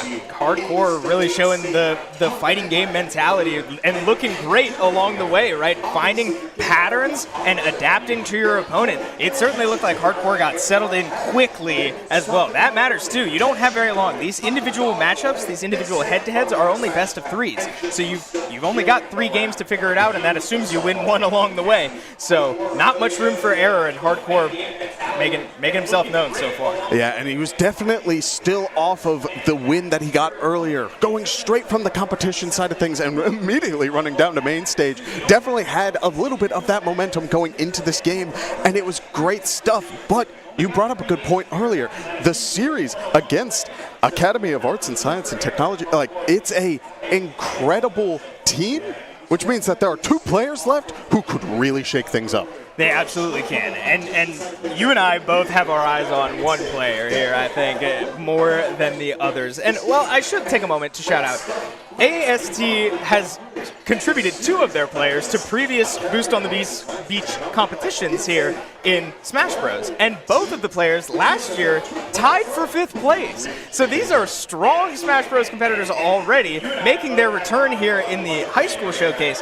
But one of them in particular, Acely Star, on this Pikachu is very, very intimidating. And it looks like we won't quite get to see him yet. It looks like he's going to be player number 3 for them, but that's someone to keep an eye out for. If we're talking about strong reserves, AAST's in a great spot with that guy sitting back behind. Oh, yeah. I mean, we have seen in previous years truly the closest thing to pro-level competition at the high school level that I have ever seen in that space. I mean, it is crazy the level of just precision that these players work with.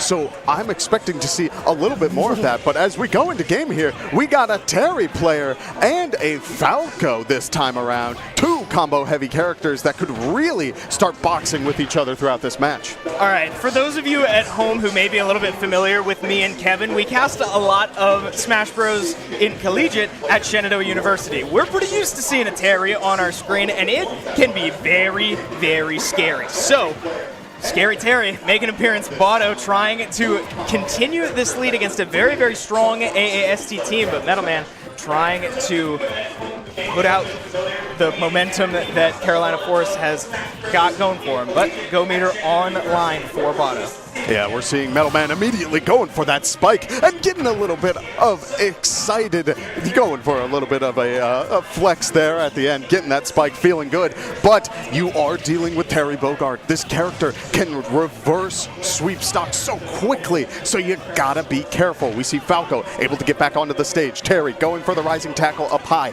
but won't get too much more as Falco, Metalman is just doing a great job of controlling that space, tries to go off stage, but Bodho tries to even things out, keep that momentum in his pocket, and again, if he hits 100, that Go Meter is online, and I've already seen the setups he's been going for. It is dangerous for this player to get Go Meter, as a forward smash connects to secure the stock. Yeah, Metalman trying to not let him get to that 100% mark. He's just trying to find a kill right now, but I mean, so close, 97.6, and he's been there for a while, but that's still, you might not have the Go Meter, but it's still good news for Botto, because what does that mean? It means he's finding success elsewhere. Now the Go Meter is online. 2 extra moves in this moveset, and that's very, very dangerous if you're Metalman, as he does find the down tilt, but can't quite confirm it. Botto able to survive that up smash, and Metalman takes control of the stage once more. He does get caught in the forward air, and Botto down to his last stock now as Metalman tries to claw back in this series. Yeah, I mean, I'm loving what I'm seeing from Botto, but it's just not enough this time around. We saw the recovery getting caught out by Metalman. Metalman's doing a great job of really trying to control the space on the stage, and it's working out so well.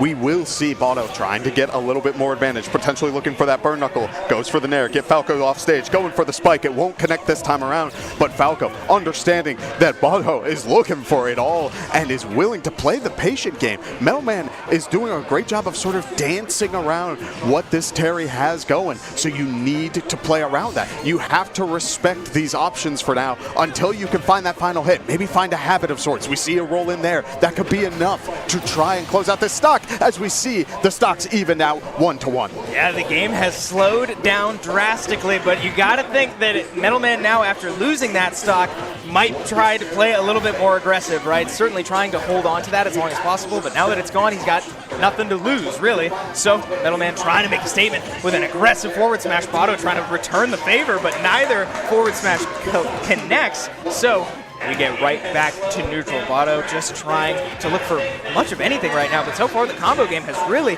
favored Metalman, as now he does have Terry up over 100%, Kev. Yeah, this is definitely a dangerous spot to be, as we see the down smash able to connect. We do see Metalman going for a little bit more, able to get the up air connects, and does catch the landing with an up smash. Metalman taking a lead in the series 1-0, trying to even out the entire set overall. Yeah, if these fighting game characters have a weakness, it's being in the air, right? That's pretty predictable, and a great game plan out of Metalman to keep Terry in the air, catching the landing with the up smash. So, AAST with a response. Their first game taken so far in this series. So, can they continue it? I mean, we saw a lot of signs of life out of Botto there. Oh yeah, Botto definitely had the right idea, because the percentage was building up. He was finding the straight hits he needed to really get that game plan going, but it was a lot of the recovery situations. It was the power dunks, the burn knuckles off stage, trying to get back and get to that ledge, that Falco was doing a great job of just really controlling that space.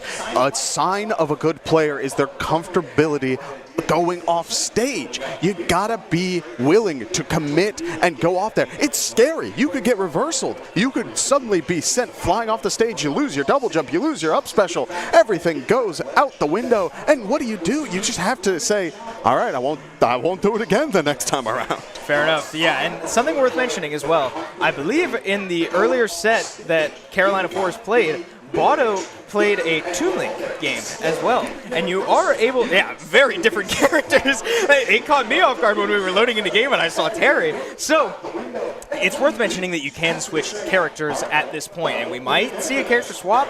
I don't know if Toon Link would fare much better in Falco with the reflector, with the projectile-focused game that Toon Link has, and especially offline, something to keep in mind, but the Toon Link is in reserves. Yeah, a very big part of Smash Brothers is your ability to control the pace of the game. Someone is playing someone else's game plan the moment you load into that game. And I think Terry can control the pace of that match a little bit more than, say, Toon Link can. Toon Link would be the one playing a little bit reactive. Instead, another mix-up, Chris. We got the boy. We got the little pink puffball. It's Kirby. Wow, yeah, okay. So, an interesting surprise from the players, from our production team, as they catch us off guard up here on stage. Botto making an aggressive decision, saying, we don't need the Toon Link, we don't need the Terry, give me a Kirby, and we'll see if it pays off. But so far, combo game once again, very much favoring Metal Man, finding a lot of his way in, goes for a down air spike, can't quite find it. Kirby does have great off-stage interactions, and he does find the spike off the re-grab. Kirby can't go down and find the down air yet, so both players able to make their way back on stage after what was almost catastrophic for both players. Yeah, we do see Botho able to get back onto the stage, sitting at 103, trying to get a couple of forward airs onto this Falco. Metal Man doing a good job of dancing around Kirby, but that up smash may have a pretty good hitbox, but against Kirby, who's a little smaller, there's a bit of a problem. It might not connect how Metal Man wants it to this time around. So Metal Man going off stage, trying to close it out, but it doesn't work out this time. Instead, goes for the back air on stage, catching Botho dropping shield just a little early, means that we will see Metal Man take the lead to start things off. Yeah, we are already seeing, I think, the character swap pay off. Botto looks way more comfortable in these offstage interactions because he's able to drift around and jump so much. Look at this. He's going to sit out there as long as he needs to, and Metal Man, ready for it that time, doesn't commit too much. Smart patience, signs of a strong Smash Bros. Player, because a lot of people would try to go out and find it all there, but Metal Man not falling for it, still has not lost his stock yet. Now as the percentages even out. Yeah, we do see Metal Man doing a good job of playing it slow, playing it patient. You don't need to overcommit, especially when you have a lead. Keep an eye on the clock. There's 5 minutes. A game usually doesn't go to time, but if it does and Metal Man has that stock lead, has the percentage lead even, it will fall into Metal Man's hands. So he is allowed to play extremely patient this time around and have Botho be the one to approach. Yeah, now we find ourselves back off stage once again. Botto able to claw back, find stage control once more, but I mean, look at these percentages. These are not, wow, characters that thrive at high percentages, but Botto just able to find a straight up back air, finish the job, no combo needed, and now the combo game is back online for this Kirby. Yeah, we do see Kirby sent off stage one more time, trying to get back, is able to find the up special to get back to ledge, goes for a couple of straight hits, but this time around the up smash connects because Kirby was looking for that forward air. Botho does go down another stock, but has been trying to find the combo game. We do see a couple of good hits, but Metal Man able to air dodge out of it. I'm loving what I'm seeing so far, Chris, because Metal Man is doing a great job of dancing around it, but Botho is trying to take the aggressive approach, is trying to find these couple of stray hits and potentially look for that back air to close it out, but it's not a high enough percent yet. If Botho wants to close this out, we're looking closer to like 90, 100%. Instead, Metal Man is going for it all, and Kirby goes for the neutral B and is able to send Metal Man falling into the bottom blast zone with a quick inhale. Wow, I didn't know what to expect there because Botto doesn't have a stock to give. If he was up a stock, he might have been able to take Metal Man all the way down, but so far he is able to steal a stock off of Metal Man, and now we have even stock counts, but Botto up to 100%, zero room for error by now, and we saw the launch almost reach the blast zone, but not quite. So Neutral air won't finish the job. Bado still clinging to life. Does catch Laser out of recovery options, but he does make it back. So the game slows down once again. Metal Man clearly not afraid to play patient. We've still got 3 minutes, so I'm certain the game won't go the distance. And sure enough, a back air off the jump catches Bado waiting, and Metal Man strikes back and ties this series up. And that's what you need. You need this sort of momentum-based game plan where you can really just snowball it. That Falco play was beautiful because you were able to just control the pace of that match the entire time. I love Kirby. Don't get me wrong. I love that puffball. But in this situation, it didn't work out how Bado wanted it to. Kirby is the kind of character that can sit in the air, maybe stall out a little bit, maybe bait out an up smash or two, but it didn't work out this time around because Bado felt the need to be the aggressor, lost a little bit of percentage early, and then needed to be the one to approach, and that just didn't work out in the long run. Yeah, now I hate to be the bearer of bad news, specifically for Carolina Forest High School, but the way this is structured is that your first 3 players need to be unique. So AAST has one unique player left, and it is the Pikachu that we mentioned earlier. And on the other side, Carolina Forest has one player that we saw in their previous series, and it was a Bowser. Oh, now, no. Need I say more? For those of you here in the Hangout, we're in a live restaurant. For those of you who maybe play Smash Bros., some of you may like heavy characters, and if you do, you probably don't like getting comboed, because it's really easy to combo heavy characters, and what does Pikachu do?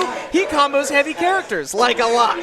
So AAST looking to probably make a statement here, as that's the matchup I'm expecting. Yeah, I mean, we're talking about cutscenes here, Chris. This Pikachu will be able to string things across the board, but Made in Heaven decides to try and mix things up, knowing that this Pikachu was the last spot, instead switches to the Joker, and this Joker had an amazing performance during warm-ups, Chris. We could be seeing a crazy matchup to start things off, but Pikachu still finding the combo game to start things off, getting this Joker to 85, but Arsene is online. It could be evened out as the spike connects below the platform. Great stuff. Yeah, scared me there, as it looked like Made in Heaven might have just stolen a stock, but not quite yet. Aisley Star able to react. Pikachu with an incredible recovery. Oh, looks like we may have had a controller disconnect. The players should get back into it, but nothing crazy yet. Pikachu with, like I was saying, an incredible recovery. So, all right, it looks like we're going to get a bit of a competitive ruling here.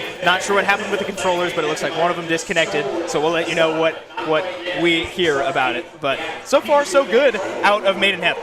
Yeah, very strong start so far, and that is something you got to keep in mind. When dealing with Pikachu, it's a light character. They should go flying at early percentages, but they're small. They can duck under hitboxes that they probably shouldn't, and it's crazy if you can really master that ability to utilize Pikachu's size. You can really run away with the game using the Thunder Jolts as a projectile as an approach. If I shield it, Pikachu can run alongside it and then grab, or maybe I try to jump over it. Pikachu has a great up air. But on the other side of that coin, if I'm losing a ton of percent pretty early on, and you're playing Joker, you got Arsene.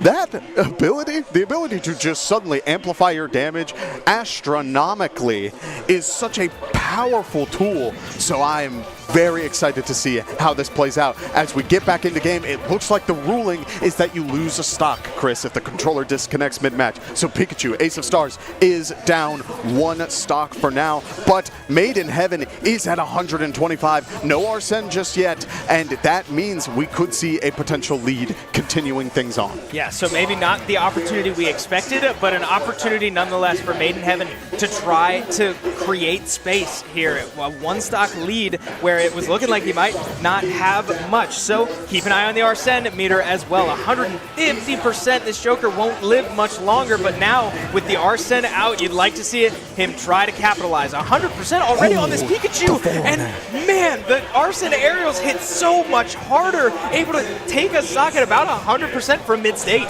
Yeah, and I mean, that's the thing. Arsene usually averages 1 appearance every stock. To have it come out twice, to hold on to your stock as long as possible and get all that value means that Made in Heaven is going to have a great advantage continuing this series. But here comes Pikachu doing doing a bit of thunder loops, not getting too much this time around, but Joker, Made in Heaven, trying to hold on to that up smash, and Ace of Stars calling it out, landing right on top, and trying to get as much value as possible, but both sides trading blow for blow. Percentages still relatively even as Arsene is online, Chris. Surprise all across your screen. Arsene is back. This is main character energy out of the Persona 5 protagonist, as now he is able to find his super scary demon, and that damage gets amplified. Trying to find one of those Aegons, that damage really starts to rack up. But talk about the value of playing Joker over this Bowser. We've already seen Joker fall out of these Pikachu combos once or twice, and to steal the last stock and now find Pikachu up to 100% on Ace of Stars' last stock.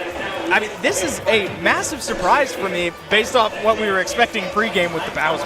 Yeah, we do see Ace of Stars taking the aggressive approach, trying to go off stage and get the secure on the stock. That's what you have to do in situations like this. You can try and play the passive game if you know what your opponent's going to do, but if you don't have a hard enough read, it makes sense to just try and be aggressive. Try to go for it all, because otherwise you are in a severe deficit and you need that last hit to close things out. Holding down on the Rebels guard all the way means that the down air into the up air will secure this game for Made in Heaven.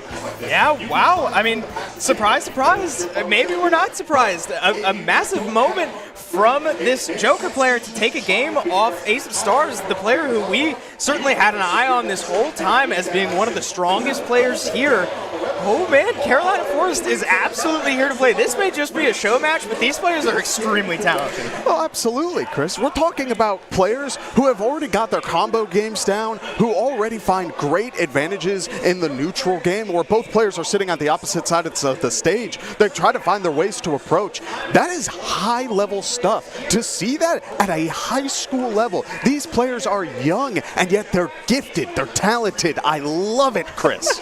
Yeah, this has been a lot of fun so far, and we've got a tie series. I mean, this is close. So far, through 2 players, tie series. Now, Carolina Forest with an opportunity to really put AAST on their heels, because if Ace of Stars drops the set, I'm sure that's not at all in the game plan.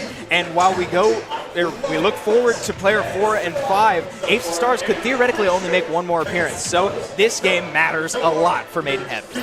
Yeah, as we do see, we are on Kalos, going for a little bit of a flatter stage this time around. We will see Pikachu trying to use the up special to try and get a little bit of value, trying to get Joker, Made in Heaven, to really get their game plan online, keeping them away. But look at how Ace of Stars is dealing with Arsene this time around. You can run away when Arsene is online. You can try to stall it out, but if you hit Joker, that bar goes down faster. So Ace of Stars is taking the aggressive approach, trying to keep the pressure on Made in Heaven this time around. And it's working out until you have situations like that. One stray hit is starting to even out the percent, but it does work out pretty well, as now Arsene is gone. Yep, the big scary Persona monster is off our screen, and Made in Heaven, oh man, with a bit of a scary recovery.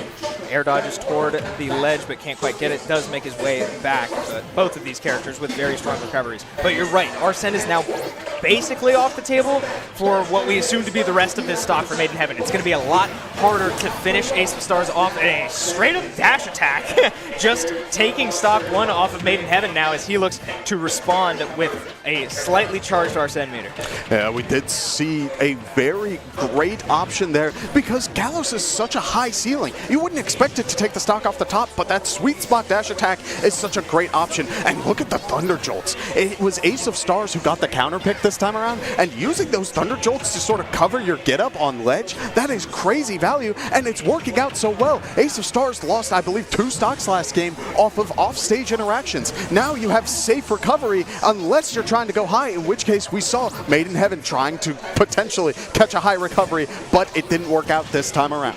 Yeah, Ace of Stars doing a great job holding on to these stocks as well. We're a couple minutes into this. A great jab reset there, trying to steal another one off Made in Heaven, but Ace of Stars only now going down for the first time here in Game 2. So even stock count, but a significant percentage disparity, as Made in Heaven now needs to look to find one heck of a comeback, but we might still see an Arsene left in this stock. And that is such a dangerous factor. You need to take advantage of it. We see the dash attack, which means that Arsene is online, going for the counter off stage. Will not get anything this time around. A call out on the jump with the forward air will deal great amount of percent, but it won't be enough to close it out this time around. Made in Heaven going for the downers, potentially get a combo game online, but the Nair drag down into the up smash will be enough to get a stock, and we are back again, Chris. One stock, oh no, apology. One stock to two stocks this time around. Ace of Stars is doing a great job of holding on to this momentum. Yeah, basically a full stock difference between these two players is we're trying to see Made in Heaven get these Rebels guards. He's trying to get as many Arsens as he can to make this comeback because he still does have two whole Pikachu stocks to work through. Maybe finds a spike, but no, it's Made in Heaven getting sent down to the Blast Zone, still able to make it back with a very strong Arsen recovery, but each little hit matters so much more now. If you've only got 1%, the jab reset, oh man, does catch the roll, but the timing was just off. The forward smash out of Pikachu can't quite finish the job, and Made in Heaven still lives to see another day. A charged up smash, can't find it yet. A forward smash out of Made in Heaven connects. This is back and forth. Man, Ace of Stars is really trying to close out this series. Does go for the grab on the Rebels guard, trying to make sure that whatever happens, we are not getting another Arsene, but another factor, Chris. Rage. Joker is at 140%. The knockback is already amplified. It does secure another stock, but it won't be enough this time around. Made in Heaven is able to secure a win this time around, 1-1 for this point. Yeah, so Ace of Stars forcing this to go the distance, and man, I mean, this is extremely evenly matched, and I can't say I saw that coming, but Ace of Stars really returning to form, right, showing why he was able to finish 5th place last year at Boost on the Beach. This Pikachu looks very, very good. Oh yeah, and this player is so good at adapting on the fly. We saw how valuable that Thunder Jolt was, getting back onto the stage and reading the situations, whether it connected or not, onto this Joker. It added so much value. You were able to control the pace so much better this time around. So now going into Game 3, this does mean that Made in Heaven is going to be able to choose the stage. We'll have to see. Are we going close quarters? We are. Smashville is picked this time around, which means that this player wants as much value as possible. Yep, and so far not getting it, though, as a couple back airs make that 3 or 4 out of Ace of Stars, and no recovery left for Made in Heaven. A cheeky stock for Ace of Stars, as now he's got a massive opportunity to run away with the rest of the game. Made in Heaven in a hole that he's going to have to dig out of, and fast. Yeah, I mean, we're talking about a 0 to death here, Chris. It was great stuff. We do see the up special. Ace of Stars getting back onto the stage. Joker, Made in Heaven doing a great job of trying to keep the pressure on this Pikachu. Again, the smaller stage. You can't get the Thunder Jolts online this time around, which means Ace of Stars is going to have to play a very patient game. We do see the Rebels guard come out, charging up quick. We may see Arsene online soon. There he is, Chris. And Pikachu's at a percent that one good hit will be able to close the stock. There's the back air, but it won't hit this time around. Able to be shielded by Ace of Stars. Yeah, keep an eye on these aerials when Arsene is out. The moment the persona is on your screen, we saw a forward air, a back air, a neutral air, right? These are the kill confirms that Made in Heaven's going to need to finish off this stock, but quickly Arsene is leaving, and he's now off the table. So Pikachu still living at 121% is a bit of a problem unless Made in Heaven can find one of these smash attacks that he's been throwing out quite a bit. We'll see if one of them lands, but an unfortunate draw out of Made in Heaven. Wow, as Ace of Stars looks for it all on the Thunderbolt, but not enough. Yeah, I mean, that's a very aggressive call. If that Thunder connected the right way, that means that Made in Heaven would have lost another stock. Instead, is able to find the reversal, go for the back air, and is able to even out the stock count. But Arsene is online again for stock 2, Chris. We are going to see even more value, but it comes at a cost. You got to find your way back on stage. There it is. One back air into the dash attack, into the forward air. Means that Pikachu's sitting at 47. Almost amazing play from Made in Heaven. It was beautiful. It was a 2-frame on the ledge. Ace of Stars is now playing from behind. The dash attack connects, but it won't be enough. It does remove Arsene, though. Okay, I mean, you're talking about the Arsene value. He took a whole stock basically from 0%. I can't even say I was looking for him to take the stock. You just look to rack up as much percentage while you have the Arsene. But what a surprise out of Made in Heaven, finding more value than I ever could have seen. Now, finally losing his second stock, and we are down to a last stock situation. Made in Heaven, Ace of Stars, 1-1 each, and this is it to take a 2-1 lead in this best of 5 series. Chris, we're seeing a great combo. The back air string, able to get the Made in Heaven off stage. Goes for another. Keeps the air dodge pressure. Going for an up special. Look at this game plan, Chris. He doesn't have a jump. Oh, no. You can't be air dodging there. He does make it back. I apologize. The up special is able to connect there. A very dangerous spot to be, but a great call to try and recover low. Very dangerous air dodge. Using the Thunder Jolt to cancel out the side special from Joker. Made in Heaven. Eating a lot of percentage, but the Arsene is online. We could see a huge amount of damage like we saw in the last stock, but both sides taking the time to play patient. Ooh, the forward smash was charged, trying to call out the Thunder Jolt, and it would have been dangerous. We do see another potential 2-frame situation. Joker, Made in Heaven, doing a great job of trying to close out this stock, but Arsene is gone. The hits don't connect, which means that he needs to play a very patient game at this point, Chris. You got to take a deep breath. You got to understand what all is on the line, because otherwise you could be losing this series. Yeah, Ace of Stars played a great game plan there around the Arsene and not losing the stock, as, man, the smash attacks are still coming out. Made in Heaven wants it so badly. He goes off stage for the forward air. That's it. Enough. Made in Heaven takes the game off of Ace of Stars. Joker wins, and Carolina Forest goes up 2-1 in this series. Chris, I said it at the beginning of this series. You want to know what makes a good player, what separates a average Smash Bros. Player from ones who step up to the next level? Your comfortability off stage. We saw the forward air connect, and it wouldn't have taken that stock if it was an on-stage interaction. We saw Ace of Stars. I mean, it was beautiful stuff. That's all that you needed, but you need to be careful in those situations, and this time around, I mean, Made in Heaven did it. That's all that was needed. Okay, so through 3 players now, both teams have an opportunity to put any of the players that we've seen back in, all right? Including the players we just saw. We might see either of those players stay on stage. It's up to the teams, and I want to say great sportsmanship out of Ace of Stars and Made in Heaven. I saw the moment that stock was lost, both players got up and gave each other hugs. That was awesome to see. That was an amazing series, but Carolina Forest with a heck of an answer, as now AAST really on their heels.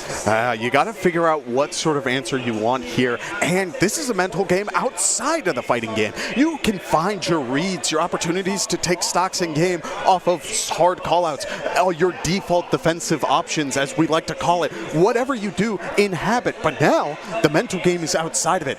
Who do you send in for this situation? You could try to send in someone to deal with this Joker. Do you think the Joker tries to close out this series? It very well could. No, we will see Hardcore and Metal Man play it out this time around. Okay, both of these players were the ones to get wins for their teams, other than Made in Heaven, right? Both teams leaving the bowl with the hot hand. Hardcore looking to win as commandingly as he did the first time. Metal Man looking to do just the same, but what do you get when you get an unstoppable force and an immovable object? Well, I guess we'll see. Yeah, this is a very different style of game, Chris, this time around. Metal Man's Falco does a great job of dancing around opponents' game plans. So Hardcore is going to be feeling the pressure a lot throughout this matchup, switching to the Pyro early to potentially get a little bit more damage onto Metal Man, trying to close things out even sooner than you would expect normally, but is instead eating a lot of percentage as the up special comes out, but does get a solid amount onto Metal Man. Yeah, this Aegis... Talk to me about Aegis as a character. This is one of, colloquially, agreed upon the best characters in the game. One of them. Yeah. So, but with a recovery as, let's say, unimpressive as Aegis, what does this character thrive in? I mean, this character can take stock so quickly. When you're on Mithra, you have a great combo game. You have foresight. You can get out of situations where you get full frame advantage. If someone hits you and you see Mithra sort of blink in place, that means that she is able to get whatever she wants as a next hit. It's a great move, but you don't get it when you're on Pyra like we're seeing here. Pyra's goal is to close out the stock, but at the cost of being more safe. Metal Man was able to secure Hardcore stock because of the Pyra. You take advantage of your opponent when they slow themselves down, when they want to try to take your stock. You need to be predictable like that, but At the same time, we do see the up special come out and the Falco game plan starting to come online as we see the up tilts in full action.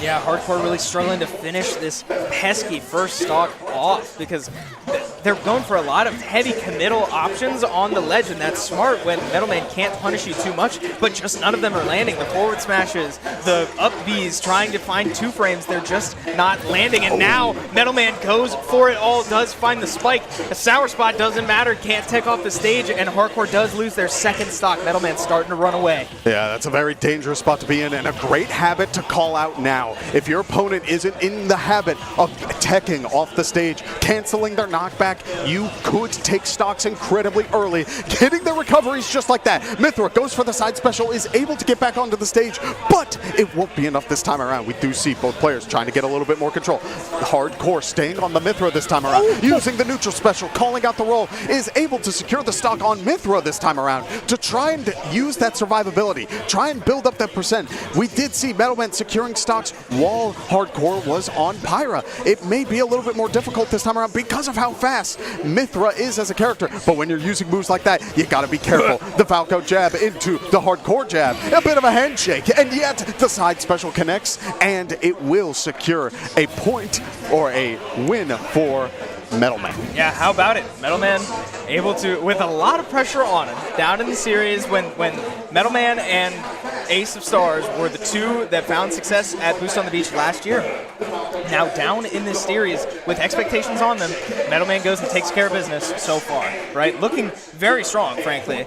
Hardcore really wasn't able to get much in terms of momentum until a great roll read off the ledge with that neutral B. So we'll see if that trend continues. We might be going to Game 5, but Hardcore with an opportunity to really respond and maybe just steal the series right here. Yeah, I do think that Pyra Mithra is a great character to deal with Falco because both of you are looking for very similar game plans. Falco a little bit more so in the combo game. You can really string hits along, but if the combo isn't true, Mithra can find her ways out of these sort of situations, these long string combo games, which means that you have a great resource in that. And I think we saw a bit of that game plan in the end of that match. It's a matter of, do you try to bring that forward this time around for the next round?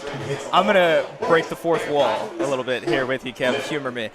We are live from a restaurant, for those of you watching it from home. And there's a certain factor to this restaurant where we all get up on tables.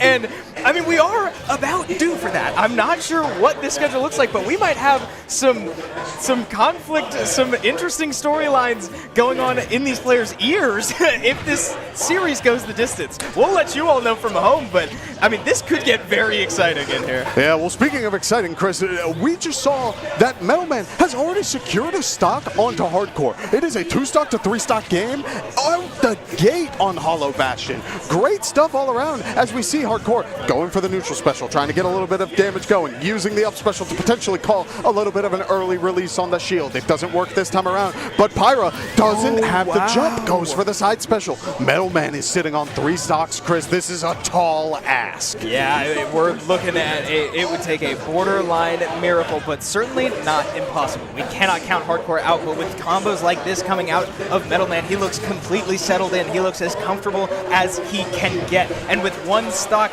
left in his way, you can't help but feel like Hardcore's got his back against the wall. Now, great ledge defense there out of Hardcore, keeping Metalman off the stage and out of play, taking the first stock on what would be a miraculous comeback if he's able to finish the job. Yeah, we do see the down air into the up air, taking the percent that you need, not going for anything more in case of those foresight shenanigans. But with all of that being said, Hardcore is going to try and land on Falco, and the forward smash does connect, which means Metalman secures the 2-0. Chris, we're going to Game 5. Kevin, we're going the distance. This is crazy.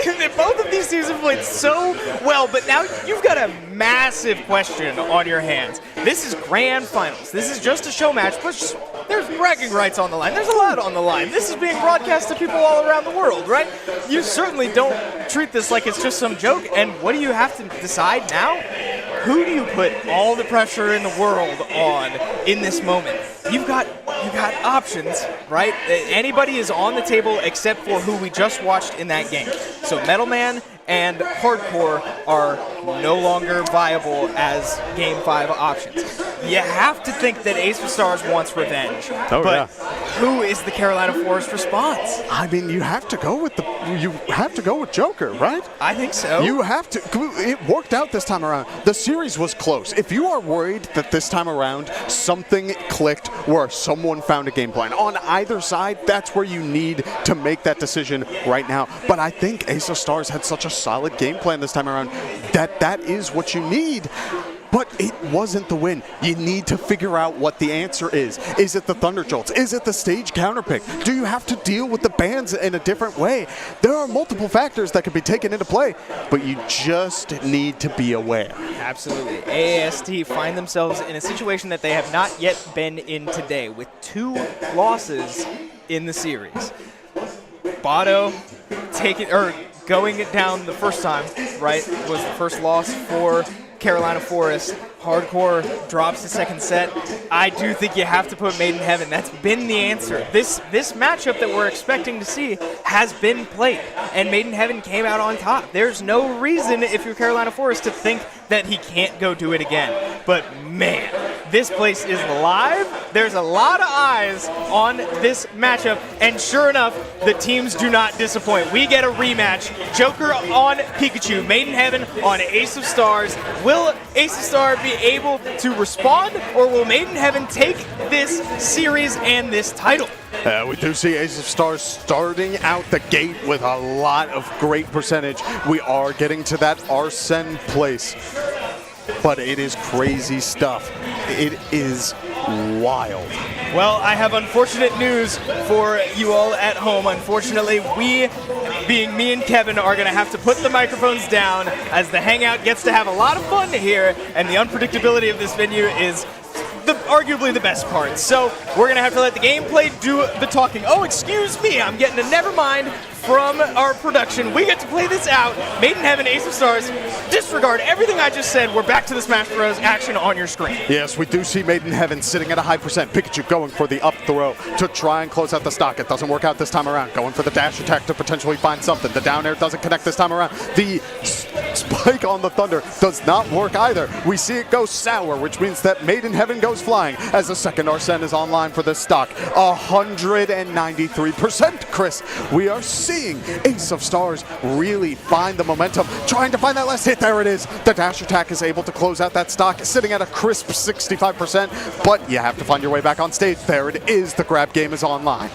It's undeniable that you have to acknowledge when Arsene is out, 60% on Pikachu is kill percent, right? We saw a massive percentage disparity just then, but both players were up against the wall. Anything could happen because Arsene can take stocks at crazy percentages. So back online again, but with a stock lead. Ace of Stars just trying to manage the Arsene now as he gets to play an advantage. A good counter there. Arsene does respond, but quickly losing it is Made in Heaven, unable to find the punishments that he was able to find the first time around, and now Ace of Stars looks very, very comfortable. Yeah, Ace of Stars has found something out, has been trying to really just keep this momentum going. Keep in mind, they are still on their first stock as Made in Heaven has lost 2. Chris, this player, Ace of Stars, has figured something out, and it is a do or die situation here for Made in Heaven. Yeah, progress bar 100% download complete. Ace of Stars has absolutely caught a rhythm,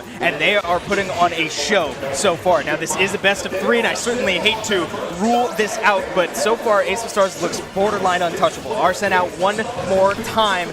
Forward tilt, unable to finish the job just yet, and now Arsene ticking down to halfway. Ace of Stars goes for it all, excuse me. He's got nothing to lose but the high blast zone, unable to find a stock either way, but Arsene is about to say goodbye, and now Made in Heaven left on an island to try to deal with 3 Pikachu stocks is borderline miraculous. It is borderline miraculous, but when we saw Made in Heaven on the Smashville the last time around, we saw one combo string close out a stock on Ace of Stars. It's a matter of Arsene as the platform almost messes up with that entire combo game. That would have been insanity if that's how that worked out, but Arsene is online. Ace of Stars able to get back onto the stage, going for a little bit more momentum, trying to use the Thunder Jolt, going for a charge up smash to close it all, but it does not find behind it. We do see Made in Heaven going for the ledge. Joker having to dash back. I mean, it is nail-bitingly close. And Pikachu's going for it. Wow. Goes for the spike, and it connects. Means that Ace of Stars has won one round, and we could be on set point here, Chris. Okay, I mean, we got a little tense there at the end, but let's be real. Ace of Stars looked in full control that whole time. No. So if you're Made in Heaven, you gotta think hard, but I don't know, we're going the distance. It's gonna take a lot out of both these players. It's gonna take everything out of either one of them. So far, it's taken a loss out of Ace of Stars to pull the best player out of him, and Made in Heaven's gonna have to dig deep to claw back here. We're getting back in game here, but we are gonna let the gameplay do the talking. Yeah, great stuff.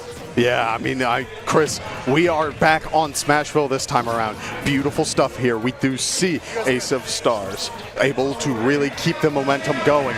We do see Made in Heaven eating a little bit of damage, but even so, it is crazy just how valuable this time around Ace of Stars is just building that momentum. But Arsene is online, Chris. It's a very dangerous spot this time around. Yeah, and this is, okay, I mentioned a little bit earlier in this series, the players have to deal with some outside factors right now. We would be remiss if we did not mention what's happening in this venue. There's loud microphones, there's loud noises, there's going to be some loud music, and Ace of Stars is in advantage position, right? The hill that Made in Heaven now has to climb just got a bit taller, but can you block all that out? Can you overcome this adversity? We shall see, but so far through 3 stocks, none taken here in Game 2. Made in Heaven looking a little bit better than he did the first time. Yeah, we do see Made in Heaven trying to land, but the dash attack is able to connect this time around, able to get a lot of value, but Ace of Stars is sitting at a very high percent. We see the back air string starting off, 3 back airs in a row, 4 back airs, getting a Joker off stage. Does get the air dodge to survive this time around, and the up special doesn't connect in the right spot. This time around, we do see that Made in Heaven is trying to even things out. This Smashville pick is working out so well. Ace of Stars can't control the space nearly as well this time around, but the Rebels guard comes out a little early, Chris, and does mean that Ace of Stars was able to find a grab, but Pikachu going under stage, and SDs! Wow, Ace of Stars trying to go under the stage, but decided to try to recover back to the left. The wrong decision out of Ace of Stars, and now giving Made in Heaven all the more reason to believe. We are a 1 stock lead for Made in Heaven, and now an opportunity to claw back and tie this head-to-head once again. Whatever download we had the last time these 2 players played seems to be gone.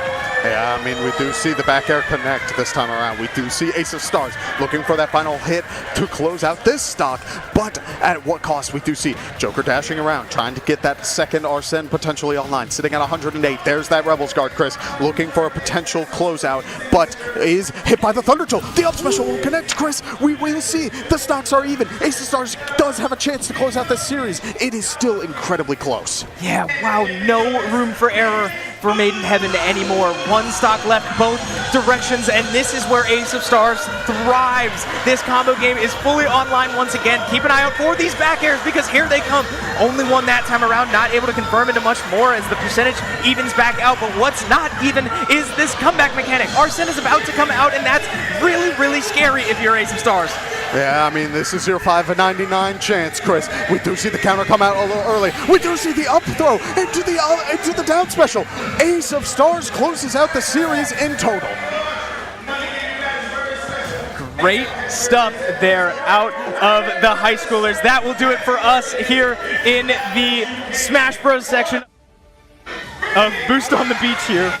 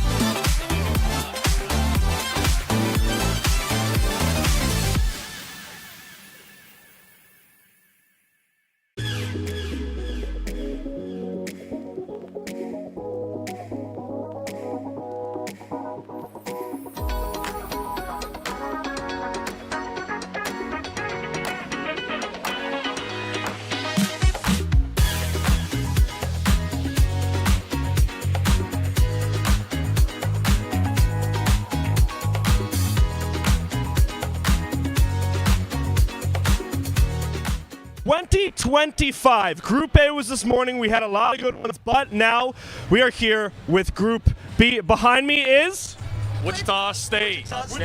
You can see how fun it is because of how impassioned they were and how loud they all were. But to introduce Group B, I assume you guys don't want to hear me talk, so we're going to go down the line and see what each of these fine people from Wichita have to say about each team. First off, Wichita, what do you have to say? I couldn't hear. Go Sharks, winning state. Winning State University. Winning State University, Davenport? What? Davenport. I don't know. What do you got to say about Davenport?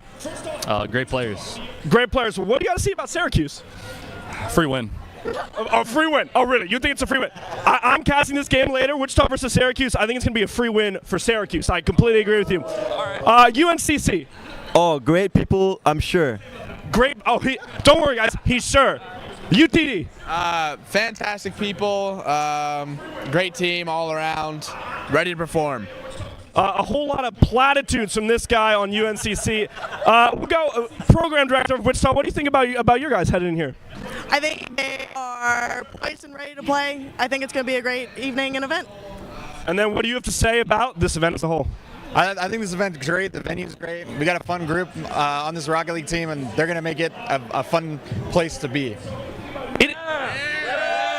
Anything else you'd want to say? It is most certainly a fun place to be. We're not going to waste any more of your time. Down to the casters for some Group B action. A lot of respect there from the Wichita State team. I can appreciate that. Oh, yeah, Maybe smack talkers in game, but in person, very respectful. I'm Mr. Bepic. If you've forgotten who I was during the break when we watched some fantastic Super Smash Bros. This is Exil. Exil, I mean, we had a nice lunch. Got to sit down, chill for a second as we prepared for the chaos that is Group B.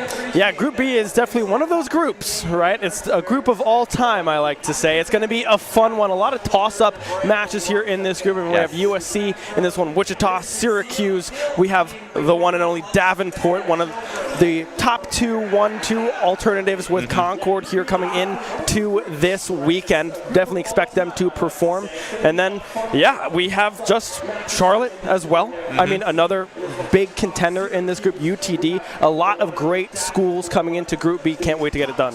Well, first, let's make sure you didn't forget what happened in Group A this morning. We want to remind you that those 5 teams did get to play their 3 or 4 series, depending on who you are. Concord is at the top. You mentioned them alongside Davenport, favorites to win this event. And then Maryland Northeastern are knotted up at 2-1. And George Mason and Kentucky, they're at the bottom of the table. Some catching up to do tomorrow. Yeah, it's been a rough start for George Mason yet again, much like last year, off to a slow start. Northeastern, however, 0-6 last year, coming in 2-1 here in day 1 for Group A. A lot of improvement from that team. I love to see that out of them. And then the newcomers, Maryland, Concord, up top as well. 2-1, 3-0 is Concord. As we take a look at some of these stats from Group A. Now this stat, I don't know if you really want to be on top of this one. I mean, this is saves. That means your offense is kind of struggling, right? GMU up on the top 2 here, 21 and 17 in saves. Jason and Dev, respectively. It means you're letting up a lot of pressure. And for George Mason, sitting at, I believe, 1-3 right now towards the bottom of the table, they're the ones that probably don't want to be at the top of this statistic. But for the bottom 3, Turtle, Angebro, and Waiters, I think this is actually a good thing because Maryland's defense has been phenomenal today, especially against Concord. They were racking up their save numbers. And Angebro, I don't know how he got up there, just a good all-around player, notching at number 4. But this next stat is where you want to be at the top. Yeah, that's what it's all about. Goals. You want to score, right? Helix up top. Simas as well. The 2 Concord players here. 12 goals apiece. And then GMU, the 1-3 team, scratching their names in there as well. Jason playing exceptionally well thus far with 11 goals for the Patriots. And then it's Waiters and Angebro towards the bottom there as well. Angebro making 2 lists here. The goals and the saves, doing a great job. I told you, all around great player, but I'm hyped like to see Jasnon in third place here because he was a great finisher for George Mason. And he's also the newest member of that A team. So to see him topping-ish, I mean, if you ignore Concord, which I know some teams are doing, it's like, okay, if we can get right below Concord in something, then we're doing a really good job. But Concord, when it comes to the amount of shots on target, still at the top. Yeah, my goodness. 39 on-target shots coming through from Samas Helix as well with 33, and then every single member of GMU. I don't know how they could possibly be 1-3. I mean, maybe it's just some steel curtain defense coming through from their competitors here. We have Jasnon 32, Dev 27, and James as well with 25. They have opportunities. They just got to get it in the net. Wow, I would like to compare the amount of goals scored to all of those shots taken by George Mason. Right. They have a highly productive offense, but not as effective as I'm sure they would have liked it to be, especially in the Northeastern Series where they were so close. And speaking of, Angebro is back in a top 5, but Crispy's actually making an appearance for Concord. Yeah, 13 assists here, the leader in Group A in that category. Helix, of course, making their way back in. Dev from George Mason with 9, Angebro with 6, and Hexy from UMD. The Terps with 6 there, tied with Angebro with that number. So, yeah, Crispy finally cresting that top 5 statistic line there in assists, which is something that you like to see from some of your players. Not taking all the glory, but setting up some of their star players as well. Definitely. Same thing from Hexy there. He's number 5, I think, when it came to assists, but did a really good job creating space for his team. I get to watch a ton of Concord series, but that's an all-around good team, and I'm glad to see Crispy top on a leaderboard somewhere in our stat board. But we have to talk about Group B some more, because that is what we're going to be talking about the rest of the afternoon. And here are your 6 competitors: Davenport, Charlotte, UT Dallas, Wichita State, South Carolina, and Syracuse. And this group is so incredibly competitive in the middle. Yeah, I mean, we are expecting Davenport to come up with the first seed out of this group, but there could be some competition in there as well. Charlotte, the first matchup is that Davenport-Charlotte matchup that we will be going into. UT Dallas as well, improving steadily throughout the semester. Wichita, South Carolina, Syracuse, all of these teams can go toe-to-toe with each other, so it's going to be very exciting to see how this group of B shows up. And I think our first matchup of the day is the spiciest. I think Charlotte, of all those teams, has the best chance at taking down this Davenport roster or any favorite in this event, because these guys are on the come up right now. Top 30 in the last Colleague 48 poll, and they've been notching good CRL results, good results in CCS, just all around solid results, beating good teams, and that guy right there is a big part of that. Bala's infusion into the Lazy Knight duo has been massive for Charlotte. Now officially a varsity program as well. Charlotte really is on the come up. I love the pose there as well. The late kicks, but the humble be quiet. It's my time here. Yeah, Bala, a freshman coming into this roster, showing up, showing out big time, looking very good as we look down the line of that team, seeing them on the TV. They're going, oh my goodness, please get that camera off of me. But yeah, this Charlotte team looking very, very good. Finished top 16 in CRL, looking very, very strong. A lot of progress coming through from this roster. Very excited to see what they can do here today. I don't know why Dead Devil was hiding right there. Had face and hands when the camera panned over to Charlotte. I don't get it. Needs some more pride in sitting behind the Charlotte team. They will put up a great fight. This is just a best of 3. It's only a quick peek into what these two teams can do, but I am eager to see how Charlotte's doing. I mean, Lazy and Knight just came from a twos tournament they're playing in, and so I know they're warmed up in the twos mindset at the very least. We'll see what happens when you toss Bala in there.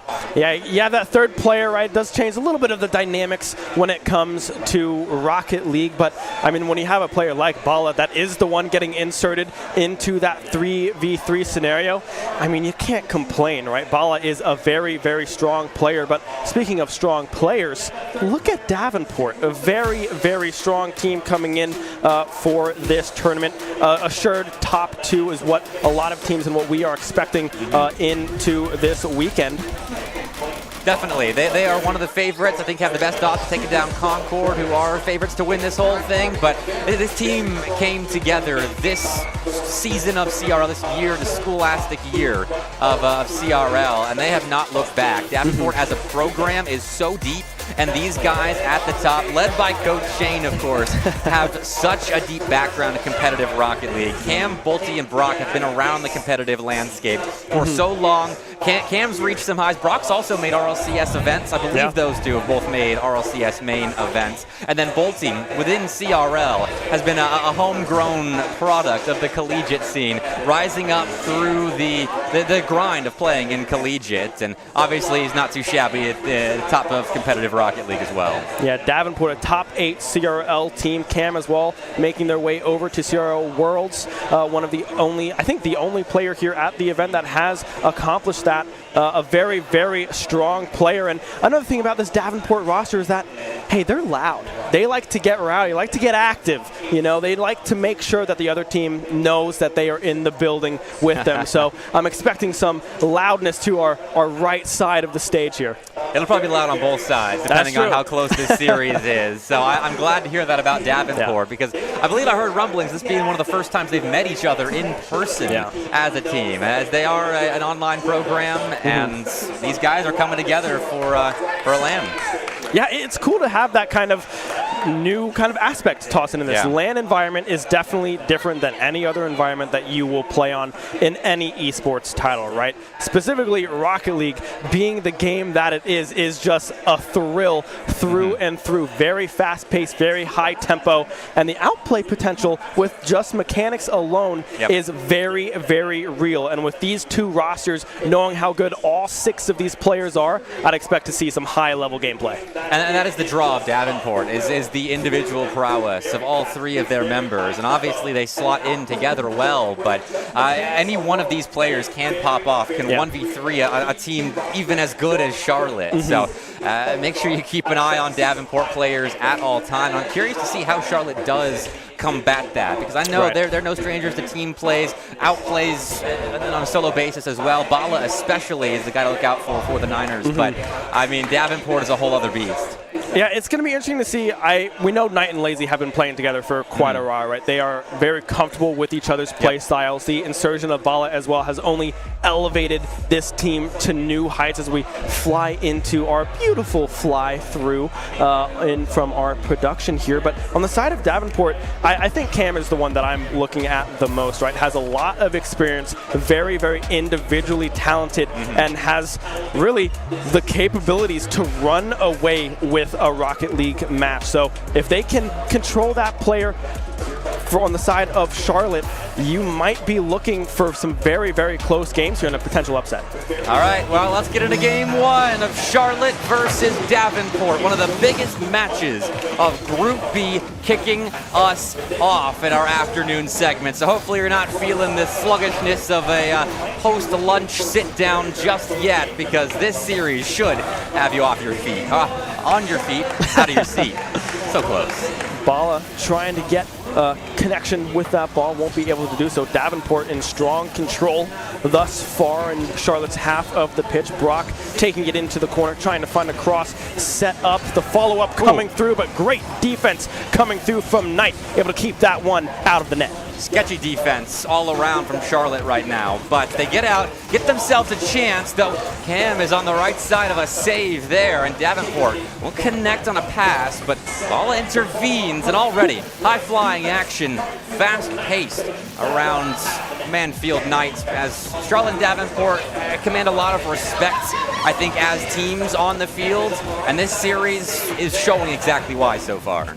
Yeah, Lazy tossing it up there into the corner. No one on Charlotte able to follow up on that one. Davenport already all over that one. The ball dancing around Charlotte's goal there, but they are able to find that clear. Knight able to push that one over to Bala. The cross coming through, but no one following up just yet from UNCC. Let's see if their defense can continue to hold strong. Scoreless here in game number 1. Davenport have controlled possession so far, and finally they are rewarded for their efforts. What a demo there at the end of the play. You saw the little ghost touch as that's just how close Bala was to getting contact on that ball, but that's a perfectly executed play between Bolte and Cam. Yeah, Cam coming in huge, able to find that demo Bala. He was there and then disappeared quite quickly. Davenport first on the board here, 1-zip. Cam now trying to make it happen again off the wall, the cross coming through, but the clear instead in favor of Charlotte. Brock sending that one back down to Charlotte's half of the pitch. Let's see if they can get some more offense going. Across coming through from the corner, but Lazy in position to push that one back out into the corner. Now Bolte in the air taking a shot. Charlotte again, the defense holding strong, keeping it within one. These are good stops for Charlotte, but they're going to have to do a better job of building off of their saves. And this is how you do it. Good reads at the midfield line, passes to spread Davenport apart. Although Davenport seems content to just sit back with plenty of boost and try and escape using a similar strategy. Bolte will get the ball to the midfield line and is stopped by Charlotte as they look for a secondary opportunity to level this game. Pass down, gives Bala a chance to shoot, but he couldn't get around on it.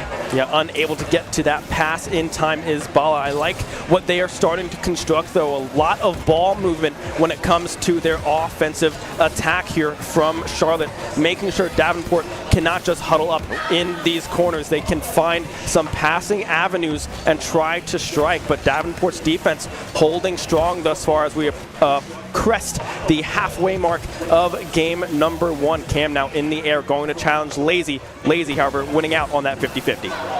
It's a soft clear for Bala. Testing Bolte and Davenport again, showing that they're looking for each other in defense. Brock was waiting for a pass there from Bala, and Bala kind of gave it to him, but did recover. And Charlotte get a chance to shoot and score. 1-1. Charlotte come back. Yeah, that just became a car wreck there halfway through that play. Many demos coming through. Bala able to capitalize on that one as well, tying us up 1 apiece. I think only one defender was left on the side of Davenport after all the demos concluded in that play. Bala finding yet another one onto Brock, but that won't amount to much as that was just right off of that kickoff. But Charlotte tying it up at 1 apiece. Davenport now trying to get back into the swing of things on offense. Cam beating out 2 members. No one back on defense. No Bala able to get back in time and push that one to the corner. If Cam had maybe 3 more units of boost right there, it's a second goal for Davenport as they out 50 the Charlotte defense well enough to give themselves a good shot at scoring, but Charlotte dodge a bullet and Davenport back to playing off their back foot as they break right back out of their defensive end, force a miss, but Bolte can't put that on target. Another missed chance for Davenport. Yeah, Davenport starting to fire right now on the offensive side. Off of the crossbar goes that shot. Knight now trying to find a clear, trying to find a touch of their own on a potential double tap, but unable to do so. The cross is coming through from Bala as well, but no one from Charlotte able to find a touch as a result. Now finding themselves back on the defensive side. Davenport now within 45 seconds of game number 1 trying to seal the deal. And they have, I think, been the better team throughout game 1. Charlotte looks uncomposed at times on their goal line. Davenport is causing panic, causing misses, but they can't get that last touch on a couple of crucial plays. And now we find ourselves in the final 30 seconds, tied up 1 apiece still, and it really is anybody's game. But Brock has an opening now. Solo play scores. Far side for Brock, and Davenport do get that go-ahead. I mean, that is just beautiful aerial mechanics coming through from Brock. Has the flip ready to go, carries it all the way to that far upper corner now with 22 seconds left, finding themselves with a 2-1 lead here in game number 1. Charlotte, they have to find something, and they have to find something fast. But Cam says, no way. I'm going to take this back into our corner. The cross is still coming through. Charlotte trying to find an opening, but struggling to do so. Davenport's defense holding strong. He doesn't have a ton of boost. All he can do is pop that ball up, but same for Knight. Tries to get it over to Lazy and does succeed, but this is difficult for Charlotte here. Bala, a pass to himself, actually pans out. He gets through the corner, but stops at Cam. And Davenport take a very much contested game 1. Yeah, very, very close game 1. Was tied up for a majority of that match. Both teams coming up, breaking off a little bit of rust, right? We're midday. It's 3 p.m. here at Myrtle Beach, trying to get their brains awake and ready to play some Rocket League, but Davenport, a very, very close game one, right? We saw goals from Bolte and Brock, shots as well coming through from Cam, or excuse me, saves coming through from Cam there. So a good showing from both of these squads, and game two, I mean, I'd expect nothing less, right? Same kind of game plan, same calm, cool, collected approaches on this attack, and very solid defense. And on the flip side for Charlotte, they need to elevate themselves just a little bit more, especially in defense. I mentioned the skittish rotations at times, which makes sense. Davenport is throwing a lot at you, but especially in offense, 4 shots that game, and they had good ideas, but Davenport a lot of the times were cutting down those ideas very quickly. So Charlotte, I think, with a little bit more possession, can find a way back in game 2, but they have to make sure they are locking down their defense, because Davenport showed them what they're about in game 1, and like you said, you're shaking off rust, you're getting into the swing of this environment, and Davenport's only going to improve from here. Yeah, we'll see if Charlotte can get off of their defensive side here and start to put together some more offensive looks, right? Lazy trying to take that one, dumping it down to Knight, who's trying to find a crossover, has a shot on goal instead, but the save coming through. Brock able to get back in time. Charlotte almost with an open goal. Nice read, a little combo defense there at the midfield line out of Charlotte. Now they'll get a shot on target. Cam is there for another stop. He's going to have a go at everybody at the top of the total saves leaderboard that we showed at the beginning of this series, as he is racking it up on the goal line. Yeah, now we see Davenport on the offensive side. Cam trying to take it up. Bala will send that one towards the midfield area. Brock now trying to find some sort of connection as well off of that wall. Ball now dancing around in the corner. Now we can see Davenport starting to try to open up these passing lanes. A good save coming through there from Lazy. Bolte, the one taking that one. A double tap approach. Cam able to bury that one. First on the board, Davenport. And that's a pair of good looks from Davenport. That initial shot got Charlotte jumping, and after that, Bala and Lazy just had to wait for each subsequent rebound. And that shot from Cam is placed to perfection. And that's what Davenport commands out of you. Right there, Charlotte, we're not perfect. Yeah, now Knight trying to do it themselves. Oh, will be able to do so. Okay. Double tap for double tap. Charlotte tie it up one apiece. That is clean from Knight. And yeah, we're trading brilliant plays at the moment. Davenport almost got back to it. They had a stacked net, but no one was on their backboard. The guy rotating back was just a little bit late, and the Knight fans in the restaurant right now, just a LAN after all, just got hyped about that goal. Yeah, now Davenport trying to answer back here. Cam trying to send that one off of that post, a potential pass avenue, but unable to connect with that one. The cross coming through. Bala with connection will win out on that slight 50-50 there, but Davenport unable to get it out of the corner. And as I say that now, Cam will be taking a pass down the line to Bolte, but unable to find the angle they were looking for. Davenport love these passing plays, love setting each other up with space in the air, and why not? When you can shoot like that from the skies, that's perfect. Again, undefended backboard, and against these two teams, that's usually a recipe for disaster. Yeah, and that's Cam's second here in this game. Going for a hat trick now in game number 2. The kickoff now heavily in favor of Charlotte here, as Lazy's able to find that clear on target, but instead Cam's going to take it in the air. Yet again, the demo coming through on tonight, but not before they are able to get that touch and get that ball out of harm's way. Another good 50 out of Davenport. They do the little things so well, and that's what you have to do to get to the next echelon of play in collegiate Rocket League. The 50-50 game, the boring stuff, boost management, knowing your opponent's position, knowing what they have to do, what they can and can't do. And right there for Charlotte, Davenport knew that they could not get to a perfectly placed shot like that. Yeah, and I love the ball movement that we're seeing, right? We see a backboard toss up high. They go down low into some of their players on the ground, and they're able to find that goal. Charlotte confused, bamboozled by the movement. Bolte there going for a double tap of their own off of that kickoff, unable to find it, but still plenty of time here in game number 2, only halfway through this match.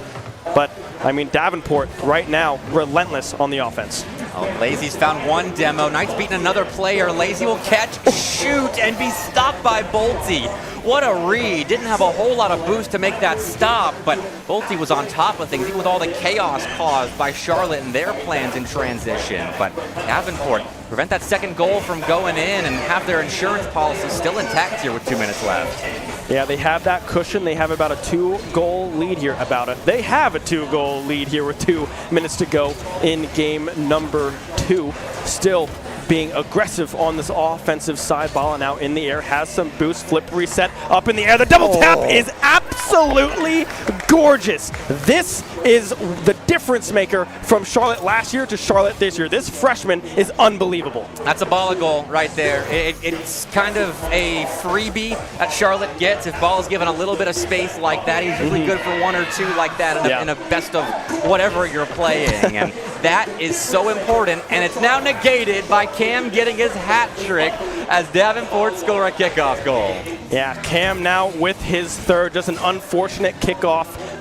The hit perfectly on target into that corner. Charlotte unable to get back in time from that corner boost to find that save, and now the cushion is back. We have a 2-goal lead here for Davenport with 1:45 to go. Brock trying to make it 3, might be able to do so. It's Cam, with the approach as well, but unable to find the goal. The defense coming up huge from Charlotte. And that shot just going to give Davenport some agency and offense. Great interception by Bala. Davenport again are looking for a passing play. And that's what's kept Charlotte in this series. But Davenport have been so clinical, and just a little bit of space is given their way in the air. You don't always have boost to keep up with them. But hey, Charlotte managing to keep up at the very least on the scoreboard. It's 4-3, and Charlotte isn't done just yet. Yeah, it's Lazy taking that one off of that corner, and Knight with the follow-up. Just a dagger into the back of that net. Charlotte now bringing themselves back within 3 here with 1:15 to go. I mean, the scoring has ramped up here in game number 2. Goals back to back. The double tap again. Cam with 4 in game number 2. I was watching that play. As soon as Lazy and Knight committed to the sideline and couldn't corral that ball at the midfield line off kickoff, Bala had to make that read. If he misses, Cam's automatic with that shot. You cannot allow him a chance to even put that on target, and Cam has shown us the force to be reckoned with that he is going to be throughout this event, and it's still seemingly not enough as Charlotte still fight, but Davenport find another big stop. Yeah, Knight trying to take it slow into that corner, but the defensive patience from Davenport showing up there. Not jumping, waiting for the ball to roll all the way to that post to find that save, and now a clear on target. Brock trying to catch that one in the corner, unable to do so. It's instead going to go to Bolty, but now, frankly, you can play a game of keep away here, right? You have about 30 seconds left here in game 2. You have a 2-score lead, but if Knight finds an angle that they were going for up for that waterfall shot, unable to do so. Davenport, the defense, standing strong.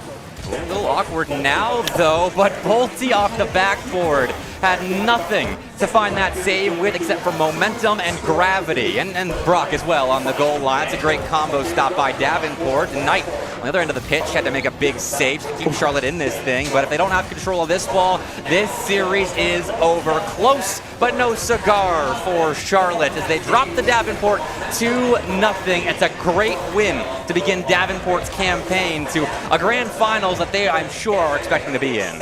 Yeah, ball hits the ground. Davenport with a 5-3 victory here in game number 2. A clean 2-0 to start off Group B here for Davenport. But it was a close 2-0, right? A lot of scoring. A 2-1 victory for Davenport in game 1. 5-3 here in game number 2. But we can see what Charlotte kind of has to offer here. Bala, Knight, Lazy, They are clicking. They have the potential to really come up big here at Boost on the Beach.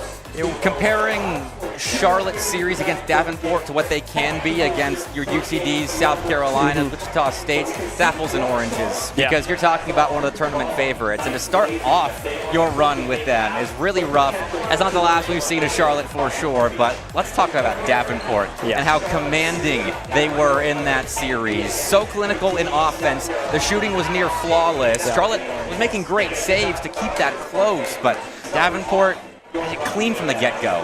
Yeah, and Cam in game number 2, 4 goals, just piling it on, relentless on that offensive side, and that just comes from good defense as well, right? They're able to find these clears into these far corners and rotate on top of it immediately, not giving Charlotte enough chance, or an opportunity rather, to get back on that defensive side, really solidify where they want to be, and just keep on pounding away at the net until that ball goes in. And then Brock and Bolte as well on that goal line. So big for the Davenport defense. As we were talking a lot about Cam, he definitely was, I think, the biggest difference maker for Davenport, but it's a triple-pronged threat for Davenport. And they do start their campaign off on the right foot, but still a lot of Group B left to go. We got a lot of good teams vying for that grand finals spots that we'll be watching play out tomorrow, but we don't quite know who's going to be coming out of groups on top just yet. Yeah, I mean, Davenport, this is the way you want to start it, right? You want to start with a clean 2-0. You don't want to be dropping games here at all. We did just get word from our producer, UTD just beat Syracuse in a clean 2-0 as well up there on the side stage. So UTD starting with that 1-0 start here in Group B as well. Kind of what we expected from that team to start off with Group B. That's good. We're seeing them on stream next as well. I believe UTD and South Carolina is our next main stage matchup, which is seriously hyped. That is going to be a really good matchup to really show us what the middle part of Group B is going to be like. That's one of the many battles we'll see in that portion of the group. As it's important to nab a top 2 spot here. I think the top 5 teams get that bye in the playoff bracket tomorrow. So we did have Missouri drop out, and so give even third, you give yourself a chance. Maybe get some tiebreaker luck to get you into that bye position. But top 2 in your group is what you want. Yeah, if you can lock in that top 2, you're set, right? You have a great bracket stage opportunity going into Championship Sunday here tomorrow. And when you look at Group A and Group B, Concord is looking super, super strong. And this Davenport team, it's what we expected, but man, they look dangerous, right? All 3 members of this roster can really take a game over. And that's kind of what we saw here with Cam in Game 2. Definitely. He looks effective early on, which is even more impressive because there isn't a ton of time to warm up for any of the 6 players that were on the main stage first. So I'm glad to see everyone looking pretty solid. There weren't any real bad moments in that series. Both teams look like they're ready for a long run this afternoon here at the Hangout. Yeah, and I want to touch on Charlotte one more time, right? Because this team, we know Knight and Lazy have been together, but Bala, we saw the potential that this player has, right? They had boost, they had some space, and they capitalized immediately, right? Finding that double tap, finding that goal there in game number 2 to bring it back within 1. Sure, Cam striked back immediately, but that is what we know that this player can do and that this team can perform at this high level. Well, we got some stats to show you here. As in Davenport's 2-0, it was close, and I think that is still reflected on the stat board. As Cam with those 4 goals was massive for Davenport, and Bala with his pair as well, joined by Knight up there for Charlotte, 2 apiece. Making 6 saves overall feels like a lot less than I thought Charlotte had, considering the amount of work they had to put in on their goal line to stay afloat in that series, but the numbers don't lie. And you can see it's 20 shots to 12 on the side of Charlotte, right? Davenport relentless on that goal line, just pounding away shot after shot, keeping Charlotte on that defensive side. And I do believe, don't hear it from us, right? Hear it from the players themselves. We're going to toss it to a quick interview with Daniel. Guys, take it away. And I am here joined by Brock. Brock, a nice 2-0 for your first match. How do you think you guys played? I think we played pretty good. It's my first LAN, and it's our first LAN of the season, so we got a couple things to work out. But overall, yeah, I think we did pretty good. So you were telling me it's your first LAN in a venue like this. That's got to be crazy. Yeah, there definitely is a lot going on. Feels a little bit like I'm at a concert. Whenever we were warming up, I told him there was like the strobing lights and stuff. There was a lot going on, but we just took care of business, did what we do. And what is it that you do? We win. You win. Okay, that's good. So you win. I remember in an interview you saying you guys like to play your game. You like to have fun. Do you think that helps in a place like this? Fun's in the air. You think that helps or hurts you guys? No, it helps. You know, it influences it. Yeah. That's what we're about. And so, okay, so it's no secret that you ask any team here, the two names they say are Concord and they say Davenport. Obviously, Concord played today. Assuming everything goes well for you guys, you'll face them tomorrow. How do you think about the other teams in the tournament, and then what do you think about Concord? I think moving forward, it's all sort of developing to get to playing Concord. Got to figure out things like I said earlier, but we keep moving the ball, we keep pre-jumping, we'll figure it out and bring a good fight to Concord. All right, you heard it here first, folks. Brock from Davenport. That is wonderful. We will go to a quick break, and we will be back with some more Rocket League on Boost on the Beach.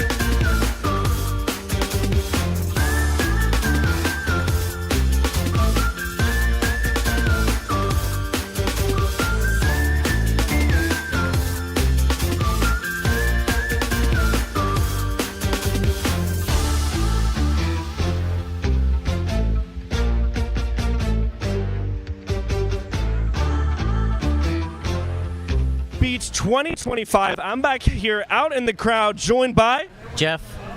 Courtney. So, Jeff and Courtney, thank you so much for taking the time to talk with me right now. Do either of you know what this is? Do you know what Rocket League is? I have no clue, but I was curious when I first came in. I have absolutely no idea. I'm here for the boost. You're here for the booze? I think we're here for the boost on the beach. It's the name of the tournament. So Rocket League, it's a video game, right? Think soccer, and then think cars, and then make it online. Have you guys played any video games? It's been about 15 to 20 years. Same. What were the games you played back in your day? The last video console I probably played was like PS3, but only, maybe the first year it came out. I was big into, MLB, NHL. It's the classics. Yeah. And you, what were you into? Getting drunk and playing Mario Party. And all of these are valid and equally fun. So for our next match, we have UTD, University of Texas Dallas, versus the hometown favorite, University of South Carolina. Without any knowledge of either of these teams, who do you guys predict is going to win? Texas. South Carolina. We got one for each. Let's see how it turns out. Casters, take it away.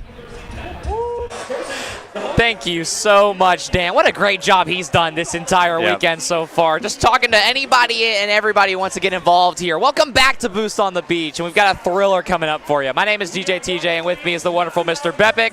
Bepic, you just got done on main stage. How are you feeling? Feeling great. Happy to have another fantastic Group B matchup. I mean, Charlotte and Davenport did not disappoint. It was as close as I thought it should be. Game 3 could have been in the cards right there, but Davenport was too consistent throughout that set. So they got their win there. But elsewhere, South Carolina and UTD are both coming into this series with W's.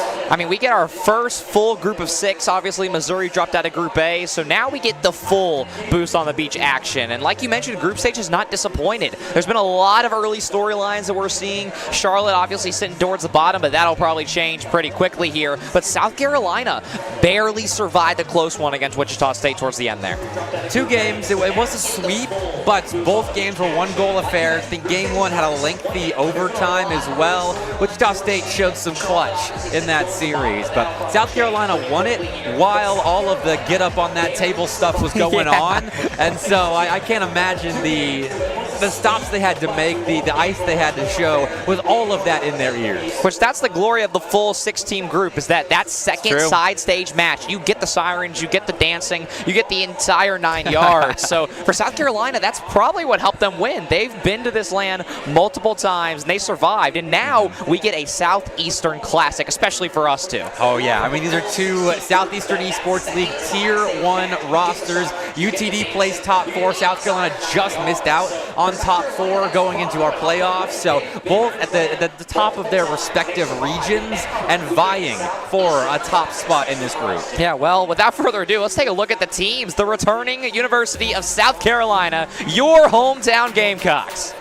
All right, these boys are as confident as they come, especially him right there. Og is the superstar of this roster, and they play around that fact. But Kat is one of the best minds in the collegiate scene. He coaches as well as plays. It's his senior season. I know he wants to show out. And SJT, dude went through the grind of the South Carolina B team to get to this point. So he knows what it takes to get scrappy, to win series, and he's played some of the best Rocket League of his I've ever seen. Also, this team has fun. South Carolina, in previous LAN iterations, they've been a very serious team, and it's countered them a little bit. But now, with Katz being in his senior year, SJT comes in. This is a new South Carolina roster. I've never seen them look this comfortable, both on and offline. I'm so excited to see how they do today. Well, Katz even told me this is about a year and a half ago now, but he told me straight up, after a couple of bad LAN performances I was talking to him about, and he was like, we are not a LAN team. And that was with Solar, replaced now by SJT, and that was a while back. And I think they are a LAN team now after their recent Queen City Clash performance, top 3 there. I thought it was a stacked LAN, and coming into today, they've already got a W. They have some high expectations on their shoulders. Yeah, especially against a wild card Wichita State team, and this Texas Dallas roster is going to be absolutely no different. I mean, they are extremely talented, and look at how beautiful the segues are moving so far. Thank you to production. Here is Texas Dallas. And these guys have a good bit of experience on them as well. Zora, one of their sharp shooters. I've gotten to get very familiar with this team this spring.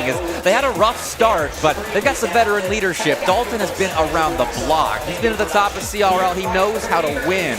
And he's taken Zora and Blippi along for the ride. Of course, they've also got Coach Oasical. I don't know if I'd call him a coach. He's more like their #1 fan and hater. I mean, he's a great manager. You can throw all of that under one title, and he's definitely a manager. He's a very talented mind in collegiate esports as well, and we're glad that he was able to make the trip out. But this Texas Dallas roster, we talked a lot in Group A about expectations, but this is the group of death. There's so many teams who have so much to prove here. Texas Dallas, I mean, I feel like it's either make or break for them. I feel like they could be top 2, or I feel like they could be bottom 2. I'm not sure how they're going to end up. Recently, though, they've looked like a team that could be top 2. They have posted some very good results. beating good teams in the Southeastern Esports League. Started out 0-2 in group play. And, you know, you go 0-2, it's probably a death sentence. You're probably finishing bottom half of your group. But they rattled off 5 straight wins there, beating very good Southeastern schools as well. And they beat UNCC. They beat Charlotte on my stream this past week. It was a 4-1, a best of 7 for UTD. They've been on the up and up, and their results are starting to show it. I mean, I'm glad you brought up Charlotte, too, because we're going to talk about that team later in the day, as there's so much more they have to prove after that Davenport series as well. And we'll probably have some score updates for you as Side Stage gets going as well. But now, the tail of the tape, South Carolina, Texas, Dallas. I'm not sure which way I want to lean, because I feel like South Carolina is a momentum team who tends to overcome the deficits mechanically, but can they do it against a reformed Texas Dallas roster that mentally seems to be in their best place of the year? Genuinely, I don't have a confident prediction for this series, and I think that sets the best stage for what this best of 3 is, because these are 2 teams that have looked really good lately. They have veteran leadership, they have mechanical prowess, they don't want to play around each other. They've got a lot going for them and a resume to back that up. And in a best of 3, anything is really possible. All I know is we're getting close games. I would hope that we go down to the wire. I've got Texas Dallas in 3. I think that this is their moment. South Carolina had their moment in Cincinnati, but now they're in their hometown. They're too relaxed. Who knows what the factors are? I think Texas Dallas will come out swinging here, but I do think South Carolina will probably take game 2 and make it a little scary towards the end. I don't know. South Carolina had a more effective warm-up, I think, than UTD did. A win over Syracuse doesn't quite have the same kind of feel to it as a win over Wichita State. So I'm going South Carolina on 3. Why not? Let's just hope it goes the distance as UT Dallas and South Carolina set to do battle in the middle of a heated Group B. A win here goes a long, long way. Hype Chamber will throw us directly onto the pitch here as players are about to join the lobby on what has been a beautiful Myrtle Beach weekend. I mean, this is your first, Bepic. I mean, and we wanted you last year. Unfortunately, some other appearances you guys talked about in Group A streams happened, but you're here now. It's beautiful weather. It's sunny. The water's rushing, and the gameplay, I think we're about to rush into as well. This is probably the only land where I've been able to cast and look at the waterfront at the same time. So, venue's already wonderful. The Rocket League has been the same today, and we finally got some more of it on your screens here on the Boost on the Beach main stage. And UTD is already trying to be a nuisance as they steal South Carolina's boost and already setting a bit of a precedent of annoying play in that South Carolina end. We talked so much about the teams here in this matchup, but some of the players have some great stories as well. Both Blippi and SJT are new members to their respective teams' rosters in the last semester and this one as well. And they both excelled in their roles. They are mechanical masterminds, and you see SJT doing it there. And we got 3 keyboard and mouse players in this lobby as well, as Blippi and Zora are both on KBM, and Katz on the other side of the field is playing keyboard and mouse, which I love, considering that's how I play Rocket League. And I love that we have that representation here at the top of Collegiate. It's the wrong way to play Rocket League. Let's get that set first. If you're not a controller player, they're here, you're not. Hey, you're the pro. Hey, all right. Let's not get personal now. But a minute in so far, we're tied at 0 apiece, but both teams exchanging blows so far. A lot of midfield antics this far. Oh, and more boost grabbing from UTD. Right there, all got a chance at that midfield 100, but UTD came swooping in to steal it, and that should stunt South Carolina for a little while, as Og is the only defender back now. He did get some boost, but again, is low in the tank, but has a somewhat open net. Dalton will get back, but is out 50'd by Og, and SJT's there to polish off the play. Who else would you want leading the charge than Og? He's way too experienced to not take that 50 beautifully, and that's exactly what he does. And it's SJT opening up the scoring. And that's going to be the difference in this series, the little things like that. UTD's already showing their hand with all the boost grabs they're going for, the chippy plays they're trying to use to get South Carolina off the ball. And right there, South Carolina, it's not exactly a trick up their sleeve. Everyone knows Og is their best player. They'll tell you straight up. But right there, Og did the little things right with the 50-50 he found with a little bit of space, and SJT trusted his teammate. This one's pinched over into a wide open net, and like you mentioned, it's just in, so Zora will tie it up for UTD. All right, what happened here? Kath gets out challenged. That's third man right there. SJT cuts as third man, doesn't play it patient, and I'm wondering if that's the LAN aura kind of getting to him right there, trying to make a play that wasn't there. the LAN aura. We've seen a lot of jokes about players showing up today. A lot of new teams, a lot of old teams as well. And now that they're all interacting together, it's going to be interesting to see how the group actually shakes out. As this matchup, I mean, we didn't talk about it exactly in the pre-show, but this could easily be for that 3rd seed and potentially higher than that, depending on how Charlotte does. And Texas Dallas wants it bad. That's 2 in a row. And UTD's getting hyped off the back of that one. It's Blippi making a massive play. The ball's centered for him, and he outdoes Og. A little bit of revenge right there for UT Dallas.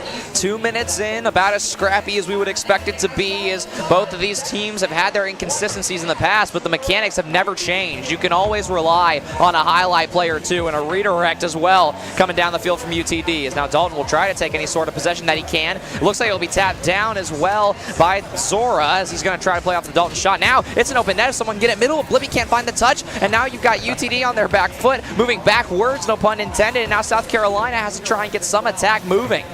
Well, we knew there would be some awkward moments here. That was close for UTD, and SJT's just completely whiffed now in offense for South Carolina. And there's a lot going on in this venue. The speakers are loud, the tables are crowded. There's a lot to distract you, and UTD seem a bit off at the moment as they've had chances to maybe grab a 3rd, but they can't convert. South Carolina had another open net there as well. So yes, UTD should have scored, and maybe they should be scoring here as well with the passing play, but it's saved away by South Carolina. So this chippy gameplay I think both teams expected, and so far nobody's been insanely punished by it. Still, close game. That's what we asked for here. Whether it's chaotic or composed, it is still close. 2 minutes left here, and UTD have themselves that important 1-goal lead, but South Carolina have centered for SJT. He'll fire on an undefended net as Og took out Blippi. There's still no one back, and SJT finishes what South Carolina started. So how about the rookie showing up? Almost finds the original slot, but he will not be denied after Og completely opens up that side, and SJT able to slot that one in. We got a tie ball game here. I'm glad to see SJT, even though he's made a couple mistakes in the last couple of minutes, still get right back up on the horse and make a play happen. 2 big shots, one goes in, and the other one set up the rebound. So South Carolina crashed the net nicely right there, but they exposed that gap themselves in the UT Dallas backline with a great demo play. Just about 90 seconds to go here, and now comes the first major turning point of this series. It's only a best of 3. There's only so much room for turning points, but there's a lot of room for passing plays, as that one is denied by the air, as there's no pass that's going to be found for UTD, but they are still on the offensive. Zora will try to go off the corner to a teammate, but he can't find anything, so now Og will try to flip it over to Katz, but no touch there, as he will try and go again, but now it's another rip downfield. SJT's there to receive. 60 seconds left. UTD now gets a counterattack. There's really a whole bunch of first touches, but no second or third just yet. Both teams nervous to push. We are just off right now, but we are tied, so that won't come back to bite either team as we do approach potential overtime. Og's up for this ball. We'll see what he does with it. It's a light tap there to set up SJT, and then Og has to get back involved to make sure UTD don't have themselves an easy 3rd goal now. SJT's there for a stop as Dalton found a shot on target, but we are going back and forth as we enter the final 30 seconds of game 1. Og will take a 50 over to Caps with about 20 seconds to go, but again, UTD tries to start their own counter, and this ball will find Zora and the boost beautifully, but he can't stay on, so now Og has to be careful. Will opt for the 50, will beat one, but can somebody come in to beat another? A weak touch from Texas Dallas. SJT is beat. Katz, the veteran, by himself, trying to stay alive. Oh, no. Doesn't get the wave dash. 2 players from UTD will crash in. A flick, and it'll actually be another read from USC, but can they get out? Here comes a chance off the ceiling from Dalton. Dalton on the net. 0-second goal won't happen just yet, as now the wall will be in usage. Off the side again, going middle, but SJT's there to deny. Can he find one more? No, this ball goes middle once again, but finally it hits the ground. So Texas Dallas, a nail biter to kick it off. South Carolina's not interested in any more UTD scares like we saw right there at the end of regulation. And now in overtime, it's open. SJT scores, and South Carolina steal game 1. 7 seconds in, and all that had to happen was Zora missed the 50. Katz played it beautifully. That's the veteran leadership you expect out of him. And SJT Bepic, 3 goals that game. That is not who won. South Carolina came out on top right there, and you're right. SJT was massive for the Gamecocks. A big hat trick there, and set up by his teammates as well all throughout that game. And I'm glad to see the A-team rookie-ish have his shooting boots on here on the main stage. I mean, well, Lee's production did fix it on the scoreboard, so Texas-Dallas flashed for a minute, but it's USC, to remind everybody who's unfamiliar, who did grab game one, and SJT. I talk about him all the time. Like, I feel like I'm almost an extension of South Carolina with how much I talk about his upbringing through the program, and to see it transfer on LAN again, this is rare. He played on a South Carolina B team the past couple of seasons that teams never wanted to play against. He knows how to get scrappy and find ways to win close games, and obviously having Katz and Og alongside him helps. But South Carolina got that win shooting the ball 4 times to UTD's 10. SJT shot 3 for 3. And South Carolina, it was a close Game 1 win, but it is a Game 1 win. You take what you can get for sure. And so now for Texas-Dallas, a lot of their old woes, I feel like, are starting to creep up here on LAN, where we can't figure out who is the leading man, who's going to be the main shot taker, who is going to bring the action back to Texas with them. Let's see what happens in Game 2. Let's see how UTD does respond. Like we said, Dalton is a long-time veteran, has played against some CRL, or played with and against some CRL greats in his time. And with Blippi and Zora alongside him, this UTD project has had its ups and downs this spring, but they know how to come back from a deficit. Like we talked about, they've been looking good recently. We're very close to winning that Game 1 themselves, but now have to move in here trying to reverse sweep in this best of 3. We're already scrappy once again. All 6 members of the lobby were jumped in for that first ball just 10 seconds in, and now UTD will find some crazy cuts on the ball, but the dribbling play won't be much more than just 2 touches, and as I say that, it'll bounce back middle for a shot. A bouncer goes too high, and now South Carolina gets to delay the, maybe not inevitable, but it felt like that in how we started this game. UTD at times doesn't feel like they have kind of an offensive identity other than just wear their opponent down. And right there, they did what they could not do at the end of regulation in Game 1 and just straight up outpossess South Carolina minute 1. You score at whatever cost. You already mentioned that if the series is messy, you still got to find a way to thrive through. And UT Dallas slowly finding their rhythm here to kick off this first minute. The kickoff will go South Carolina's way. SJT, though, was challenged immediately there. Still, South Carolina scrapping for possession. Comets aren't giving it up easy, but deeper and deeper we go into that orange half. Though UTD seem to have found themselves a clear. It's up to Zora to extend it, and he does. Low on boost, he made the read. This one is another 50 from SJT, so it's going to open up the door for, I believe that was Katz who sent that one flying away, as Dalton has to let his teammate go. This one's still middle, and just barely Texas-Dallas gets away with, denying a shot that really shouldn't have even been a shot there in the first place. And now SJT has room, has boost to work, and he's soloing 2 players. Those are 2 2K MMR players. Look at SJT go. He looks so composed on LAN. It really is refreshing to see. And it makes sense talking about that Queen City Clash performance out of South Carolina. Top 3 is nothing to scoff at.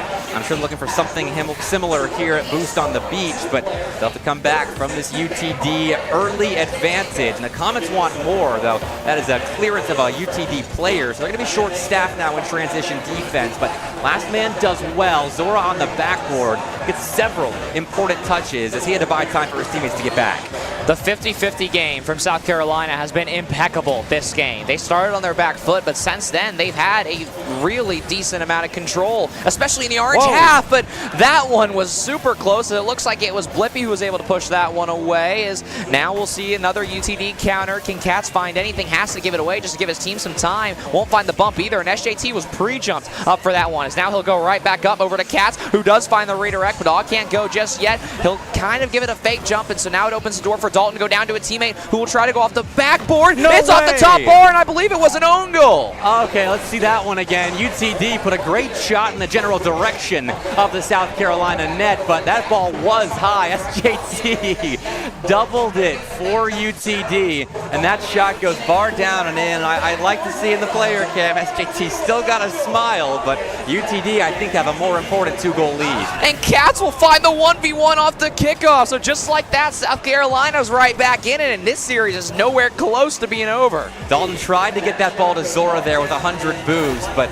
South Carolina outdo the UT Dallas kickoff strat they were trying to use to outdo the Gamecocks again. So still a 1-goal affair here in Game 2, and we told you it was going to be close. 2 minutes and a little bit of change left to go, and USC once again trying to thrive through the chaos that they seem to really love being in the middle of. And UTD, a team that has come a long way from how they started this semester, and now with one of their biggest proving ground matches, can they finally get back into the series and push us to Champions Field? Well, that's a bit of a miss. Blippi has a free shot on target, but that's all he'll get. SJT finds a save, though UTD claim possession. Another center ball. Zoro go backboard with this, and they clear out a South Carolina defender as well. I like what UTD's doing. They're throwing a lot of different offensive looks at South Carolina at the moment, and it's only netted them really one goal in this one. I don't know if I count the SJT own goal, but it has given them a ton of possession to milk this clock with.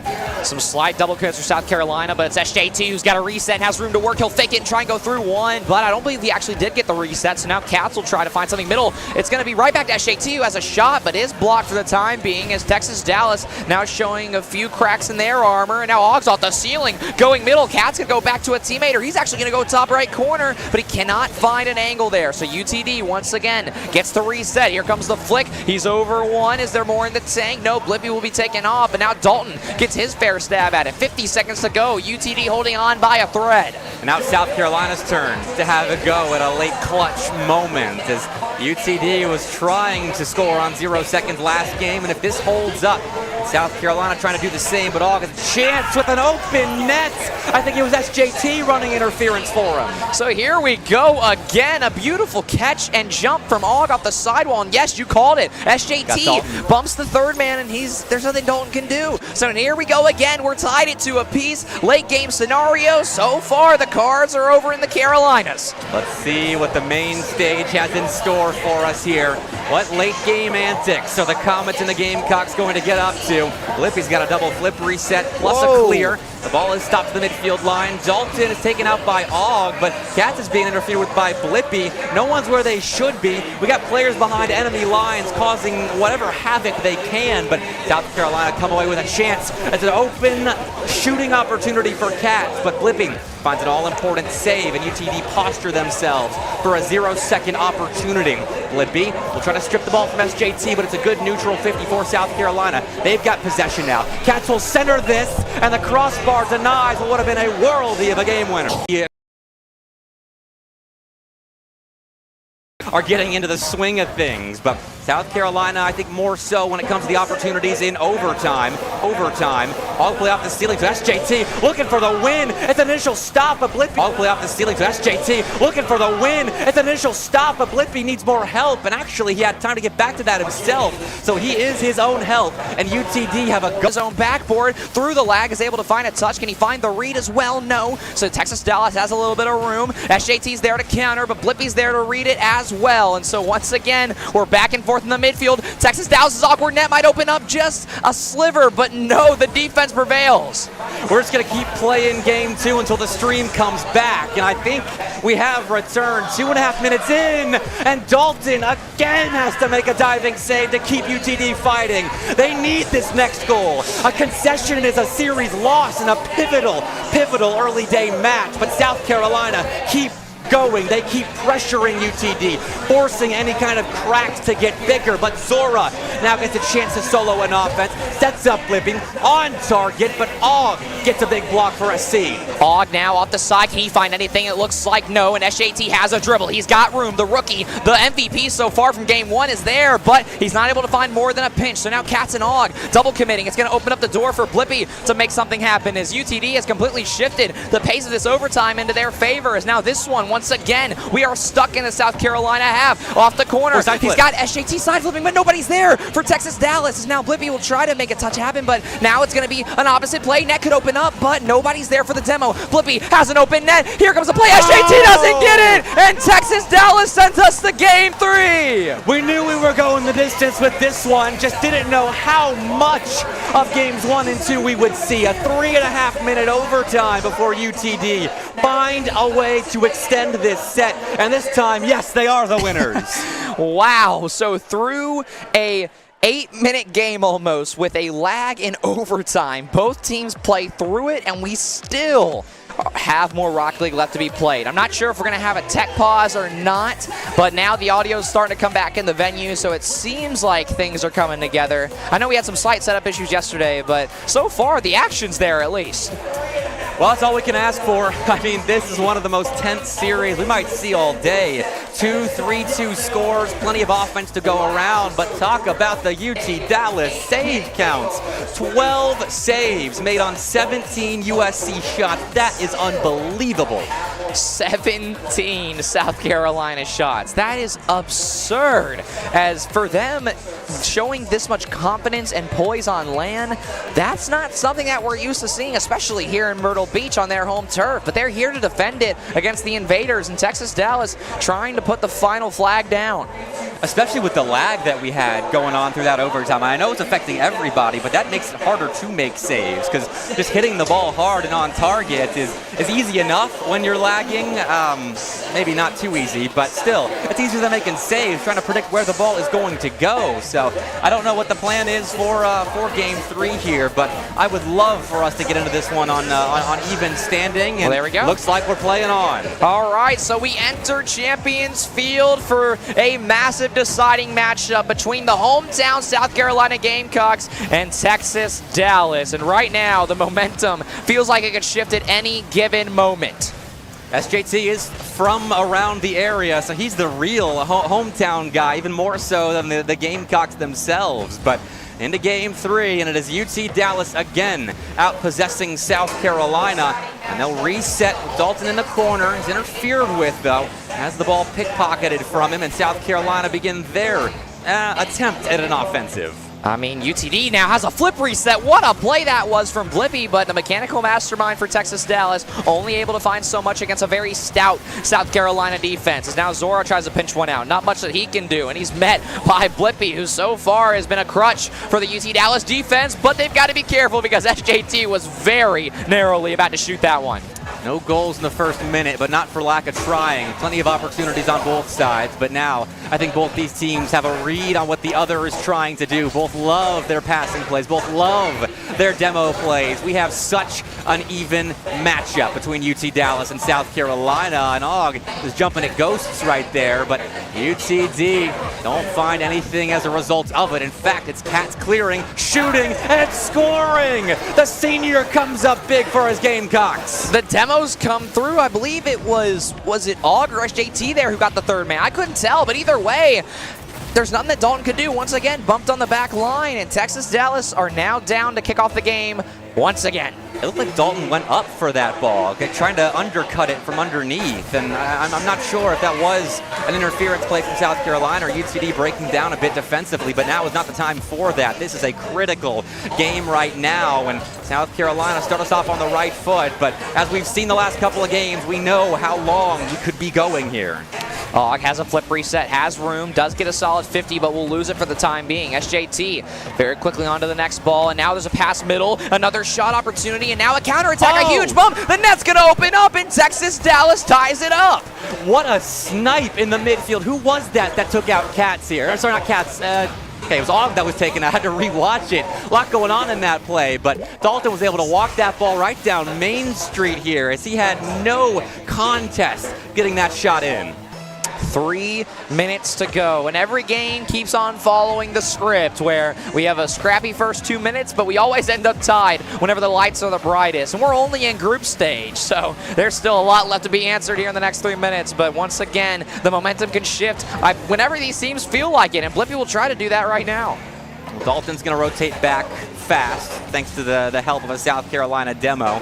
Be back to defend this, although his car is facing the net while the ball's coming at him, and still he forces a good 50-50 to put the ball away and prevent South Carolina from really putting together a counterattack opportunity immediately, though they still get one.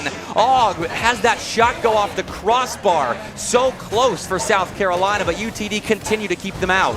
Og not able to stay on, but he gave Cats a little bit of time to maybe grab some boost, but nothing spawned on him. So now Blippi has the corner, has the wall, but not able to find the read on SJT. Now off the ceiling, he's got a full dribble. He might even have a reset. That he does. He finds a touch over Dalton as well, but Dalton able to completely leave the play. Now he's going to be on the offensive. Finds the read. Net could open up here, but Cats is on the back line once again. 2 minutes to go. Og down the sideline is a threatening prospect for UTD. Doesn't get a shot on target, but still kind of got everyone jumping. Though the Comets find themselves an out and a big pressure release valve. I'm sure South Carolina want to spend a lot of time in that orange end unless they come up with a quick goal. As UTD have shown how good their defense can be in this series, but when you're playing the entire game from your back line, it's tough to do anything else. And SJT's feeling the wrath of that right now. He's got no boost, has to watch his Cats, tries to stop UT Dallas on the near side, and the captain does nicely. He has room, but now it will fall into the possession of UTD. And now it's going to be an awkward 50 for Dalton, but Og's able to beat 2, but nobody's there just yet. Cats finally has room. He's not demoed either. He'll try to use the backboard. Net's going to open up, but Blippi's there to survive for now. He'll try and find more. Will actually win the 50, and now Texas Dallas has turned a very scary moment into a great counter. Dalton finds a demo. There is a player there, but I believe it was Blippy who couldn't find the next touch, as now ball will still sit middle, but South Carolina looking for each other down the field. Blippy will look for a Texas Dallas player. Another 150 for Texas Dallas. We are now under a minute to go, tied again. 60 seconds, and these two teams just cannot separate from each other. But eventually, all the prying will have to be successful, as more than likely whoever gets the next goal is going to find themselves a big win. And it's South Carolina on the board next. Og scores with 40 to play. Og does not have to be the main offender, but when he can be, it is always when you need it the most. 2-1 for South Carolina. Now UT Dallas need another one late. We saw what they put together in game 1 on 0 seconds and could use something of the sort here, but it's Og with more space, an open backboard, and no third goal for South Carolina. What a stop by Dalton. I cannot believe that, but Texas Dallas are giving themselves every living chance that they can, as now there's plenty of room for Zora, not contested at all, as now has a reset, is read by Og, who'll be able to turn right back on it, but is beat now off the backboard. There is a huge clear from the veteran Cats himself. 15 seconds left. Can they find anything here? We'll see another play off the backboard that Cats leads, but now Texas Dallas has a 3v1. Og is beat. Net's going to stay open. Here comes the chance, but Cats bumps one. A huge play on the goal line. 2 seconds left. Og will try to do something here. The ball will hit the ground. What a play in the dying moments of game 3 from Cats. South Carolina survive UT Dallas. That's as scrappy as it gets, as neither side could really find a way to pull apart from their opponent, but South Carolina scored last, and I think at the end of the day, that's the only difference between these two. I believe that is our first, at least on paper, upset of the event. So big shout out to South Carolina, because now with the wins that they've achieved so far, they're now, I think, on the easier half of trying to make it into that top 3. They're a land team now, that's for sure. Better late than never for the South Carolina Gamecocks. And I know Cats wants this final semester of his illustrious career to go nicely. And we talked about QCC. Boost on the Beach might be that next accolade for him and his South Carolina Gamecocks. But what a series from SJT especially. I mean, again, I talk about him in every series that we've ever casted. He has become this almost enigma for USC, to where they've completely changed their style, they've changed their vibe. I see way more smiles and screaming.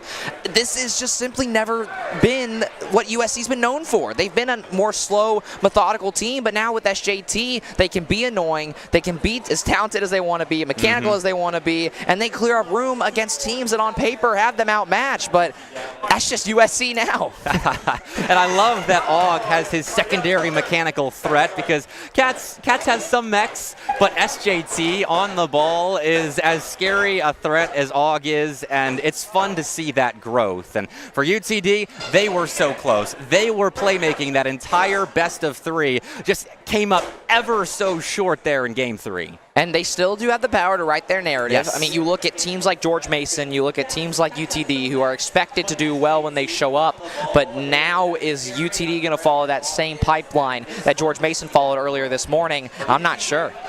Well, George Mason's 1-3 right now, so hopefully UTD doesn't follow that pipeline.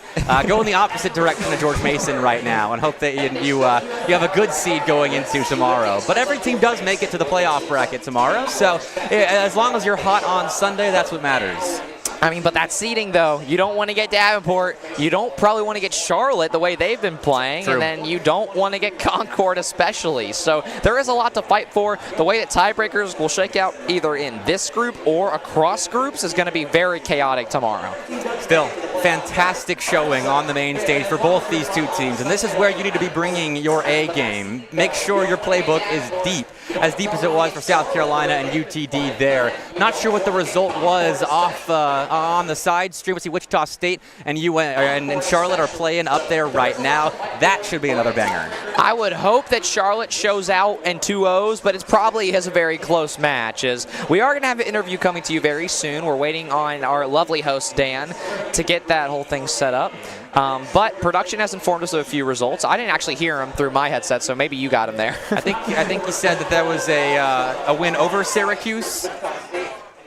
Davenport 2-0'd Syracuse, which I think was to be expected a little bit right there. But Charlotte versus Wichita State, that's an in-conference matchup as well. I believe the last time they matched up, it was a 3-0 for Charlotte, and now that I'm saying that, my confidence level has dropped, so I'll double check in the break. Well, we will be throwing to that break because our lovely host, Dan, is ready to go with the interview. So, Dan, take it away. Well, was he not ready? He's not ready. Okay, well, never mind. I guess we're not ready. We were testing Dan. We want to make sure his heart health is strong and that he can withstand many heart attacks here. I mean, you kind of have to have a strong heart. Playing in this venue, as loud as it is, this is not for the faint of heart, the easily influenced by noise. All right, well, I saw him looking down here, so I thought he was ready, but I guess he's not. Okay, so let's just take a look at the series stats, and then we'll eventually get to that said interview. So let's go ahead and throw that up there. Our lovely production team has been killing it all weekend this far, and when those stats do go up, look at SJT. I think he's got to be your MVP for South Carolina for now. 3 massive goals in that. Was it game 1 that he had that hat trick for South Carolina?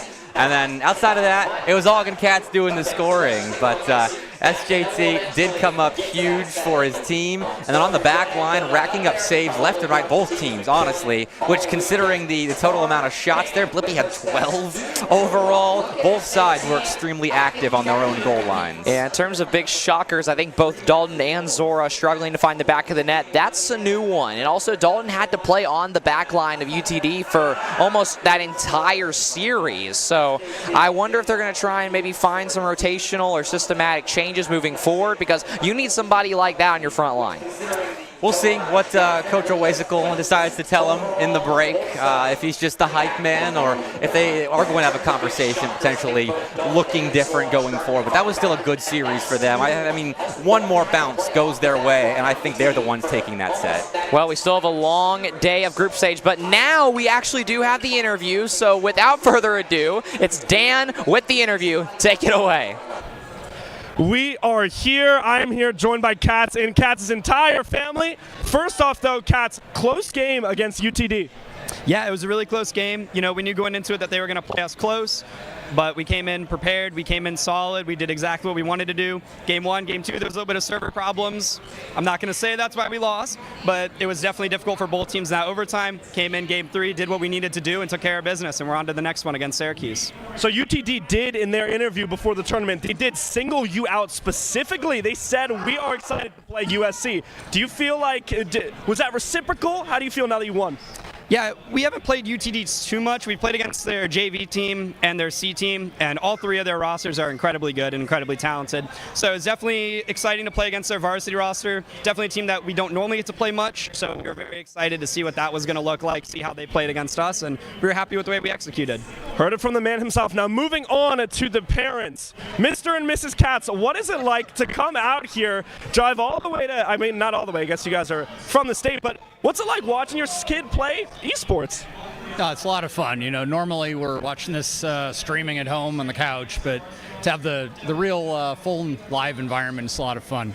We don't like the lag a lot between what they're playing down there and what we're watching, but players need to be quiet when they score, so they don't ruin it for the rest of us while we're watching. It's a spoiler. It is a spoiler, so they need to chill. No more celebrating, so we can see what happens. So did you guys always know that your son was into esports? What was it? Did it take you a little bit to kind of get on board, or were you in from the start?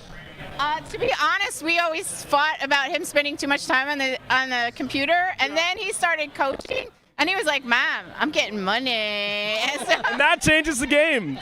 Green Talks. Now going over here, we have the brother of Cats. Is that right? What's it like watching your bro down there game on sticks? Oh, well, he's pretty crazy. I mean, I grew up playing with him, just a little bit of Rocket League, and then I turn around and then he's an esports pro, but So I guess was Rocket, what other games did you play? Oh, well, Carl was really, Cats was really big into the Destiny 1 and the Roblox, Who's the better gamer? Oh, I mean, he is. That's not a competition. Okay. And now going over here to the other side of the table, we have the sister and the boyfriend, shouts out. But the sister, I guess I'll ask you the same question. When did you know that he was the real deal? Real deal? Well, I mean, he's always been way more computer savvy than the rest of us, for sure.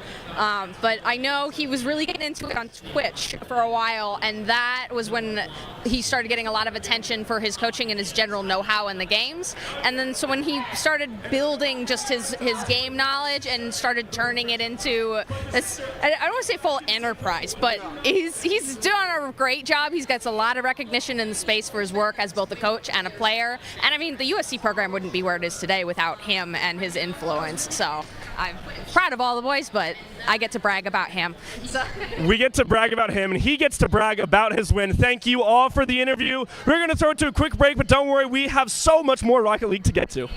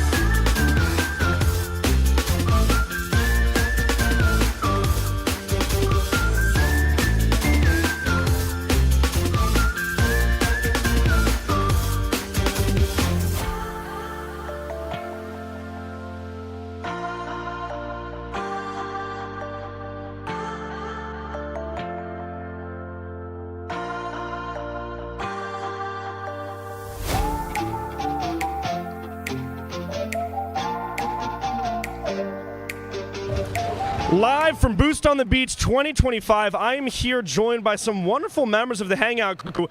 Do you guys know what's going on? No. No. I don't. So, in your name I see on the tag, it's Steven. Steven, if I may, you said right off the bat that you did not want to do the talking. So you don't know what Rocket League is. Do you play video games? I actually do know Rocket League, I don't play it. So what do you know about it? That my roommates play it. Okay. What, do you play video games? Not really, no. Do you play video games? I love Fortnite. Could you? Fortnite. Okay, all right. Moving on. I also play Fortnite. She's my friend. We play Fortnite together. Oh, this is your duo? Yes. Okay, so could I ask you guys to do something a little strange? Sure. You've done. What's your favorite Fortnite dance? Come on, no, you're there, dude. Come on. Both of you, Fortnite dance. Let's go. Casters, over to you. Sorry, Parker. Oh, wait. Well, thank you very much for that beautiful display of Fortnite dances. I believe it was 2 griddies back to back and then a griddy around another griddy. A lot of griddies going on in one location. A lot of griddies indeed in one location. I am Exil, joined by Griffin. Griffin, Audible, you're up on main stage here. How are you feeling jumping into this pretty tough matchup that we have coming up? You know, I got the call up. I said, you know what? I'll put my hand up. I got the team. I'm gonna take care of this one, right? I filled out the talent form just in case. I kind of had a feeling it was gonna happen. Of course. But yeah, I was head ref TOing upstairs, making lobbies, making sure everyone had good games up there. Got the call up. Now I'm down here casting with you. I mean, nice. I'm down to have a great time. I'm so excited to be here. Yeah, this is gonna be some top-notch entertainment, right? We have Syracuse versus University of South Carolina. Syracuse hunting, I believe, their first win here today. USC, however, looking very, very good on their end. 2-0 on the day, taking up wins against Wichita and UTD most recently on the main stage. But let's take a more in-depth look at what some of these teams have to offer, starting with Syracuse. Right, absolutely. I was upstairs with Syracuse in the background, right? We saw some absolute great gameplay. We actually just saw them play Davenport University, and they held them to a 2-1 game. Very close, had some great defensive standing, some great offensive opportunities. I think this team has the absolute chance and possibility to make a run here. I think they can get a few wins here and there and put themselves in a decent spot for tomorrow's bracket. University of South Carolina, right? They saw that upset win against, who'd they just play? UTD. They played UTD, saw that upset win, right? I mean, that's got to feel good for them, right? I'm sure these two teams, you have a team that's high off of a great win and a team that's chasing their first victory. I think that this game is going to be electric. Yeah, so Syracuse was here last year, right? A pretty new up-and-coming roster, still getting developed. We have Gababy, their star player here on this Syracuse squad, looking super, super strong thus far. From last year, they went 3-2 in groups and were knocked out in the quarter round in bracket against Maryville. Maryville not here this year, of course. So Syracuse might be able to weave their way through some bracket potential here, but they have been improving fairly steadily thus far with this new roster that they have, which, by the way, is brand spanking new. This is the first year that this roster has been together, but not really likewise on the side of USC. Let's take a quick in-depth look at these guys, right? They have, who do they got? They've got Cats. They've got SJT, and they have Og. Cats and Og have been together for quite a while, but the up-and-comer, the new face on this team is SJT, who has been looking very, very good. Right, absolutely solid. I mean, we saw time and time again these players, like, even though these are relatively new rosters, they are not scared to make these combinations. They are not scared to get in their opponent's face, right? We have some old combinations filtering with a new little sprinkle of talent, right? You got a brand new team. I think no matter what, this game is going to be outstanding to watch. We're going to have a great time viewing from up here, right? Sharing the talent with the fans. I'm excited. Yeah, it's going to be very interesting to see how this goes, right? Because we know Cats and Og from last year. They looked very, very good going up against the very high-level teams that we had here last year with West Virginia and Maryville, though Harrisburg as well was here last year. So they had some tough competition last year, but are looking very, very good this year. Like I said earlier, and most recently for this USC squad, that 3-game victory over UTD. The first 2 games going to very close overtimes, and then in that game 3, it was a 2-1 nail-biter. I mean, UTD almost had the tying goal towards the end there, but they were just able to squeak by, get the defense going, and squeak out with a 2-1 victory. So very excited to jump into this matchup once the teams are ready to go. But let's get into some predictions here, right? Griff, who do you think is going to come out on top in this matchup? Personally, if it was my opinion, right, I've played with some players here before. Gababy, I've played with him or against him in like Stay Plugged In spin tournaments, right? Played a couple of these guys in ranked. They're high MMR players, very talented players. With this one, I'm going to have to go with University of South Carolina, but although I really do think these games are going to be close. I think that no matter what, we're going to have an absolute bloodbath on our hands. I think it's going to be, they're going to have to grip and grab for every single goal in this game.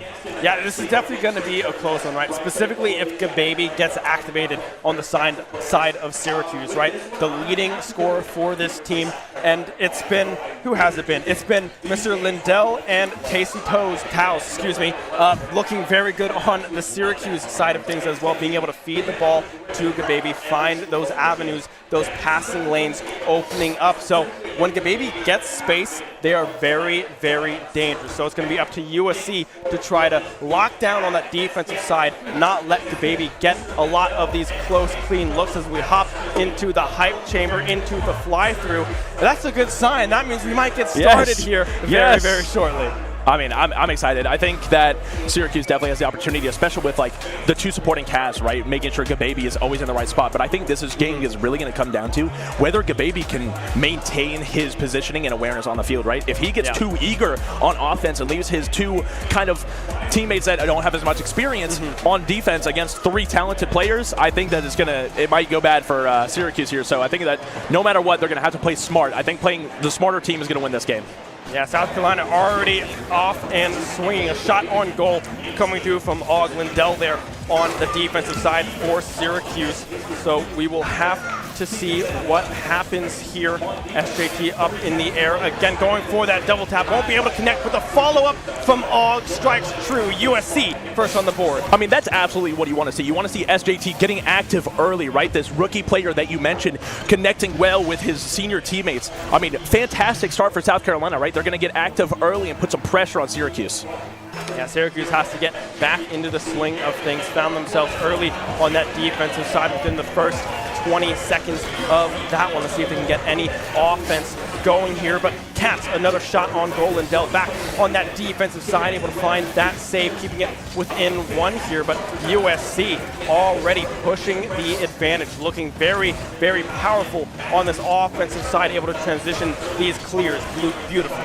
Absolutely. One thing I do really like about South Carolina's positioning is that they are really far spread out, as SJT is going to put his stamp on this first game, extending the lead to 2 for South Carolina. Like I said, I like their positioning. I like how active they're getting on offense. We saw all 3 members of South Carolina getting ready to collapse on the goal, making sure that this offensive attempt was tried and true.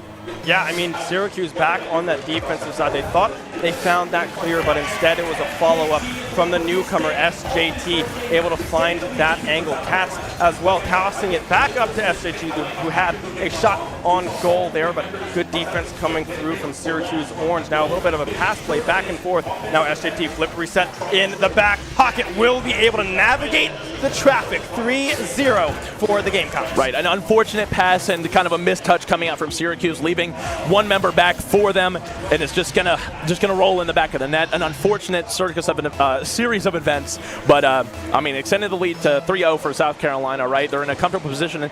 Now, do you think they're going to get more aggressive and try to build up their goal differential, or do you think that they're going to play safe and kind of calm around the pitch? I mean, based off of what Cass was just trying to do there, it looks like they're going for it all, right? They want to separate themselves from the lower, weaker teams here in this group. Syracuse has to fight back from a 3-0 deficit here in game number 1, trying to navigate that defense, but SJT able to find that touch, pushing it back over into that corner. Cats now in the air, the pass down to Og, shot on goal, blocked by Gababy. Good defense coming through from the orange. Yeah, one thing I want to pass out. Oh, almost a near another goal for South Carolina. One thing I want to point out, like Syracuse, like Gababy has 9 goals in the first 2 series, right?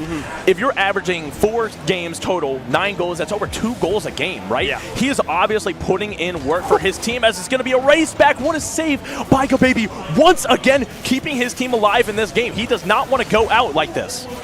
Yeah, that shot just barely going wide as well. Gababy with a shot on goal. SJT able to pick that one up and carry that one off to the corner. But now Lindell can't get back in time. Cats on the transition. Too fast for Syracuse to catch up. That's fantastic awareness from Og to know that his teammate Cats is sitting in the middle of the field, no one back, right? A simple little mid-pass, here you go, toss of the rugby ball, and we're moving towards the goal already. And we'll have to see what happens here as we approach the halfway mark of game number 1. South Carolina up 4-0 over Syracuse. Lindell trying to find a clear. Og will catch that one, toss it back over to SJT. Cats now in the air, some boost to work with. Will just take it all the way himself, but back on defense is Tasty Towels.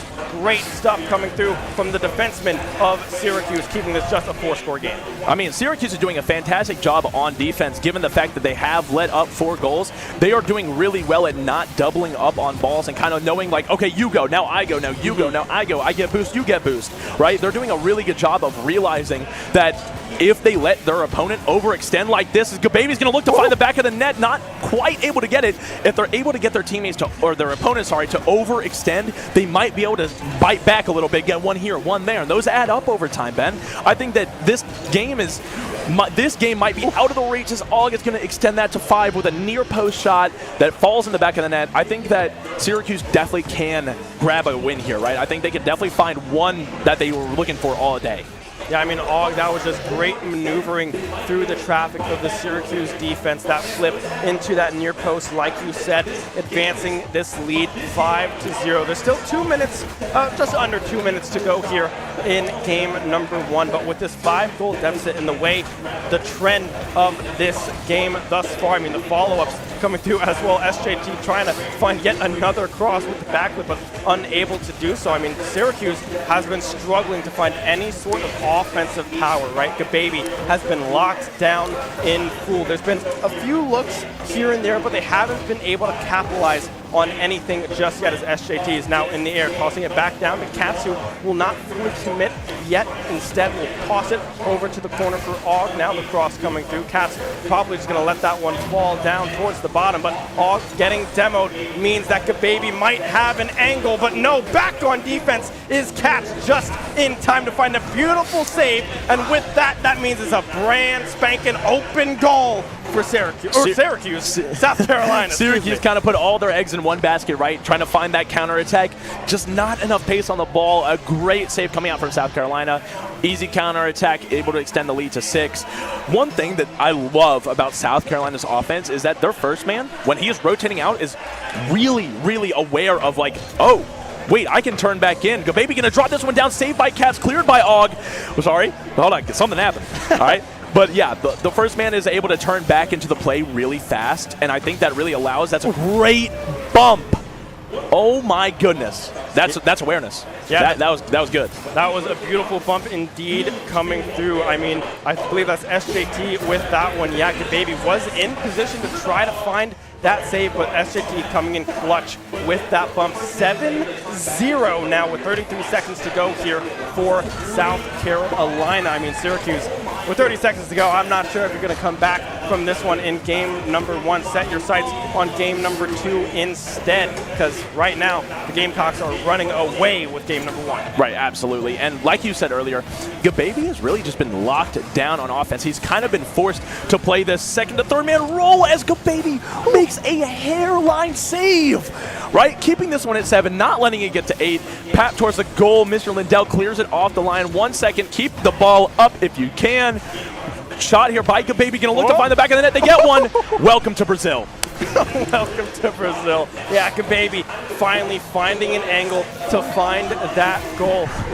Good job to finish it off on a good note, right? I mean, that's what you want to see from Gababy, from this Syracuse roster, but they have to try to make that more consistent, right? They haven't been able to find that time and time again. I mean, at the end of that goal, we saw the Gamecocks laughing, right? They're like, oh, okay, that's fine, no big deal. You don't want them to be able to laugh in some of these games, right? They have to bounce back in game number 2 and see if they can activate their star player in Gababy. I absolutely agree. I think Syracuse here needs to like take a breath and be like, okay, what really separated them from us? Like, what did they do so well to the point that we were unable to comprehend or adapt and overcome? Right. And I think really what did it was the fact that Syracuse, I noticed, gave the ball a lot away in the midfield, right? They were unable, to find one another in the midfield, and the Gamecocks were able to just pick it off and kind of like pass play, air dribble bumps, find the demos, find the infield passing. The linking up was absolutely on point from the Gamecocks.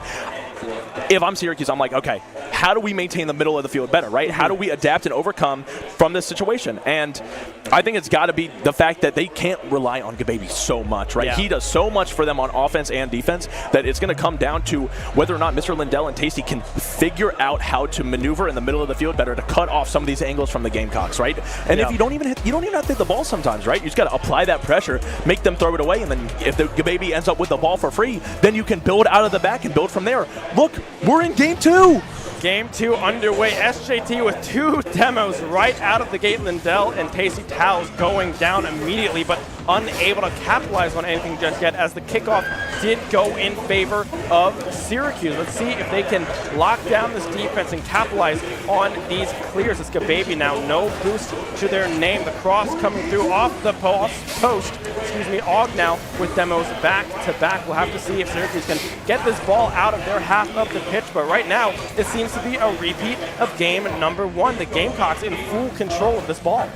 Absolutely, and the Gamecocks, like I said, their offense, especially in the attacking third of the field around the 18-yard line, is so dominant, right? Cats peppering this net with shots, right? Now, Syracuse has some boost, has some space to work with, but then SJT is just going to shove it back down. They're going to be like, no, you can't get out of your half just yet, right? They want to build out the back, but South Carolina's doing a fantastic job of keeping them confined to their half. Yeah, the rotations from USC as well have been clean, right? If there is any clear that's going in Syracuse's favor, we often see Augs, Cats, or SJT, any one of these Gamecocks back on that defensive rotation, able to transition, catch that clear, find a clear of their own, an aerial dribble, whatever it may be, to get back on that offensive side of things. But it's a slower game here in game number 2, right? We're tied up 0-0, a minute and a half into this game. But so Syracuse, definitely an improvement from game number 1. Let's see if they can keep it up. But right now, they need to get it out of their half. Absolutely, and I think that over time, right, 9 times out of 10, when you see a game like this, the team that outshoots the other team is usually the team that wins, right? Yeah. And we saw that basically all day today. Very few games have found out that the winner is actually the team that shot less, right? 9 times out of 10, the team that is pampering the goal with more shots is usually the team that gets a ball to fall, right? They want to pamper these shots, get these opportunities on net, but I mean, South Carolina is just locking Syracuse down in their own half, right? I mean, we're finding, almost an insane redirect by Tasty, cleared off the line by Og, now kind of got a counterattack in the midfield. Awkward situation, Gababy going to cut across, pap it back up. Tasty going to jump for this one, get a little airborne on it. Now we now have hit halfway through game number 2 here, 2.5 to go. No score just yet. And just as I say that, it's a pass. Og able to capitalize from midfield, 1-0 Gamecocks. That is absolutely fantastic awareness from Og. He realized that Tasty wanted to clear it to the other side of the field where Mr. Lindell was, right? He was looking for his teammate to build out of the back and just like kind of protect the goal a little bit, but just he recognized that the pass was going to come through. Wasn't enough oomph on it, and Og read it perfectly. I mean, that was basically a wide open net for him. Yeah, a beautiful shot indeed. Now it's SJT's turn. Some boost to the name. Goes low and will be able to take it all the way in.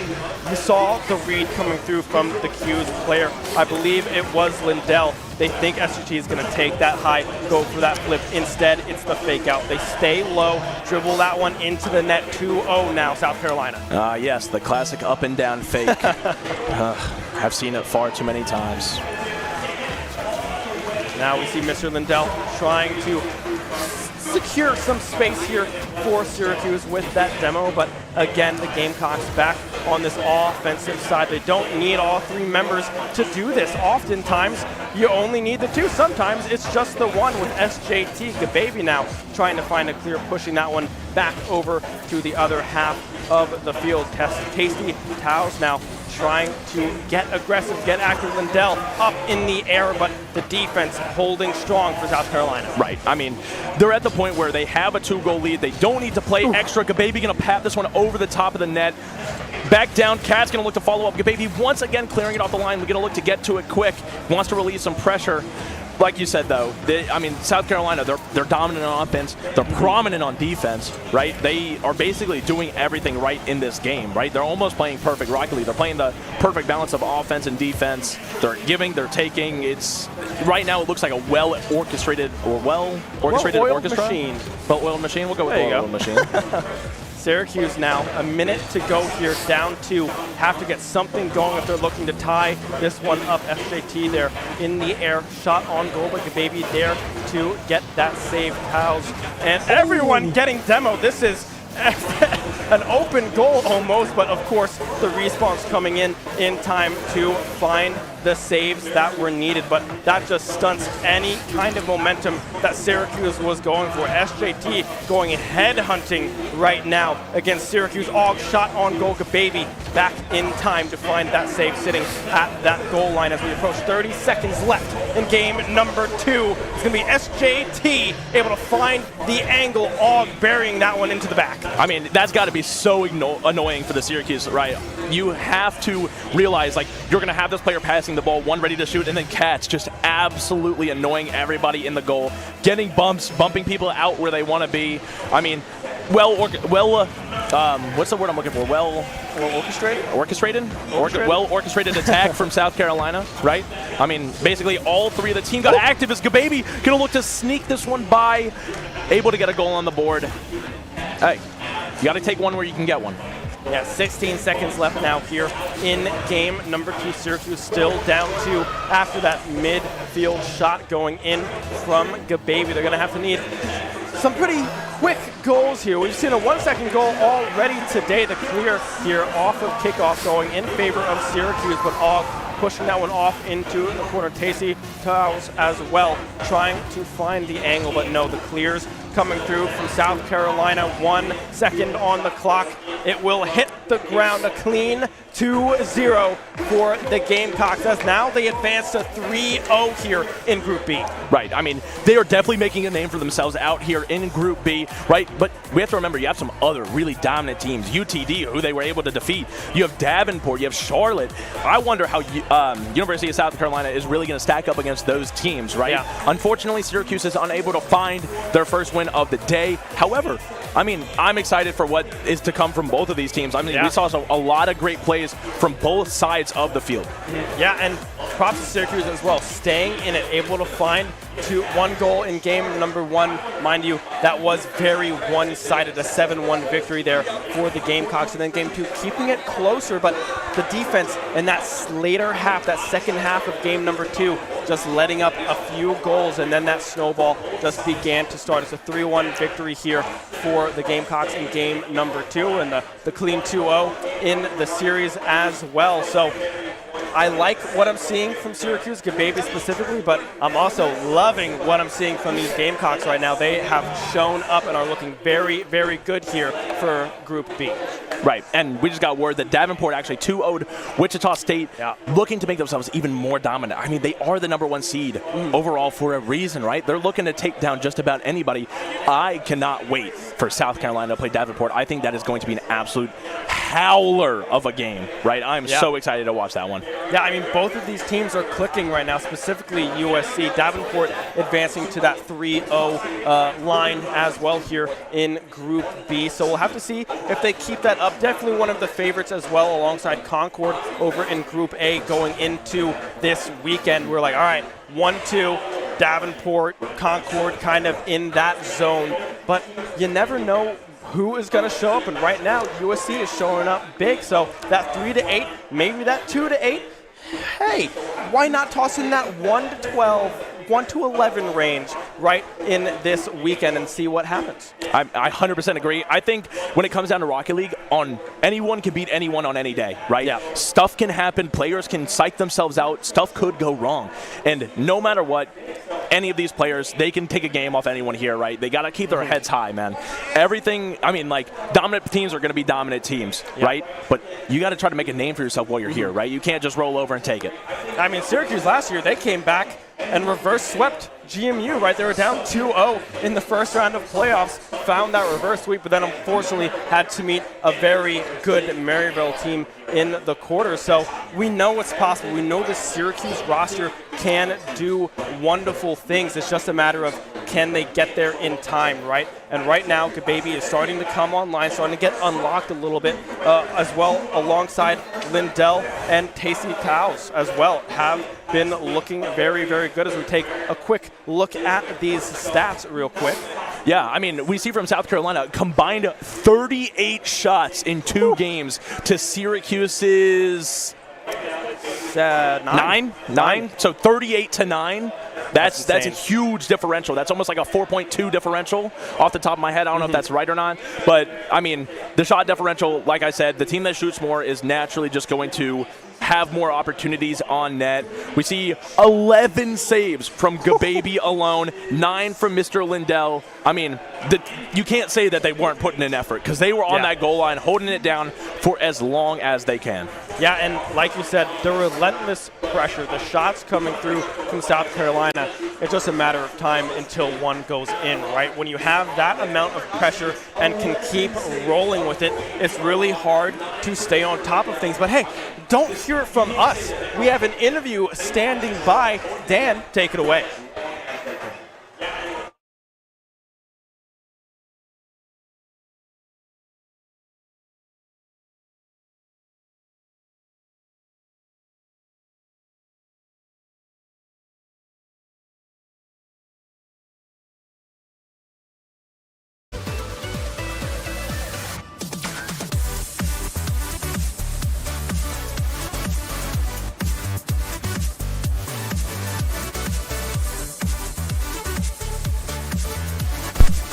Apologies, we're back. Okay, sorry. It was off.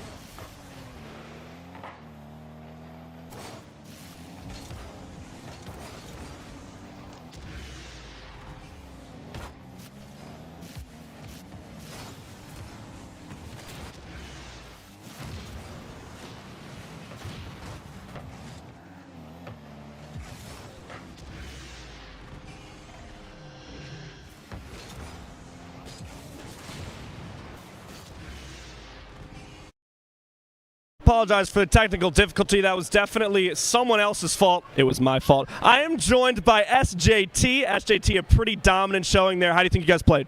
I think we played really well. We decided to try some new things, went for a few kickoff strats, and it went really well for us. Okay, so we'll do this again. Kickoff strats, right? The kickoff, obviously, when the ball is dropped in the center of the field after a goal or when the game starts or something like that. Can you explain for the layman, for someone who might not know Rocket League, what does a kickoff strat look like? So a kickoff strat is when you have everybody do a set thing off the kickoff, whether it be faking the ball, going for the corner, stuff like that, you know? And what are the advantages? Is it to try and score right off rip or to try and just put you guys in a perfect position?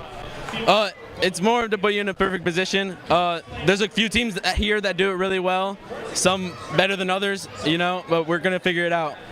Going back to the teams here that do really well, you guys are undefeated in the group stage. You are a perfect 3-0, but as we were talking about before, you have yet to play Charlotte or Davenport. How do you think your chances are going against those teams maybe tomorrow?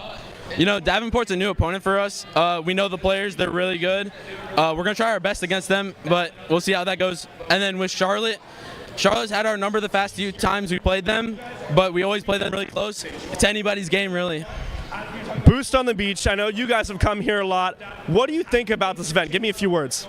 Well, personally, this is my first time. It's my teammates. They've been here a few times, but I love it here, man. It's a great environment. The pictures I've seen haven't done it justice. SJT, everybody.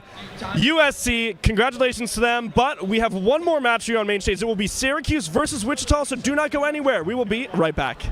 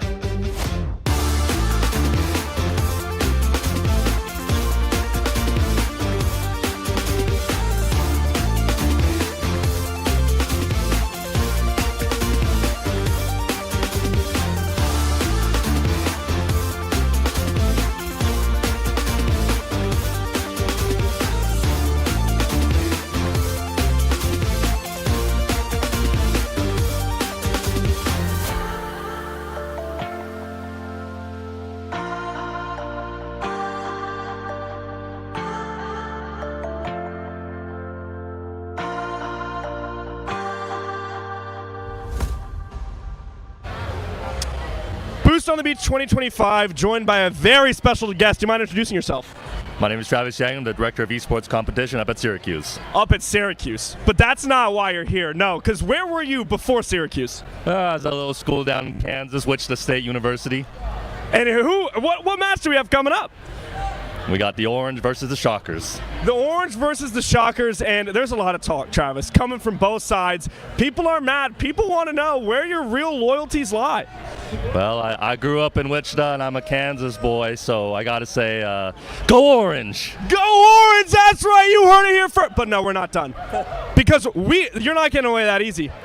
Your coworkers, Travis. Wichita or Syracuse? Syracuse for sure. Love you, Joe. Sorry. The players, Wichita or Syracuse? Syracuse all day. The weather, Wichita or Syracuse? Wichita all day. Okay, that's still a 2-for-1 victory for Syracuse. Let's take it to the casters for the match. Go, go, go.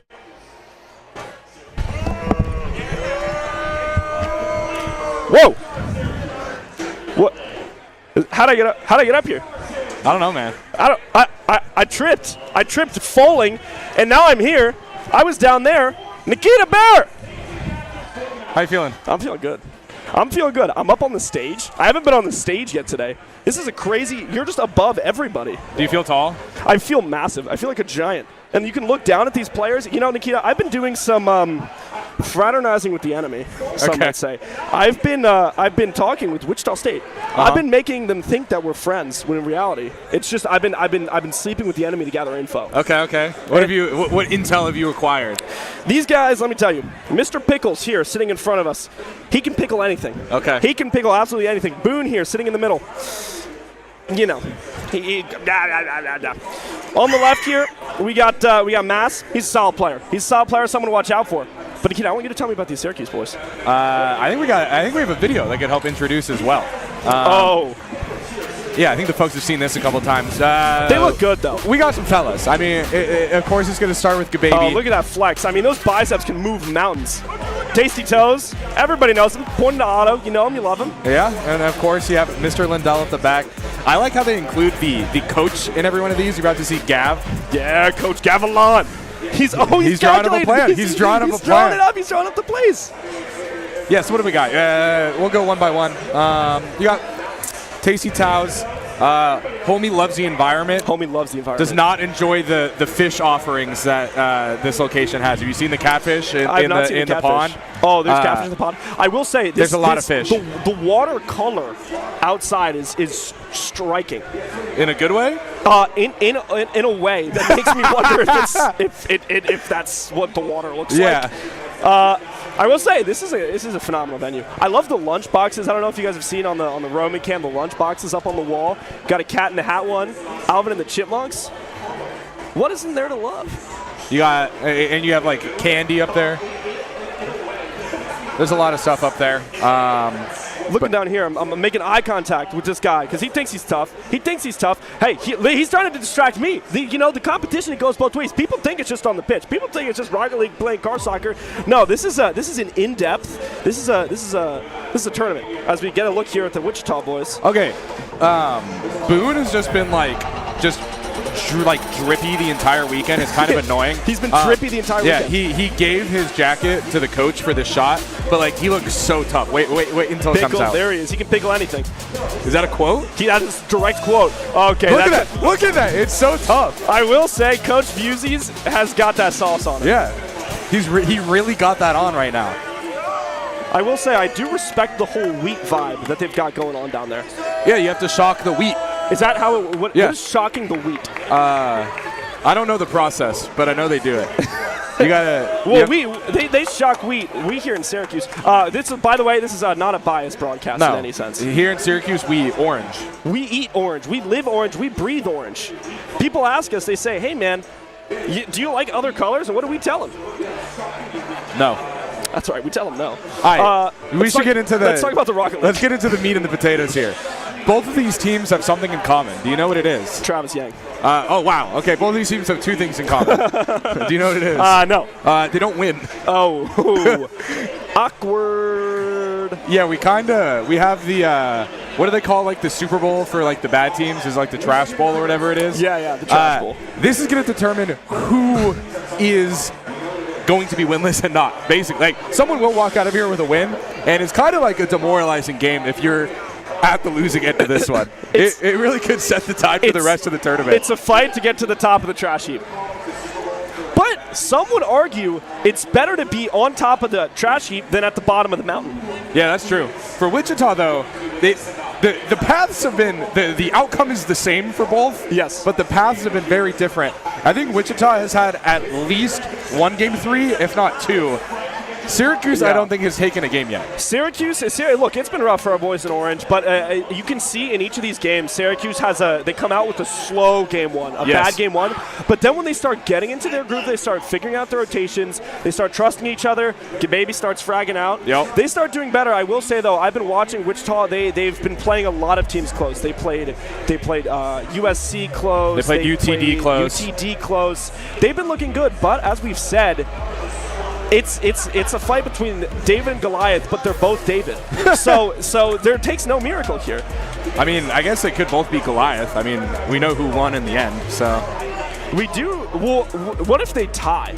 What if we're here for infinity? Oh, that would be fantastic for the tournament organizers to get through with that. We're seeing the wonderful fly through here. We will be getting into game 1 very shortly. Everyone's dapping each other up right now, getting ready. You can feel Fist the bumps. energy. It's Yeah. palpable. Over here on this Wichita side, we got the whole crowd really cheering. Over Syracuse side, look, we got people too. Game is starting. We are in the arena And right off the bat. Almost Can you had imagine? a 5-second goal there from the side of Wichita State, but things are still trying to clear out, figure out who's going to be on the offense first, really. We just you have Moss just like camping on the corner there. Yeah. Tasty Tow's up top trying to get a bump on something. I think if you're Syracuse, all you got to do for right now is hold. And I think we're starting to see that with Gababy just sitting in the net. You know, you're playing back. You got to play defense. You got to keep it close because when people start stressing, they start making mistakes. When people start making mistakes, that's when Gababy can come alive for Syracuse off the top. The hit back up the top corner. Gababy there to hit it away. Yeah, the name of the game for Syracuse is Gababy. We saw him get the deflection, protect Wichita State from scoring, and then you see him all on the other side right there taking the ball down. Yeah. He is the defense, he is the offense, and all Syracuse needs to do is unlock his potential here. Here we see get the block on goal, is shooting down there, isn't able to get the last touch, but the attack is not over for Syracuse yet. You see the idea there, Gababy trying to get that second touch off of Boone to get the reward, but the open net, Boone putting it on target. Pretty easy finish for Wichita State, just able to take advantage of we saw right there, Tasty Tow's had the opportunity to challenge and just whiffed. And if you're the last line of defense whiffing there, Boone is going to make that 10 times out of 10. Yeah. Kickoffs have been an especially weak point for Syracuse so far today. There was a situation where they allowed a first goal. Oh, no. I thought that was on. I was way off. It was a little bit wide. Where I think they allowed like 3 straight goals after giving up their first goal. We do see the opportunity there. The net looked potentially empty. Right off the side of the net. That was an opportunity there for Wichita, but their attack isn't over. Pickle now. Boone picks up the full boost. Ooh, Tasty Tow's had the opportunity, but just no boost. The economy is really low, except for Gababy, who if someone is going to have boost, you want it to be him. Kind of gets stuck in the middle there. The Boone's shot able to towards push the net. on goal. Tasty Tow's just caught out again without boost. If Boone is able to put that shot in the air, and if you're standing there, and look, I mean, you can see the circle on the left. Tasty Tow's out of position with no boost. That's an easy put away. Yeah, Boone's going to make easy shots every single time. You just can't give him up. But it's really interesting because it almost like Syracuse doesn't know who needs to be back or if they're staying back. Am I allowed to go out to challenge it or not? There's been 2 times they tried to challenge, whiffed, and then just didn't get a good angle on the second one and allowed goals both times. Syracuse, though, trying to put in an offensive push. The demo comes out, slows it down by getting to Baby. Lindell trying to play around the side. Tasty Towns, though, goes for the touch, flies right back towards Syracuse's goal. Pickle in the air, tries to get the rebound. It was almost the exact same situation again where Tasty Towns challenged. They had a pinch, and it was almost up there for Pickle to score. Gababy on the attack. Boone's there to stop it. That's what it's kind of been watching these Syracuse games all day, and it feels like they just always need one more touch. They always need one more rotate. They need one more car to come in and finish it. It seems like they can just never get it done. Yeah, well, if you're constantly like getting beat on defensive maneuvers, you always have to like feel like you got to go back. You get, especially for Tasty Towers, right? There's been 2 situations where they've directly challenged or directly went for a 50-50 and missed, and because of that miss or that lost opportunity, resulted in a goal. So now Tasty's like never really going to want to go up there. There might be a little bit of not hostility, but hesitation. Yeah, and especially in a game like this, especially with competitors like this. I know we've been talking about these teams coming in winless, but they're still fabulous players, and the margins for error are so small, and the margins for capitalization are equally small. Syracuse, though, looking to capitalize off the demo. Gababy coming in. Tasty Towels trying to get the tap. Boo's there. Yeah, Gababy was looking for the double right off the wall right there. Wasn't able to get the last touch to finish it out, and like you just said, he just needed one more. Yep. The shot coming in off the side. Pickle looking for the rebound. And the flow of the game is really unfortunate for Syracuse because it really does feel like they need to allow Wichita to then shoot on them, and then it's up to Gababy or like Mr. Lindell to pop something out and then have Gababy take it all the way down. They're not really truly setting up any like sort of an offensive threat where they're staying. There's multiple shots, there's multiple attempts, some rotations, and we do see Moss have the opportunity playing in the air, gets a shot on goal. Wow. And is able to get it past Syracuse's defense to make it a 3-goal lead with a minute left in game 1. Let's watch this. This is just, got the flip reset. Yeah. Able to get the flip reset and put that in. Gababy, if you're sitting there trying to save that, because once he's able to, remember, a flip reset, you touch all 4 wheels to the ball, you get an extra jump. With that extra jump, you can put the ball in any direction. So Gababy essentially has to guess. Tasty Towels, though. Yeah, a little kickoff shenanigans there. Let's see what happens there. Do we see the double come in and the ball just comes? Oh, that was just a really weird deflection. Unfortunate for the side of Wichita State, but really fortunate for the side of Syracuse. You're able to get that goal on the board. And a minute and 11 seconds is enough time. It's doable. If you're Syracuse and you want to come back in, you just got to make sure you lock in. You got to get some good touches. You got to get the good rotates. Got to keep the ball out of your own defensive zone. Yeah, I just worry with how slow Syracuse's offense is that you might need a minute of goal. Yeah. We haven't been able to see like a sustained offensive effort from Syracuse. It's all playing in those counters, those kind of ripostes. There's no pressure. No, it's really just like one string that has to hit, and if it doesn't, it's immediately back to defense. Everyone just rotates back. You might have 2 people committing on offense, but I don't know if we've ever seen a true triple commit on offense yet for Syracuse. Maybe now is the time. 36 seconds left. Syracuse has to try and put something towards the net. Pickle, though, shot in on target. Tasty Towels again sitting there with no boost. Yeah, Gababy caught out of position there as well, because I think he did realize what you were saying, where the time kind of has to be now for us to commit to something on offense. Even had the boost, was waiting for it, but I think went out of the goal to try to get that ball, to try to force something here. Yeah. And we're probably looking at a Game 2 situation where Wichita State is up 1-0. Yeah, and this is what we have seen from Syracuse throughout the first couple games. Game 1, it's always been slow. Gababy's able to stop the bleeding for now. But Game 1's been slow, and Game 2 is when Syracuse really starts to, I don't know if it's find their groove or maybe just play with a little bit more confidence, willingness to kind of go out there and play, as Mace makes it 5-1. Yeah. I mean, all the goals matter for like how this tournament will determine seeding. So you look at game differential, you look at goal differential. Yep. So Wichita State, it might look like they're running up the score. It's actually not just to feel good about themselves. There actually is an advantage to it with where they play tomorrow, potentially, depending on the tiebreaker. Sure, it makes you feel good about yourself. Oh, yeah. No, especially in this matchup. Mr. Lindell gets the demo, trying to put the ball in the goal. Gababy gets one for the road. That's not. We don't hate that. We see an explosion of energy from Mr. Lindell. Love that goal. 1 second left here. We're going to be going into game 2. Nikita, do you believe in miracles? I suppose. Time to time. 3 goals. This ain't one of the times. This ain't that. Wichita State takes game 1 pretty commanding, but Syracuse, every single time. It's game 2. Necessarily show life per se, but they showed that they have the ability to live. Yeah, I suppose. They know how to control the controller to move the vehicle, to hit ball. He put the shades on. Mr. Pickles put the shades on, and I'm feeling a little. That's a power move. That's a power move. He's aura farming. Homie's opening up Pokemon cards. He's opening. Oh, can we get the pan cam on this? Opening packs. He's opening packs on stage. Can we? Is this possible to get? Oh, he's got the face cam. All right, what do we got? What do we got? Nidoran. Terrible. Protective goggles, that's a great pull, I heard. Arcanine. Arcanine. Nah, we got nothing. We got nothing. We got nothing. Oh! Boo! You know, I heard that's a terrible omen and Wichita State is going to lose the next 2 games terribly. We're getting mocked, Nikita. This is crazy. Because we talked a big game for Syracuse. Okay, so yeah, kind of some of like the outside the game stuff. Boone said he'd literally retire from Rocket League if he lost this set yesterday. Yeah. So for those of you who didn't see or if you did see the before interview, Travis Yang is a staff here at Syracuse Esports, the director of what is it? Competition. And there's a competition going on, a fierce one between these players. A demo comes out on Mr. Lindell as we move into game 2. Yeah, trying to get a back wall double there. Is unable to get that second hit. And Mr. Lindell kind of just fades off. Baby called for the ball there and went over. Oh, we need and it one almost more paid touch. off. And there's just not a commit. There's not that third player there for the side of Syracuse. Mr. Lindell, though, meets the ball in the air. Unfortunately, no boost to try and continue this offensive effort.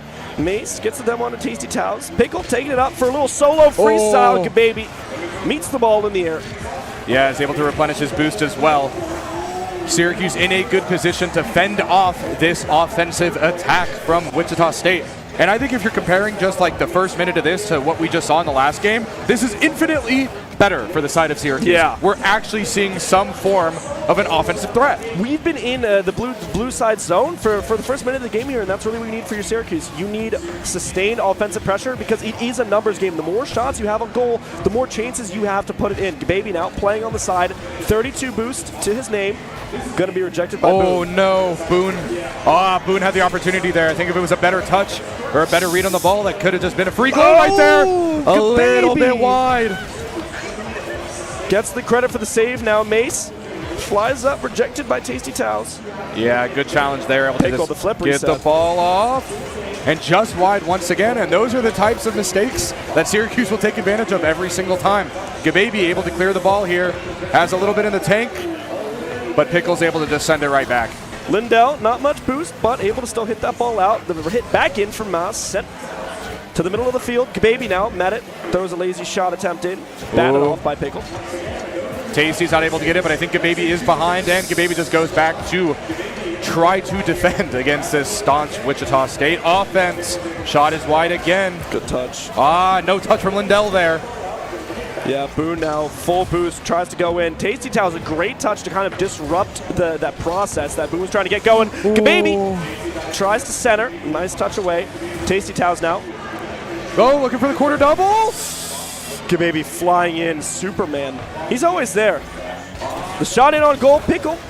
Yeah, and we just see both of the Syracuse University members just back there at their own goal. They're like, okay, you get one shot, just go out there. We're going to be back here defending because we know it's going to miss and come right back. Exactly. And they got a chance now in front of the net.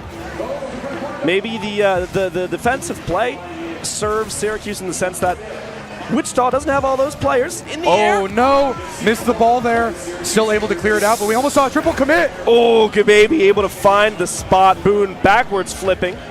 Like a dog who overran the Frisbee. Moss now in the air. Lindell trying to come up with miss. Tasty Towels, though, able to come in and save. And again, we're seeing someone a double commit or triple commit from Syracuse. They don't know where everyone is on the team there. Gababy able to get in and disrupt that pass meant for Pickle. Moss throws it in. Tasty Towels, though, with an excellent save. Syracuse has got to find some way to relieve this pressure. Shot after shot has been coming in. That was a great read there from Tasty Towels to read the pass play because that just would have been a shot on goal left that just would have gone in. It was a good 50-50, and it worked out in favor of Syracuse, but Boone is not stopping this pressure. I mean, we've just been looking at 2 straight minutes of offensive attack from Wichita State, and no goals for anything from it. Yeah, Syracuse, though, doing a good job defending. Their rotations are on. Moss gets that demo on a Tasty Towels. Now might be the time to try and put an effort in. Pickle flying up in the air, met by Boone, smacked out by Gababy. Syracuse looking to counter. Here's the opportunity. The pass over the middle, but it's deflected by Moss. Empty net right now. Syracuse, the rotations come in. Gababy able to find that stop. 1 minute left in game 2, scoreless. Remember, the first game went to Wichita commanding. Syracuse already. Where's Gababy? No one there. Tasty Towels. Towels. Looking for the rebound. Bouncing off the top. Syracuse, do you have a body there? Pickle able to hit it out. Lindell, though, with the touch. Tasty just should have committed there. If it would have got his own rebound, that could have been a goal. Boone now trying to throw it in. A little off the top left. Baby, full tank of gas and ahead of steam. Moss able to interrupt. Lindell's there to get a touch on it. Pickle now trying to take this one. Tasty Towels up off the ceiling. Oh, but Wichita's in position here. Boone is there. Nas is behind. 20 seconds left. Game 2, best of 3 series. Pickle now flying in. Boone looking for the touch. Ball in Wichita's end. But Mace able to get it back out. Gababy with the touch, sends it back in. Off the corner, looking for the touch, looking for the tap. Ooh, Moss kind of gets knocked out of position there. Tasty Towels going for the attack. All the ball's got to do now is touch the ground, and we're headed to overtime. Oh no, opportunity! The shot coming in for Syracuse, Gababy. This is where someone like Gababy thrives. Oh, the kickoff, you got to watch it here.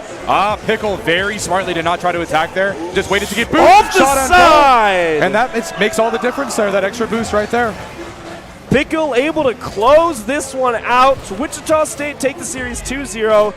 Pickle just a little solo play. That angle is so tough for Gababy to try and get in there and stop it. Yeah. And yeah, it really did just end up coming down to what happened on kickoff in overtime. Yep. Out of position. Pickle was just solo with ball right there and was able to finish it off. He has another pack. He's got... Maybe the victory pack is going to do something different. That's a woman. That's not a Pokemon. Is that a reverse? Oh. I don't know what I'm looking at. Oh. All right, he didn't get the pulls, but they did get the win. Yeah. What's more important though? Pokemon cards are forever. Wins are temporary.